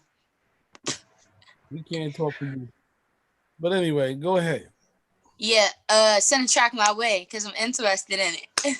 I mean, but where do I send it? Like with IG, email, like you can DM me on Instagram so I can have your what you call it? Instagram name, and I can send you my email because my email isn't on my page. I'll send it to you. Put your Instagram. If you could please put your Instagram information in the chat, and I will do that your email right now. How you do that? Instagram, email. Okay, I see it. Yeah, hit the more button. Yeah, I got it. Shout out to my brother every week. He checks in from Lagos, Nigeria. Lagos, Nigeria, representing Victoria Island. No, I'm just joking. Yeah. DJ Immortal is here. I gotta say thank you every week. Hey, brother, you gotta tell some other brothers from. Hold on, I'm gonna ask you, Immortal. Please tell some other brothers from the continent. Yeah. Tap in with us, man. You got Nyia popping on here. You know what I mean? Yeah. Bring it to Africa. I've been telling them, man, but you know, they just don't believe it. You get what I mean? So, but I keep trying. I'm saying I'm gonna get people. That's right. All right. Yeah. I'm sending my love to you, Digiwaxx, for this this opportunity. All right, bringing people together and also helping creatives to find their feet. You know what I'm saying? So I just want to say big ups to you. All right, much love to you. Thank you, Immortal. Bring some artists on from. We need to bring an artist on from Nigeria. Seriously. Exactly. Yeah. I'm working on that. It's just that they just don't believe it. That's the truth. You know what I'm saying? That's with all all the don't worry. You get what I mean? Look at a clip of you. I'm gonna put it online. We're gonna make the shit go viral. They're gonna be like, oh my God, I want to be like DJ Moore. So that's how we're gonna do that. Anyway, you got a question for Nyia. Nyia is on here. Do you got a question for her? Hello, nice to meet you. Okay, now you're beautiful, you know what I'm saying? Thank you. Listening to your music, what I wanted to ask you, do you think that your music could have used choreography, like choreography in these visuals that you just showed us now? Wait, can you say that one more time? Do you feel like you could have used choreography in your visuals? Yeah. Oh, in my music video, in Flex. Yeah. In Flex. Oh yeah, I choreographed that along with my cousin. Her name's Nyia Ellington. I used to go to Duke Ellington for dance and theater, so I try to, combine my talents in one. I love dancing, I love singing, so I do plan on using more choreography and more of my videos to another level. Yeah, that's that. I feel like that's a big part of who I am. So it was only right for me to, combine it together. I feel you could have used this in these visuals you showed us right now, because I didn't see any choreography there. And not mine? Yeah, the visuals you showed us now. All right. Yeah, I didn't do no dancing in that one. Yeah, I mean, I did. Yeah, it could have been better. You know what I'm saying? Putting choreographies into the song. Yeah, we did. Listen, DJ Immortal saying you did not give him what he wanted. He wanted to see. Listen, you can't hate the man for telling what he feels. Now, what I will say is that with content, it never does it. Listen, you could do another version of the video, whatever, or maybe on another single. You know what I'm saying? He wants to see all the things you learned at the Duke Ellington Music Academy, whatever, in the video. So that's all he's saying. Gotcha. So I got jokes now. Why'd you leave Duke Ellington? Nyia, can you drop your contacts for us on the chat? Okay. Did. Immortal. We can relate. Yeah. I did. Yeah. I put my Your Instagram contacts, on there yeah. for all of y'all. Your email and your phone my number. email. Yeah. Okay. Yeah, that's real. Yeah, why'd you leave Duke Ellington though? Oh, long story. Never mind. I mean, not long story, but Duke, I feel like it preps you for. It's a good school. I'm very grateful for my experience there, but at the time that I was going, mentally, I wasn't prepared for it. Understood. And I went to Duke for my freshman and my sophomore year, and I left sophomore year because I was not getting out of school till 7 p.m. And then if I had dance rehearsal or rehearsal for a play, because we put on real serious big productions half the time. No, I got a slew of people I know from Duke. So yeah, I know how. It was real hectic, and I was getting out of school at 7, rehearsing till maybe 12.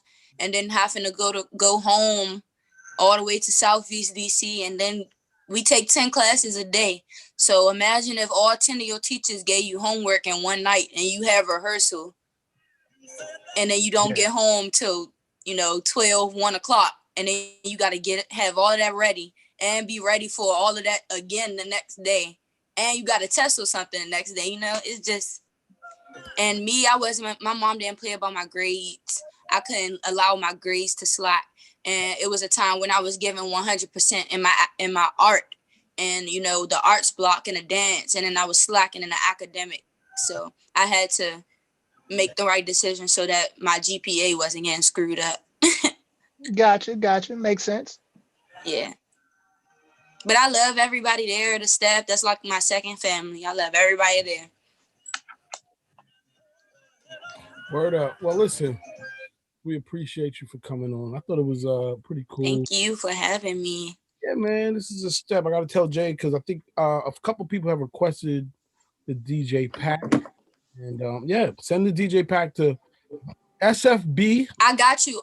Everybody, y'all, I put my email and my Instagram in there. So whoever that was that said something about the beat, my email is in there and I respond on social media too. So well, I already sent the message on Instagram. We can run it that way, and you just let me know. Bet, I got you. I go to the studio tonight. It is. Love is love, and that's what's up, man. Yeah, man. Feel free. You can stay on Nyia, and we will keep on playing music. That's what we're doing. Okay. Holiday version of New Music Wednesday. Shout out to everybody that's been here, yo. I feel like we've been doing this shit from the fucking summer, man. Real talk. Shout out to everybody that has been. It's been a crazy year, and I just want to give everybody a salute that stuck with this week to week. We have not missed a week since we started this, yo. That's dope. That's really dedication. Important. Yeah, man. We have not missed a week since we started this, y'all. So big up to the whole collective of people that come together every week to just talk music, play music, give free advice, because that's what we really also do. We play music and we support artists. That's going to happen. I think our specialty is that we actually try to like say, okay, yeah, we're going to support you and play it, but here's also another path to success for your career. And to me, those things are limitless. There's no real money you can put on that. It's just, hey, you're doing your thing, but do this also, or maybe you should do this also. Advice is always necessary. I feel like, advice, you can always grow. Nobody's ever perfect. It's always a way that you can do better at what you're doing. So I appreciate, every critique everybody in here is giving me. I take it all in. Hell yeah. I like that shit. So, all right. Anybody else got anything else they want to say? Am I allowed to ask a question for her? Nyia? Absolutely. Thanks, Nyia. I enjoy your voice, your tone. Thank you. I love R&B music myself, heavily. Thank you. Hearing that you're from DC, it just made me think of something musically. And I don't even know if you've already thought of exploring it, or because you have so much material from what I've heard, if you've already done it. But like when I was down in DC, because I almost got drafted to go to Howard. And I remember one of the things that I love the most, I really love the go-go. And then I never thought this though. I said, is there any go-go R&B music? Yeah, chew it up. Definitely. From DC it is. From DC it is. You gotta listen to Rare Essence. You gotta listen to who else, y'all? UCB, Who else? TCB. What other go-go bands? Hold on. But I UCB. Yo, real quick, James. Beyonce's Crazy in Love was a go-go beat. We got Crazy in Love was go-go. No, wait. No, that wasn't crazy. What's Crazy in Love? With the drums. With the band in the back. Bump that. CL, you already ran one of mine. I'm going to send it to you again. Just so James can hear it. I see him. I was really asking pertaining to like that slow go-go. Because you were doing R&B, and then if there was some way to put like a go-go drum line and do something different.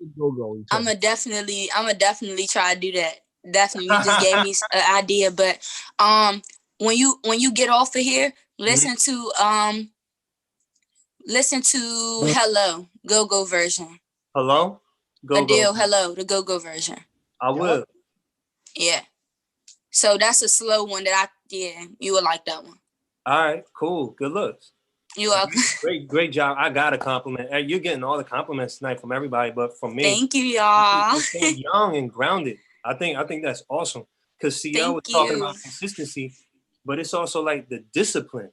That's a huge trait. That's a big trait for successfulness. That is. Yeah. I agree with Earl and Brother James. I mean, shoot, man. It is discipline is we take it for granted, but it is definitely, and consistency. Those things there, and anything you do in the world, it really, you're gonna get better no matter what you're doing. I don't care if it's yoga, I don't care if it's singing.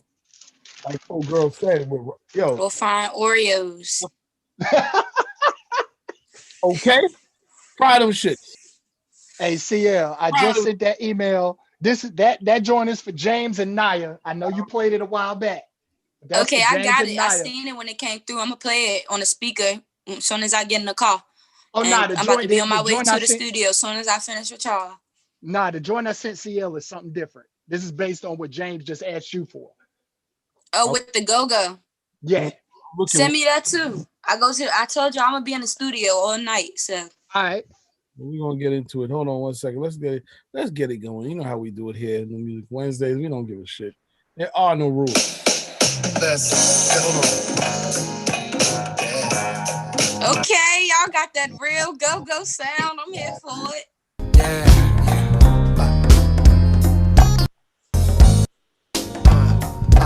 Oh my God, my manager will love this.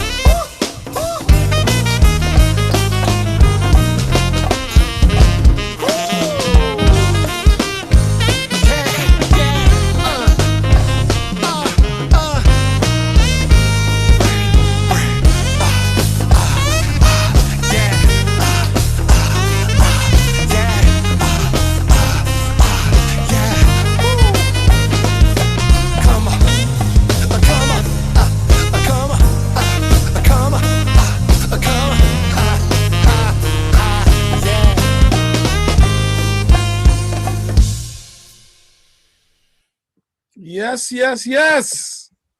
Thank you for playing that. Yeah, so that's go-go R&B out there, bro. Yeah. For sure. That was fire. It had like jazz elements too. Yeah. I had to like I told them when I did it, I'm from VA. So I have my own love for go-go, and I always wanted to do a go-go record, and I just never did one. And I was like, well, fuck it, I'ma do it. But it took some time to find the right vibe. Mm-hmm. And so when she was like, hey, listen to Adele, the Adele joint, that's exactly what inspired me to do that track. You know what I'm saying? I think it might be Rare Essence Hello, I think. You know what I'm saying? Like that's what got me like, yo, okay, this is how I'm gonna do it. This is how I'm gonna structure it. This is who I'm gonna call to play this. This is who I'm gonna call to play this. This is who I'm gonna call to play this. So, you know, there's that version. Then there's an instrumental version where that sax player at the end, like I'm not singing at all.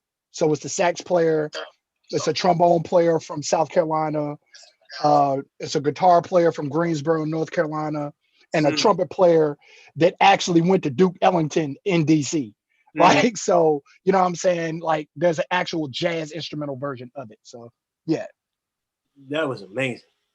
That's appreciate it. Love on top of love. I'm gonna play a record for the holiday time. You know what I mean? It is what it is. We've been drinking for about 3-4 hours straight. Look at Iron vibes, you know? Anyway, big up all the Jamaicans, Trinidadians, Bajans. I'll allow it. Whatever. Yo! Your man Biotic is the ultimate Grinch. Yo! That is crazy funny. Hey, did you know they did a December version of September? Earth, Wind, and Fire. Hell no, are you serious? I mean, it's pretty much the same record. They just change every time they say September, they say December. You have to put that in the mix. Play that. Let's see. You know, Earth, Wind, and Fire is one of the groups. There's certain, you know, this music shit gets really mystical, you know. Right. They're one of mystical groups. They definitely get there. Wow, you're right. Oh, wow. Had the elements can't front on them. Why not, man? You know, it's been a real year. Can't front, man. Happy holidays, everybody. I'm gonna tell you a record that we put on Digiwaxx last week. Shout out to this young lady and her manager. She's actually dope. She's a TikTok star. Her name's Natasha Mosley, and this is her version of a Mariah Carey new holiday classic. Let's go.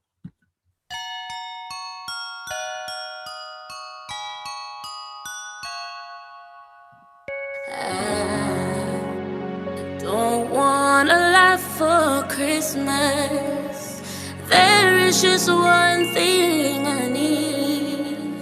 I don't care about the presents underneath the Christmas tree. I just want you for my own, more than you could ever know.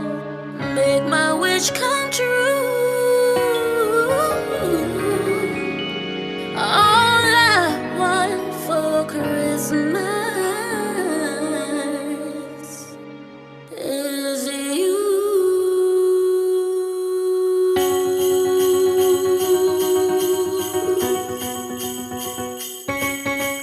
I don't want a lot for Christmas.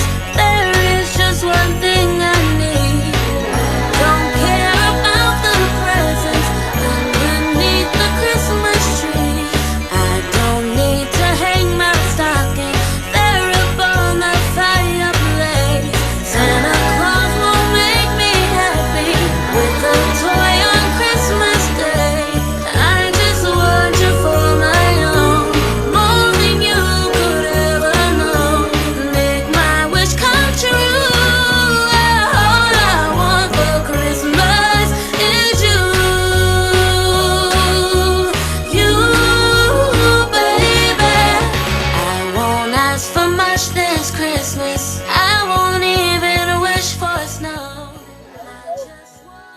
Just teasing some new Christmas shit. You know, there's been a lot of records.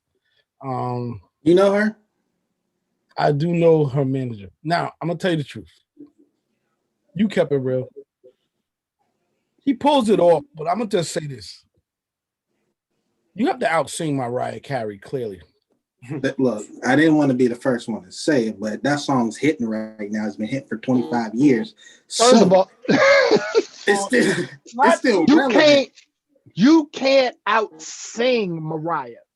The only way, because I'm not a fan of cover songs. I've told y'all this before, especially if you do them in the same vein. The only way you pull that off, you can't out-sing Mariah. You have to out-funk Mariah.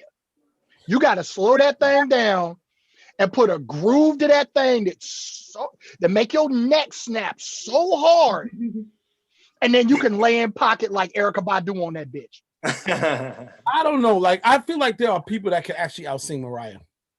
There are some artists out here that have some vocals that just didn't get the right records. They didn't have the right producers. They didn't have the right direction. There are some people with some voices. Like Ariana Grande. That's part of it. Ariana Grande, right, to me, is the closest thing to Mariah Carey. Yeah, because before that, they used to say Christina Aguilera. Right. Those singers that can definitely like. No, what's the one chick? What's her name? She, her dad's a famous singer too, but she can do this thing with her voice where it can sound like it's two Layla voices. Hathaway. She's a beast. Layla Hathaway stole that technique from my homegirl. Oh, Bionic. Man. No bullshit. No bullshit. My homegirl's name is Mavis. Tipsy for this. And Mavis was up in New York singing, doing her thing up in New York. And she had run across Layla, and she had done that at an event. And Layla got to talking to her about it. And of course, it's not something you could just do. But like Layla got to talking to her about it and learned how to do the technique. And Layla did that shit. And she's on a bigger platform. And that shit blew the fuck up. I'm not taking nothing away from her because shit, I can't do that shit. I can't, this is you know what I'm saying? Like, we want to bring shit up because they start trying to drag you into the fucking witness stand and shit. No, like, hey, I'm not trying to be a part of that. I'm not even trying to be. But like what you were saying, CL, like that's part of the missing formula though. Like there are great singers out here. Like I love Jennifer Hudson as a vocalist. I don't like Jennifer Hudson's music because it doesn't cater to her skill set. It's either like they try way too hard or they don't try enough. And some people say that about Fantasia too. I didn't say that though. Well, Fantasia walks that line too. No, now, she has a church. I hate to say it like this. She has a church voice. Yes, it's church vocals, so she can kill that arena. Okay, right. But wait. Well, what you're saying? I'm a fan. I don't want no problem. No, but what you're really saying though is that she has this church voice, which is a incredible soul voice, like awesome voice. But she's not being pushed. The voice isn't being pushed to the limit that it can go to. Is that what you're saying? No. Yeah. They're not. I'm saying I think a lot of artists get challenged. They don't get records that can and it's not an easy thing. I'm not knocking anybody. I'm saying that Let me do it like this. Let me take it to basketball. All right. LeBron James. LeBron James is great. Some people think he's the greatest of all time. Other people say he's not. But if you say that motherfucker's not great, you're lying to your motherfucking self. Okay? Now, you cannot, like, as great as he is, you cannot say he's above being able to be criticized. LeBron James, if LeBron James had a low post back to the basket game, that nigga would be the most unstoppable human being since Kareem Abdul-Jabbar. That's not the game he plays. Okay. And it's not saying that he can't, that's not the game he plays. So transitioning that back to music with Fantasia and with a lot of these artists, like you heard me ask, I forget her name already. Money, what was it? Money, Money Long. Money Long. You heard me ask Money Long about her process and how she goes about doing stuff, because some of these people are getting songs written for them. Some of these people are just picking beats that sound hot. And it's like, yo, like you could be a great singer. You don't need to be on a trap beat. Yeah. But you want to be on a trap beat because it's hot and it's going to sell records. It's a fact. You know what I'm saying? So it's finding that marriage. And Mariah was able to be with the right people that allowed her to do that. You know what I mean? Know your lane. Know yourself. Know your lane. I'll tell you something. Like I was, we had a conversation on this shit about maybe a week or 2 weeks ago, right? We were all going in on Christmas music, and we were talking about the fact that we were laughing at you, Bionic, but we were also saying that how hard it is, or how when you get a Christmas hit, how much money you make from a Christmas hit. Facts. Right? We're talking about how rare it is. Somebody's, you come up with a new Christmas song that sticks for generations. Like, that shit is like, I don't know. Motown got some of the best. They got some of the best Christmas songs. Yeah. You got Jackson 5, you got Al Green, you got Boys to Men, Let It Snow. I mean, come on, man. You getting the draws on Christmas. You getting the draws on Christmas. Yo, legend. You mentioned Jackson 5 Christmas song. So I'm driving in the car. Me and my wife was driving, right? And we're listening to a Mama, When I Saw Mommy Kissing Santa Claus. Yeah, I just heard that today. I just understood the cleverness of the way that song was written, because the whole time he's so young and naive, he don't know that Santa Claus is daddy.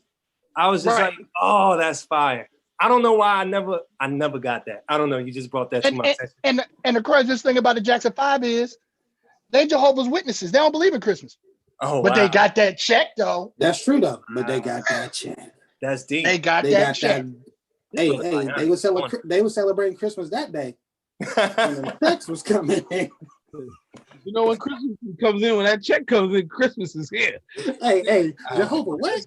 Day in July, we are celebrating baby. Hey, that's where Christmas in July and August came from. It came from that. That money's that money, you know what I mean? All right, let's keep on playing some more joints. What the fuck is going on, man?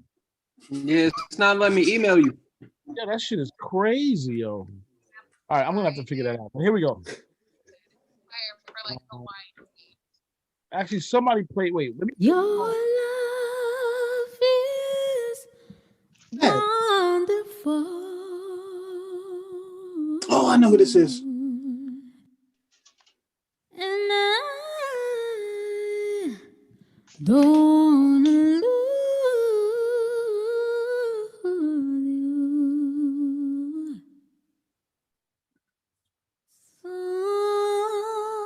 So, baby,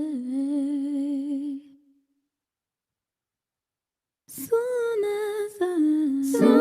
as I get home, I'll make it up to you. Baby, I'll do what I gotta do. Soon as I get home,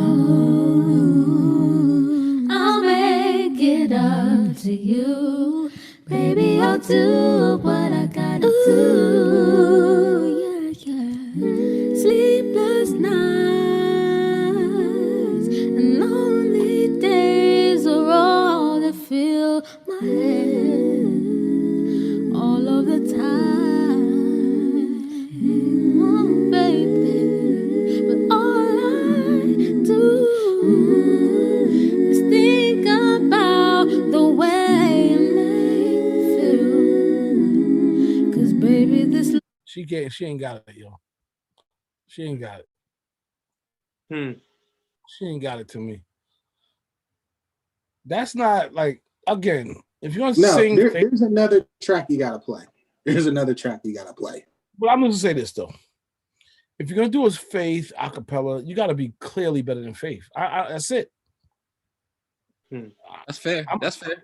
Man. You gotta be clearly better than Faith. There's no doubt about it. Like, she's not better than Faith. No disrespect to her. You have to be clearly better than Faith. I'm not even trying to be an asshole. I don't know. Yo, Rock, what you think, man? Hands down, you can't out-sing Faith. Come on, let's be realistic. But see, don't touch a record if you can't outshine, whether it's on beat or vocals, which you have to do something in one of those two areas. But see, this is where I come in. I'm like, all right, look, we're not redoing this song. We're not doing a cover. Write an original, and we will use Soon As I Get Home as the blueprint for the vibe. We can still do it a cappella. We can still do it a cappella because ain't been a banging ass a cappella song since Escape. Seems Like It's Gonna Rain. Ain't been a banging ass a cappella since then. So you got the right idea, just the wrong execution. Yeah, I don't think they got it. Like, I'm just coming from a vibe standpoint, and I promise you, I'm listening to see if there's gonna be, depending on your voice, you'll have these. I don't know if it's an ascension or you'll at times you'll hear the potential of this person. Like, yo, you know what? Yeah, they could do it or whatever. I didn't hear it once with her, and I'm not trying to be mean. I'm just being honest. Yo, what's that Boys the Men a cappella record? Okay, this fell off my brain. They got a few. They got quite a few. Middle of the Night.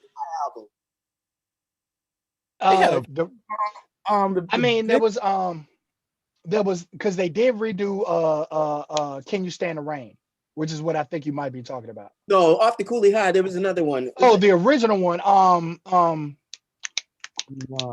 that one, Till, and you'll see see how they're Damn it. trying to move.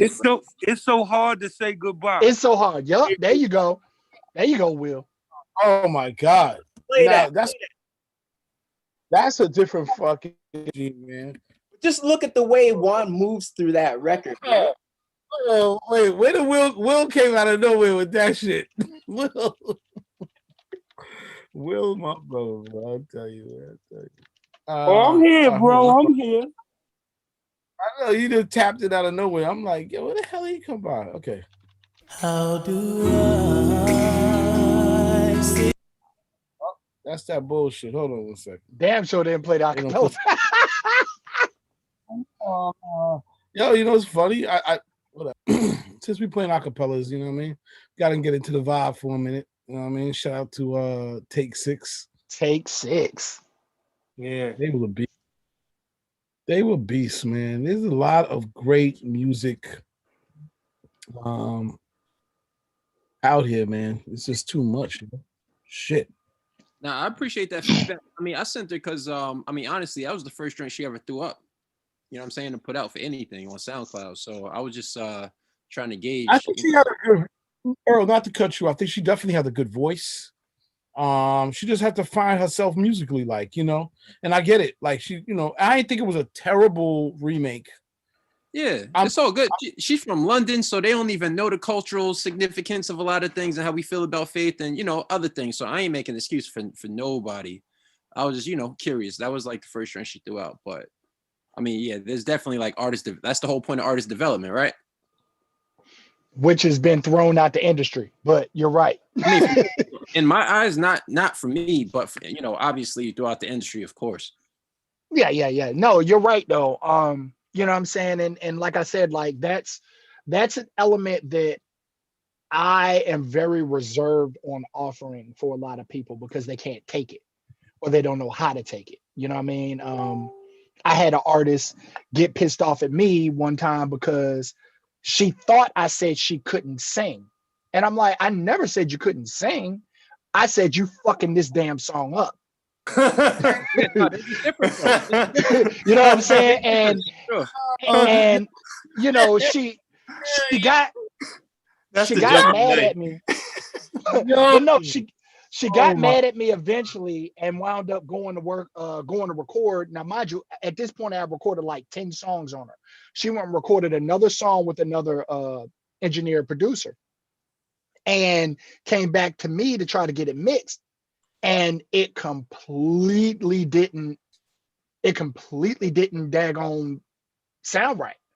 And she blamed me and me mixing it, thinking that I slacked on the mix because of, I didn't record the record. I'm like, no, you didn't give me what I needed to work with. And all the extra stuff I would have added in that development aspect, like you're speaking of, isn't there because you worked with somebody else that doesn't do that. So, and then nowadays, the artists that I'm dealing with, like they just do whatever the fuck they want to do, and I let them. I just take the money. Like, you paying me for the time, do whatever you want to do, and I'll hit 3 on the keyboard. Like that's just what it is, I mean, so that's part of just like having a team and just making sure people around that could like insulate that and like foster that growth. You know what I'm saying? A lot of artists, they take things too personally, and that lack of professionalism ultimately is why a lot of them don't make it. But But I mean, what do you do in that? Like, I know it's a check, right? But also, you're what I mean? You're trying to put out the best so you get the best at the end of the day later down the road, right? Because that's your product, whether you put the... It depends. Well, it depends on the artist, because again, like dude, I sent you some stuff. I've sent you some stuff where I'm like, yeah, man, I fucking hate this shit. Like, but I gotta make it do what it do, because at this point it's either too late or, I try to.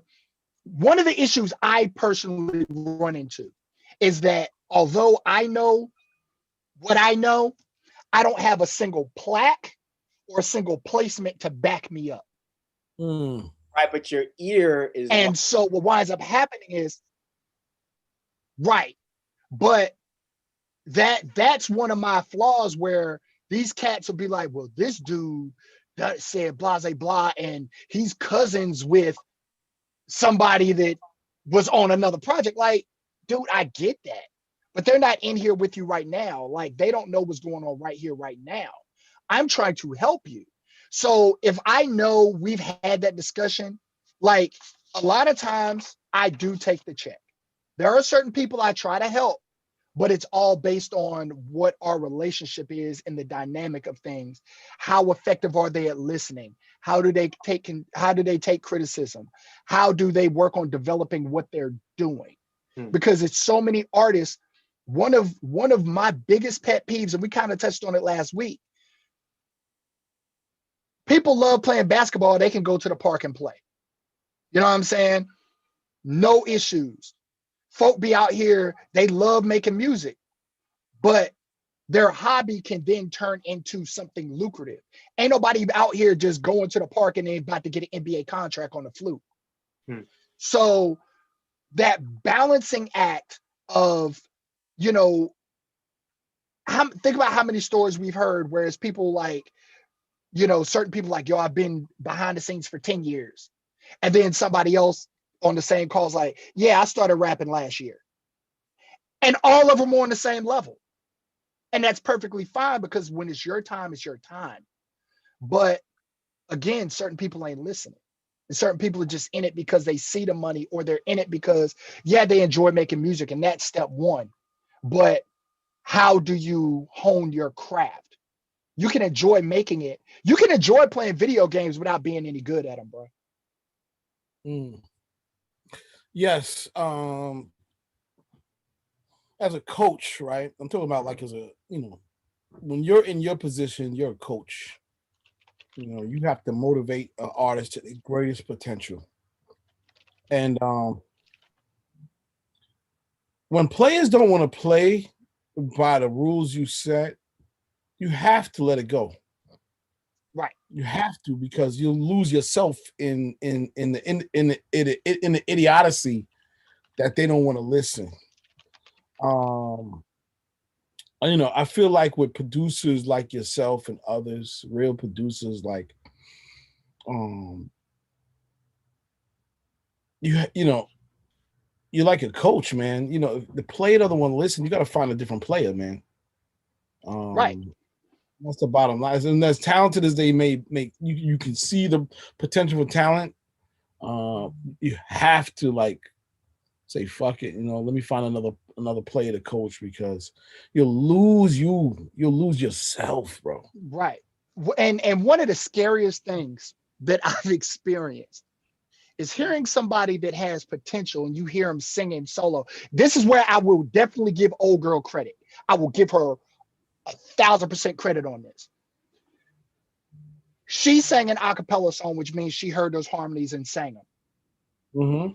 I've worked with cats that can sing their ass off melodically. They come in and be like, yeah, I got this song. All right, let's run it. And they killing it. Boom, boom, boom, boom, boom. It's like, all right, time to do the harmonies. They can't hear the note. Now, it's one thing to be like, I'm not good at finding harmonies. That's one thing. These Negroes are pitch deaf. So I'm like, sing this note. Da. They're like, no. Like, no, bro. Like, and at that point, it's like, dude, you just killed all the leads. What the heck am I about to do to fill this song up? You know, but in a way though, you got to manage that from the beginning. Listen, you know what? I'm gonna tell you something. Everybody on here, I'm somewhat of a unique person in terms of music and how I was raised in the music business, right? So I got a music business when I was like 17, and started out in the promotion department, interning, but met a person that was not just a big dog on the executive side, but a major producer. And I'm talking about to the point where, like, I went from thinking the concept of what I thought was raw talent, throwing that shit out the box to leveling, to making me understand, like, raw talent is way better than what I think. And I learned from this production collective and this one person, like, yo, there are times when you have to just shut your session down. Like this month, like you cannot I don't give a fuck what's going on. Get the fuck out, because you're not fucking up the vibe. You're not fucking up my reputation of what I consider to be quality. Period. End of story. And sometimes it requires people's feelings to get hurt. Hey, sometimes it requires you not working with them. You can't, yo, when you're building a vibe, you're building a VIBE. You're building a vibe. Right. It's a vibe that's going to last forever. You know what I mean? And see, that's the thing. I've done that. I have done that. And so then the line, like D just asked, like, the line has to be drawn. When do I collect a check? And when do I get creative? Yeah, I get it. You know what I'm saying? So at that point, it's like, yo, if you're just paying me for studio time and you just need to record with me, like with certain people, like I said, they come in, we speak, hey, how you doing? Da, da, da, da. I put the beat in, open up Pro Tools, fly the beat in, and I'm like, all right, so what are we doing? And I just sit back and hit 3, and I don't say shit. It depends on how you've been hired to. If you've been hired as a producer, whatever, that's a different story, because you're part of that. You're making the beat, they're recording over your shit. You're like 50%, you're part of that whole energy that's being created. But if you're just an engineer that's being hired to record a record, you record the record and get the hell on, but as a producer, you're attached to it. It's a different level. Anyway, we can get into this, man. I'm drinking my liquor. It's 8:00. We've been on this shit for 5 hours, man. I'm just gonna play 1 or 2 more records. Not even like this is new, obviously, but I just thought this was the vibe. I was checking this shit out this weekend. I was like, you know what? These guys don't get enough credit, especially this brother. Now, you know what I mean? It is that Eddie Kendricks or is that somebody else? That's Eddie Kendricks, man. Okay. Hell yeah. Let me tell you a quick funny story. When that record came out, of course, y'all know I'm in the game 47 years, right? So I know even when, like, I was on a call, I was on a clubhouse call. When I said I was in the game for 47 years, these young people in there started asking me stupid stuff and asked me did I know how much Jesus weighed when he was born, all kind of crazy shit, right? So anyway, when that record came out, he had just signed to Arista Records. He had just signed to Arista Records on a new album. His Arista record was pretty good. But Motown, as old labels do sometimes, they took advantage of him with his new signing and put out Intimate Friends. That shit blew the new shit away. So it was like, and I was respectful of him because I met him at this One Stop, because I come from retail. And he autographed the album, but I had the the Arista album, which they gave me, and then the Motown album, which I, purchased when I, bought music wholesale. And I had him sign both albums, but I really just wanted him to sign the Motown album. But out of respect, I had him sign the Motown and the Arista album because that Intimate Friends was a bad motherfucker back in the day, boy, and still sound good now. I'm just saying. I just want to share that story with y'all. How labels do sometimes. Motown had the blueprint, bro. I can't see him. No. I ain't gonna lie, yo. That's my man right here. This motherfucker say, yo, the superstar maker says, I've been in the big game 47 years. I'm a senior citizen. I love that shit. That's real shit right there, man. 47 years since I was 19 years old. I'm 66 now. Hey, man, that's all right, man. You ain't no senior citizen, man. You doing your thing. Ain't nothing wrong with that shit. This point, we just playing records and talking shit, man. I've been drinking for like fucking 4 hours, dog. No bullshit. You know what I mean? So I don't give a fuck. It's all love. It's all fucking love, as far as I'm concerned. For real. And I'm supposed to go to my boy's house real quick. I don't know fuck over there. For real. But it's all a whole nother story, you know what I mean? Yeah, man, this music shit, yo. I believe that sometimes you catch lightning in a bottle, man, with records, yo, in the studio. And when you do that shit, yo, it's hard to duplicate that shit. So when I hear certain people trying to do acapellas or certain remakes and people trying to do that, I'm like, yo, I respect it, but it ain't easy. It's not easy, yo, unless you like that. Like, there's very few times you hear somebody make a remake that's better than the original. That was a hit. You know what I mean? There's only two that I can name off the top of my head. And they're still disputable. If You Think You're Lonely Now. And what's the joint that Drew Hill did? I can't remember. It's a Drew Hill record. What about the record that there was like 3 different singers for it? B5 did it. What's the one group? They was on the beach singing this song. All I do is think of you. None of them are better than the original. None of them. True. Michael Jackson. True. I mean, yeah. None of them are better than Michael. None of them. But Troop did their thing now. Nah, Troop had a good one right there, dog. Yeah, the Troop one was nice, but the main thing about the Troop is y'all gotta understand is that did their thing, but it still ain't better than Mike. The one thing about the music business, though, the music business theoretically don't care about hits, but we respect talent. People on here respect talent. But check this out, though. The Troop thing was nice, but it got the backing of like Gerald Levert and Atlantic Records or whatever, so that gave it more exposure, But yeah, I thought they did a pretty good job. But when you talk about If You Think You're Lonely Now, that's one of my most favorite records by Bobby Womack now. Yeah, Casey and JoJo, whoever it was, they did a good job, but they still can't fuck with my man. And that's why I said it's still debatable. That's why I say it's still debatable, because I know some people that's like, yeah, nah, Bobby Womack got it. I like the word out the superstar. Hey, KC did that though too, though. He did do his thing. The Love You Have stays on my mind. That's the Drew Hill song I'm thinking. And y'all was talking about Christmas records earlier. Now, how about my frat brother, Donny Hathaway? With his nobody does it better. Nobody does it better. That's a killer. That's a different. He has a unique voice and everything. But I want to get people what they think about it. Niggas ain't fucking around with this R&B. You saying that wasn't a hit? Nah, that shit was hard. I think True. I guess I'm just too old. It sounds like you played the same record twice. Shit, I think you're trying to trick me. That Troop shit came on and fucked Mike up. Nah, like I said, I love Troop's version. I love it. But it's something about the way, like I said it in the chat, like when old boy from Troop hit the falsetto and Mike just hits it full voice.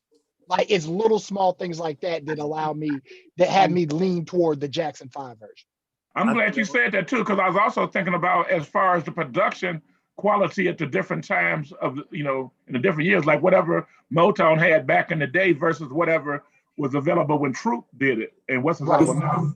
I'm sorry, though, but if you getting the draws to the record, I'm playing Troop. I'm not playing the little Michael Jackson one. I'm keeping it 1,000. I'm going with Troop on that. I ain't gonna lie. Yeah, thank you. I put it in the comments. I said, "Don't hurt me. I like Troops more." And look, that's not something. Joint. That's not a joint that I argue about a lot of shit, and that's not something I argue about. It's like you like whatever version you like. Yeah. I'm not mad. You know what I'm saying? It's not like we talking about when doves cry. Do you like Prince version versus Genuine? Nah, no, you say Genuine, you need to get jacked the fuck up. Like it's just plain and simple. For me, it's just the tempo, and I think that's what Legend meant about the drums. I like the tempo. The tempo just sticks for me. I'm like, oh, this is dope. I would say for me it was the vocal tenacity on the Troop shit. He perfectly knew he had to outsing Michael Jackson. And what they did was bring another vibe. Like the Jacksons had their vibe, but then when Troop did it, it's like we gonna do it, but we For still the add a vibe to it. Yeah, like they made it for that time and still killed it. Yeah. Hey, CL, you pulling up the Dales? The Dales, Drew Hill. Which Dales? Oh my God! Oh, what a night! Oh my God! The love we had. Marvin Gaye, that's my boy. He came to my birthday party. That's my boy. I like this versus Drew Hill right here. The love we had. That's not even. I don't even know if that's the Dells though. Yeah, it's the Dells. I can listen to that shit all night. That's a record though. Oh yeah, it is. Okay, here we go. Oh, and then do Drew Hill right after and tell me who got it. Yeah, let's do it. I like this. This new segment. All right. Nigga, that's a vibe. I ain't gonna front. Now run that Drew Hill. I got Drew Hill. I don't know. I think he got clipped by the originals. I think he got clipped by the original. That's my vote. But anyway. Hey, and again, that's one of them ones where I'm like, look, the original is super funky. That's just funky little motherfucker. I don't think he got him. The second one, it just has a different like I think for me it's the bounce in the bass line.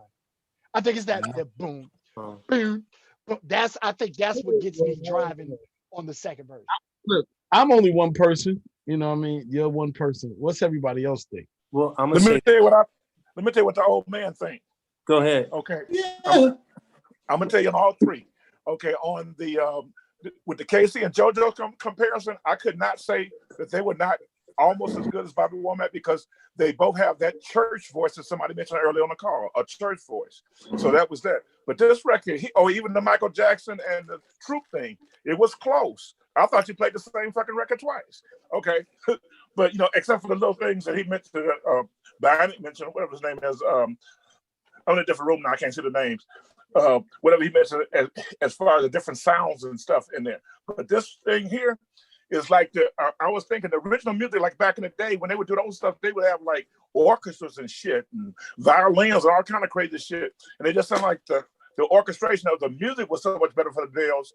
And I personally love Marvin Virginia's voice, but then Drew Hill got a nice sound as well, kind of like Boys to Men, but it's still hard for those guys to beat the original guys for some reason. That's my opinion. I can dig it. That music makes a difference.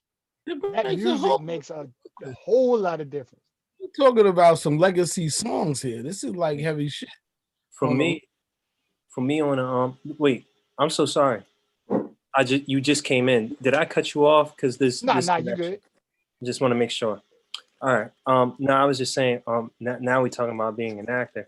From an actor standpoint, I enjoyed the storytelling from the Dells more. Like the sentiments had more weight. Like they understood the thoughts of what they were singing more. Versus, I know I have a voice and I know what the song is, and I'ma just make sure that I hit these notes. I don't know. It's a difference when you. I lived it versus I'm regurgitating it. Yeah. That's what it is. I lived it versus I'm regurgitating it. Yeah. I deal with that when I used to direct church choirs. I dealt with that all the time when solos came around. It's like, look, you just singing words. You don't believe this. You don't live this. Yeah, there's a difference. Since we go in class, are we doing like? I don't mind classics. I love that shit. You better not play As We Lay, bro. Leave that one alone. I mean, if you're going, I'm about to go get me a drink. Damn. I I drank the last of my liquor yesterday. I ain't got none in the house. All right, tell me what y'all think about this one versus this one. This is an old one, but fuck it, I like it. This record, I do like this. This is cool shit. So this is my philosophy. That's it. If you're going to do a cover, you have an unfair advantage and an unfair disadvantage. Your unfair disadvantage is that certain people have already attached themselves both nostalgically and mentally to the original. Facts. And oftentimes you can never outdo the original. However, your advantage is they didn't really know what the magic was going to be until it was finished. You know what the ending came out to be. What are you doing to take it to another plane? What are you doing to take it completely left field? And that Aretha Franklin version is a prime example of that. Like, we're in the era of remixes, where nowadays it's kind of like the remix thing is kind of just a word now. Remix now just means I replaced the rapper. But you know, like late 90s, early 2000 remix, completely different beat, completely different cadence. Everything is different except for the hook. You know what I mean? And that's how this came across, and that's how this was played out, and that's how cover tunes should be done. Unless who's the winner? I'm so glad he Aretha. said what he said because Aretha got it. I love I Stevie, think the but first Aretha one got that wasn't one. the first one Stevie Wonder. Was that Stevie Wonder? Yeah. You know, I respect Stevie Wonder, but I damn near was about ready to throw up because I knew you was getting ready to put on Aretha after that. I was about to throw up listening to Stevie Wonder, knowing what was about to come the fuck up. You cannot fuck with Aretha. That's like motherfuckers be trying to fuck with Whitney Houston or somebody mentioned earlier about Mariah Carey. You can't fuck with these folks. And the only way, like, I had a old head producer friend tell me when he was structuring this girl's album, he said, we knew we wanted to do a cover song, but our goal was to make sure it was an abstract song so that people's attachment wasn't as strong to it. And we could fool you into thinking it's ours. The average person hears that record, they don't know that Stevie wrote that song. They don't know it's a Stevie Wonder song. They don't know that. Just like, you know, this era of person, not our age, but this era of person doesn't know I Will Always Love You is freaking Dolly Parton. You know what I'm saying? They don't know that. That's Whitney Houston record. And even Dolly Parton has gone on record and says, that song ain't mine no more. Yeah. Whitney took it away. She did. All right. Let me play on one last one. There's so many of these we could do, but we're gonna do one more because I ain't gonna lie. It's 8:00, 8:30. I got a friend's house. I gotta stop by for the birthday shit. It's crazy. They get like 7 people. Wear your mask. Wear your mask. Mask up. Be safe. Yeah, I'm gonna wear my shit. I got with them N95. I don't care. I'm gonna look like the guy from Batman. I don't give a fuck. Talking about bang. I put the N95 on and put the cloth on top of that motherfucker. I ain't trying to be out here. I ain't fucking around. On some real shit though. Shit crazy out here, bro. Niggas is dying and shit. This shit is fucked up. Anyway, oh, you heard about Ecstasy from Houdini? Chaka Khan. Chaka Khan. Wait. Chaka Khan. Chaka Khan. Why? Chaka Khan. Let me. All right, sorry. Say that again. Who died? Ecstasy from Houdini. Yeah, he died from COVID. I don't know if he died from COVID. I just saw that he passed today. Everywhere. I know, man. Oh man. All right, let's play this last record and then we're gonna end it. We'll be back next week. Listen, I feel like this. We gotta do this shit every week, yo. Straight music. We gotta do this shit every week. Straight music. All right, let me tell you what y'all think about this. I got to talk on the mother ones. I'm talking on this one. CL, you a bad motherfucker, and I'm gonna tell you why. And I'm gonna tell you, you didn't even realize what the fuck you just did. What'd he do?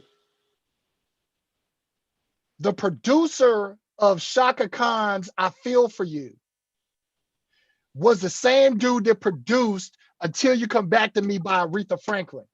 Oh shit. Which was written. All right, so he played Stevie Wonder, who wrote you know, Until You Come Back For Me. Then he played Aretha, which was produced by the same dude that did I Feel For You for Shaka Khan, which was written by who you played at the end. You're a bad motherfucker, CL. Hey man, I'm not even done. No, I like Prince, but got it. Shaka Khan's was just the vocals, the tone was just better. Like that sounds like, you know how like they'll have the BET Awards and like, you know, they'll do the honors and stuff. That's what that sounded like. He was honoring her at a beat, but it wasn't like, no, I'm about to do this and then kill it. Like that's a perfect fucking description, because I had to the stomach listen to that Prince shit compared to Shaka Khan, because I'm like, Prince probably somewhere drunk or high than a motherfucker and said, let me just sing this song and put it out there and see what dumb motherfuckers buy this shit. What dumb motherfuckers buy this shit I'm gonna put out here. Yo, superstar maker. I am done. I'm gonna take my hat off. Oh my God. I love it. Matter of fact, if I was to come in here first, the first thing I'm gonna say, you need your ass whooped for comparing them two records. Oh no. I actually like Prince's version better. Hold on. I'm more attached to Shaka Khan's version. Listen to what I'm saying. I'm more personally attached to Shaka Khan's version.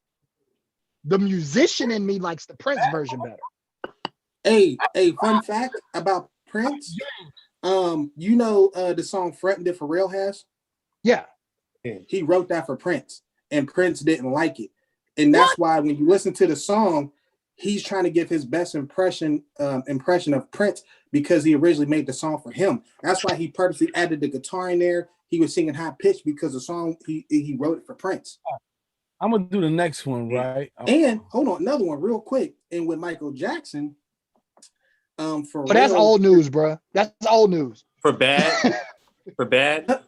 No. That whole Justin Timberlake album, the first one, the Justified, all those tracks was meant for Michael Jackson, but he didn't want that. He wanted like the Noriega.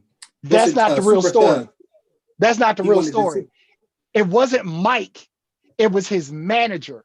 Oh yeah, his manager. Pharrell Mike's manager was like, no, he want that shit you giving Nori. And so they gave it to Justin.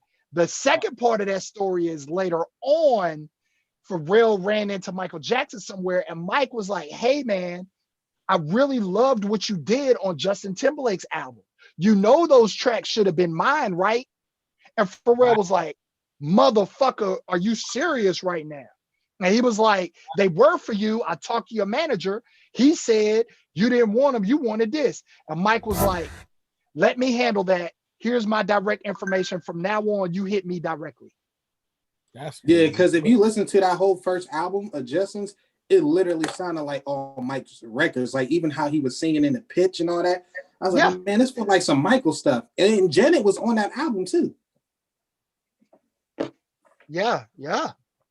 So which record is better, right? Because I ain't gonna lie, I'm only on the 6 hours of drinking here. I'm saying, this is gonna be my last one, and then I'm out. I'm going against the grain. I think, and this is, if you all knew me more than what you've seen of me tonight, you would know how big this comment is for me.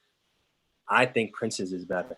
And I'm saying it like that because I am always the dude that's in the room saying, Michael's better than Prince. Michael's better than Prince. But like, it's hard to say that. It's your ear. You got musicianship versus an entertainer. Exactly. Which is what I hear in this, the musicianship, but also he didn't put anything on it. Like it didn't feel like he was trying to be formulaic with it. He was just like, this is me. The Shaka Khan version felt like we're going to make a song that we think is going to draw people in for the times that we're in with the sounds that are going on during that time. That's how it felt to me.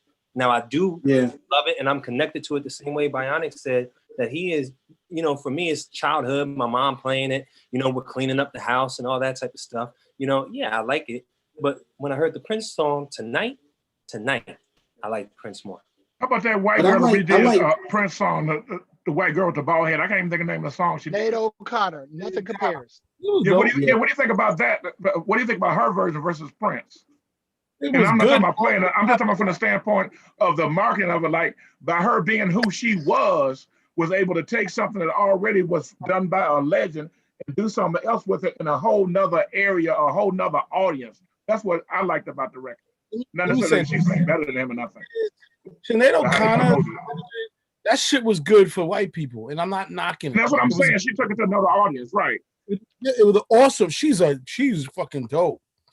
I know that color fucks shit up because that introduced white people to the song, right? And I get it, but I ain't gonna lie. Prince's version of "Nothing Compares to You," that shit is a classic, bro. Yeah, right. Yeah. Story, man. Yeah, I think that's one time where a woman didn't outdo the guy. Like, I think sometimes certain things with women's voices, it's kind of hard for a man to replicate because of their tone and pitch. You know what I'm saying? Like when Aretha did the Stevie version song, like her tone was just different than his, and he's a dope singer. You know what I'm saying? Same with Chaka Khan and Prince. Like, I see what y'all saying as far as the musicianship with Prince, but there's something in a woman's tone that a man can't replicate. I'm gonna play two more songs, and then I'm gonna play. I think one more battle, and then two more battles back to back to back. I like that. Let's go. Let's go. Let's get right into it because I gotta fucking man shit. Hold on. What we gonna do now is go back. That's some bullshit. Hold on. What's that, man? Hold on. Maybe that's it. Yeah.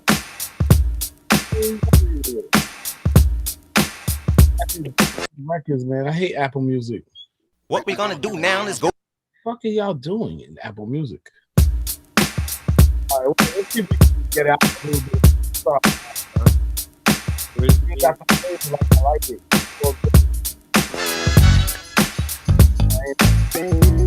Man, I just want to play the fucking record. Let me see if I can just play it, and then hopefully, you know that record. I ain't gonna lie, the record. Okay, here's the other one. All right, here we go.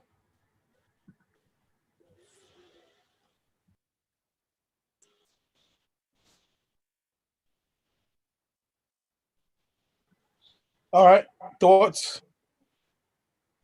That's hip hop. That's two totally different songs, but that's the essence of hip hop. Okay, I hear what you're saying. One is sampled. Okay. Yeah.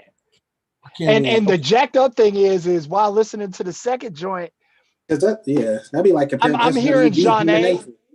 I'm hearing Jeanne, but I'm also hearing what was it? Coffee Brown, the After Party. Oh, that's my record right there. Like melodically, that's what I'm hearing in that record. The After Party. We can't get it up. That's what I'm hearing when I hear that second record. That shit was hard. You gonna stop? I had to clap. Oh yeah, that shit went hard. Yeah, that shit was hard. I gotta get it out of crate. Hold on. Hey, that was a joint right there. That shit back in my crate. Joint. Let me see. That's what I'm hearing when I hear that. Classic. I'm going with number 2. CL, we can't hear you. Hey, while we can't hear CL, I'm gonna talk shit about the Superstar Maker. Oh nah, he on. We gotta stop on Superstar nigga. I gotta talk shit real quick. I hit his Instagram page. I was like, oh shit, it's Fred Hammond. Like, oh, you stupid. I was like, oh shit, it's Fred Hammond.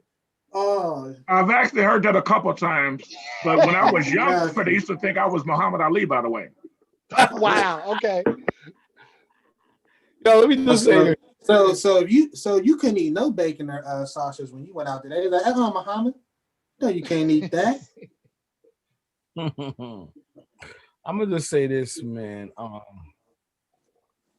The second record, I didn't do anything to it. It fades in, it fades out, and it fades back in. That's that aha, we got you. That's that aha, you thought we was done. That's that Vin Rames off at the end of Baby Boy. He's like, what you know about that? Oh man, this fire. Hey, who was that singing? Was that Tierra? What's her name? Tierra Marie. I forgot her name that quick. Yeah. Singing that? No, that's Shaka Khan. Dang. She has some runs. Shaka She was Khan killing is, them. Like hearing her vocally like that, like man, nobody don't sing like that no more. She's one of the rawest, man. Okay, wait. Let me just ask you. I know the first one you're saying, but listen. Okay, so the first one doesn't count because it's not an actual remake. It's a sample of original. Okay. The second one, Bobby Womack versus Rufus featuring Shaka Khan. What does everybody vote? I'm gonna start with James Holloway. I like I think I like the Bobby version more personally, because that's the one where I was like, yo, this is funky. It just felt like look, I was not here in the 70s, but shit, I was there when I heard it. Word. Okay, that's your feeling. That's what's up. DJ Rock the Block. I'm Womack. I love the Womack version. Okay. Superstar Maker. 47. Okay, like I said, I'm a Bobby Womack fan. I'm from Cleveland, by the way, and Bobby Womack from Cleveland. But that has nothing to do with it. I do like his music and his style. But I felt that when I was hearing it just now, comparing it to the other one, his music felt old to me, like, you know, old keyboards, old drums, old whatever. So I couldn't get into it as much as I got into the music of the second one. But I'm still a Bobby Womack fan, but I respect what they did to it the second go round. So I really can't say who won or whatever. Oh man. Now you gotta give it somebody, man. Listen, whether it's Shaka Khan and Rufus or Rufus featuring Shaka Khan. I'm going with Rufus. I'm gonna give it to Shaka Khan if I just have to give it to somebody. I'm gonna give it to Bobby Shaka Womack fan Khan on that one. I'm gonna give it to Shaka Khan. I'm with that. But what about Cleveland? I know because I'm in Columbus, but I'm with Shaka Khan on that one. James Brown. James Brown still here? Yeah. And DJ Croc, y'all still there? All right, Bionic. What's your thoughts? Rufus, bruh. Yeah. The second Rufus. one. Okay. I'm with Rufus and Shaka Khan. All right. I'm messing with you right now. I'm on 2 different platforms because I'm supporting my homeboy that's DJing right now. He's doing a fatal 4-way versus Cameo versus Earth, Wind and Fire versus the Isleys versus Frankie Beverly and Maze. That's Earth, Wind and Fire or Isleys gonna win that. But he's the Isleys. And my uncles played for Cameo, so I mean that's Cameo. Cameo's bass player lives out here. Isley Brothers is my favorite group of all time, but Cameo got that song like they got in that they've used in movies. Like every black movie got that song. I can't think of what it's called. But Isley Brothers got that drifting in a memory. Yeah. A lot. They got for the love of you. For the love of you. Yeah. Come on now. Nah, Cameo was my favorite band, but like I'm not going to doubt the Isleys or Earth, Wind and Fire. Like Earth, Wind and Fire, man, their music is so colorful. You know what I'm saying? Like it's so very motivating, elevating, like shit, man. You know what they said though? They said nobody really didn't notice. They was like, yeah, but most of our songs were about God. They was like, you can almost basically call us a gospel group. I said, huh? Yeah. If you study music history, just the fact that Jimi Hendrix was in the Isley Brothers, I mean, come on. And he teaching Ernie Isaac how to play the guitar and shit, man. I thought it was the other way around. I'm just saying. No, he played. No, I'm not saying he was a member of the Isley Brothers. I'm saying no. That I thought Ernie taught. I thought Ernie taught Jimmy. Shit, how the hell can he do that? That's like a baby teaching you how to eat shit. Oh, yeah.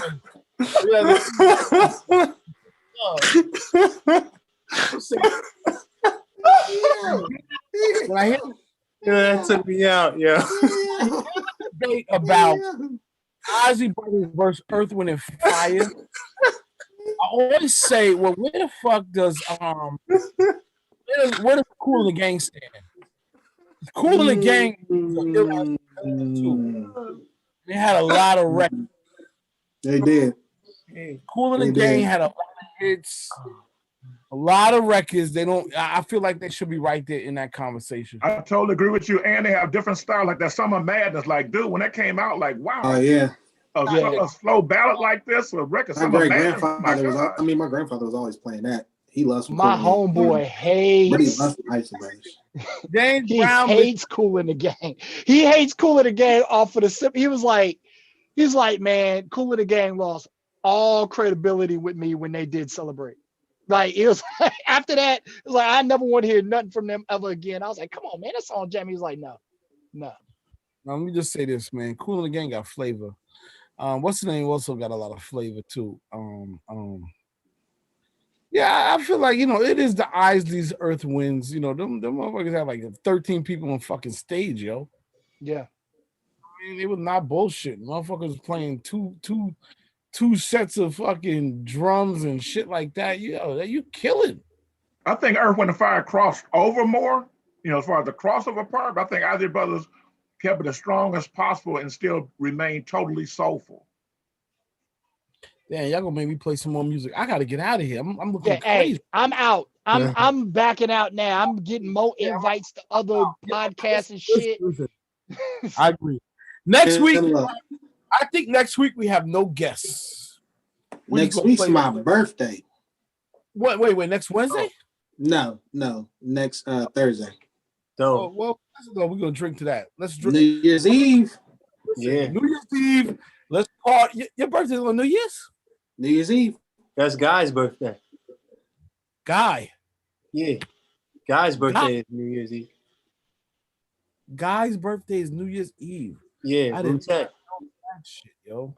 Hey, when everything opens back up next year, I'm celebrating my birthday out there with y'all in the NY, unless y'all trying to go to Vegas or something. Hey man, you can celebrate it. You can celebrate it this year. Just go get your vaccine, and you free to roam. You're now free to roam about the country. I don't know. I don't want to come out looking like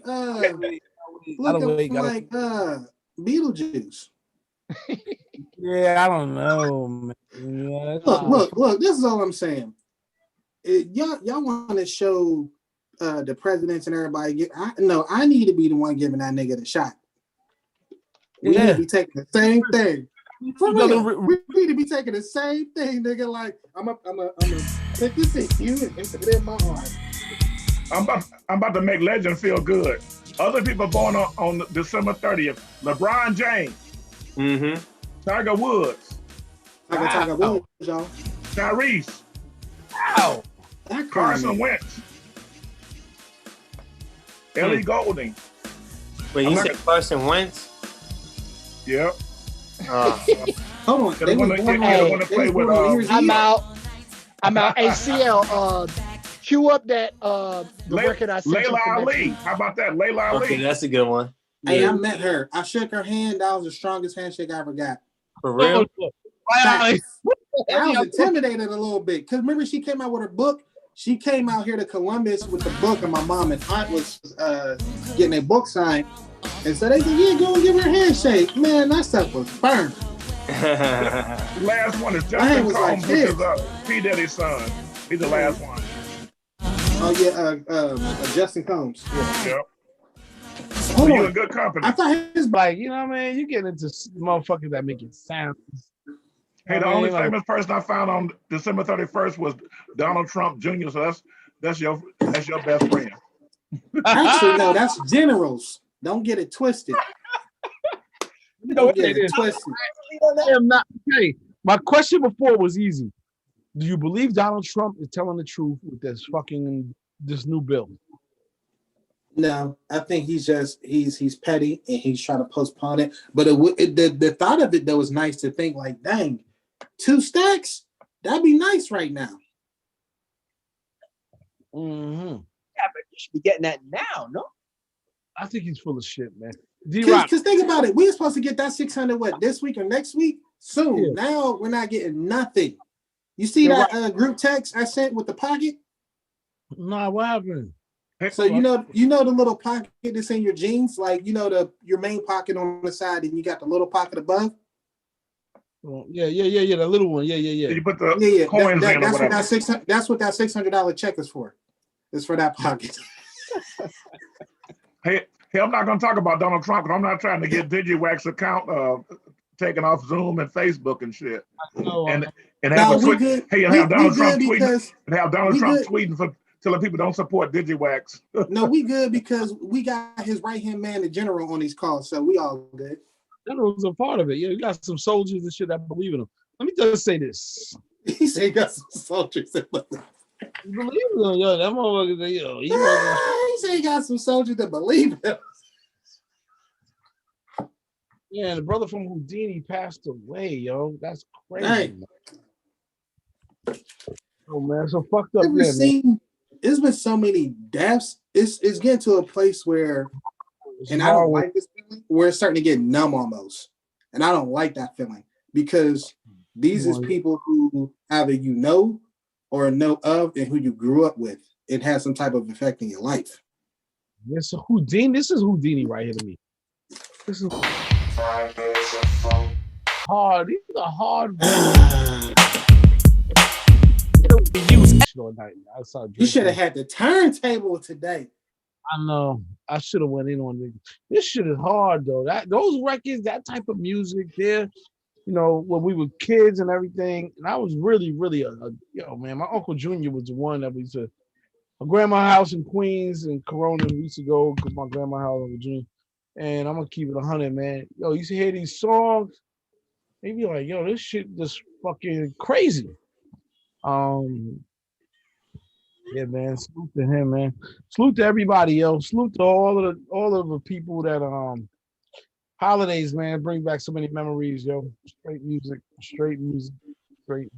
I think I'll play my last song I gotta play, I guess. I mean, we gotta go. No, we out. Let's go. It's been a beautiful night. Everybody, we're never gonna stop because I gotta go to my friend's house. We're never gonna stop. Get that Ciroc check. You know what I'm saying? Puff, pay your boy.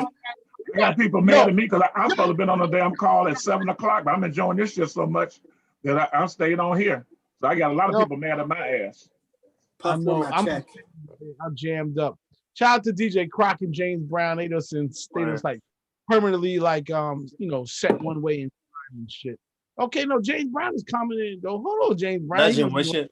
Wife and kids. All right, I'm letting y'all. What'd you say? DJ, I'm gonna give you the power. I gotta bounce. Hold on, what was you about to say though before that? No, I was saying that shout out to James Brown. He's been commenting on the on everything. He's just been, in the chats. You know what I mean? Tell Puff cut the check, CO. Yo, dude, what the fuck's going on, B? We family and shit. You're like, yo, throw some money, yo. I couldn't find on Instagram was I couldn't find Legend, DJ Croc. Because on Instagram it's Champagne Legend. Champagne? How you spell it? Champagne. Oh, Champagne. Yeah. Okay. I know how to spell that shit.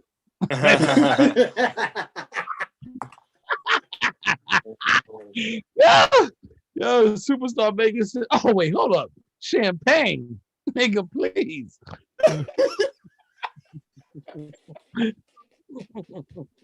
That's my man. I like that guy, man. He's cool as hell. Yo, Superstar Maker, I appreciate you jumping in because you know what? You were active. You ain't scared to speak your mind, and that shit is dope. And that's what makes us better. We sometimes need to hear what we don't want to hear about ourselves to make us say, you know what? Damn, I didn't look at it that way. I hate this guy for saying the truth in public, but let me step up. And that's I was real careful earlier because I understood what the guy was saying about, artists or whatever, are supposed to do their art and not worry about following us. But to me, like I've had I've had Diggy Simmons on like 5 different platforms, right? And every fucking platform he talking about, oh, I'm gonna follow all the DJs back after the thing. Never happens. So my thing is, okay, if you're not gonna do it, just say that's like with the young man, I don't do that. I'm just following my friends. I really don't pay attention. I respect what the young man said. But for somebody to say it's okay to not follow us back or support us like we support them, doesn't make sense to me coming from an old school perspective. It's just like, like back in the day when you used to beat your kids up and tell them they better behave or get the shit slapped out of them. Whereas now you can't even look at them hard and shit. That's the way I kind of look at his comment. He said you can't even look at them hard. That's deep. I'll give it to you. You was really touching on something that a lot of people don't want to touch on, and that's a fact. Like, you know what I mean? Like, you were just keeping it real. Like, you were asking a question that I understand why you were asking it. I also understand why they were like, well, in this game. And then if we're gonna give all the superstars a pass that don't follow us when people are coming to be superstars, what were we giving them a damn pass when they got 10 followers and shit? I mean, at what point don't we give somebody a pass? You know what I'm saying? But also on both ends, you got to remember back in the day, we used to break records, right? We lost that power in the last, 10 years. Like, it's totally changed. I think that's the part where we lose our respect, is that a lot of us aren't taking those risks. And you know how Flex goes in on a record and makes that record known? A lot of us are just playing backup now. And I think that once that changes, that's going to change our dynamic as DJs and the respect that we used to have. I respect that, and I respect the fact that I think it's that's a moment like you have to sort of sometimes, they have a defining moment in whatever you're doing. That's a defining moment. That's courage. You gotta have some fucking courage, yo. Most artists, most reps or whatever, they don't want to jump out there and do that shit. They so fucking scared to do it. Who gives a shit? Oh, I'm gonna get fired and this and that. Bro, listen, you're not. Radio's on a freaking. Radio needs excitement. They need ratings. The ad revenue is down like 60% for radio. What the fuck do you have to lose?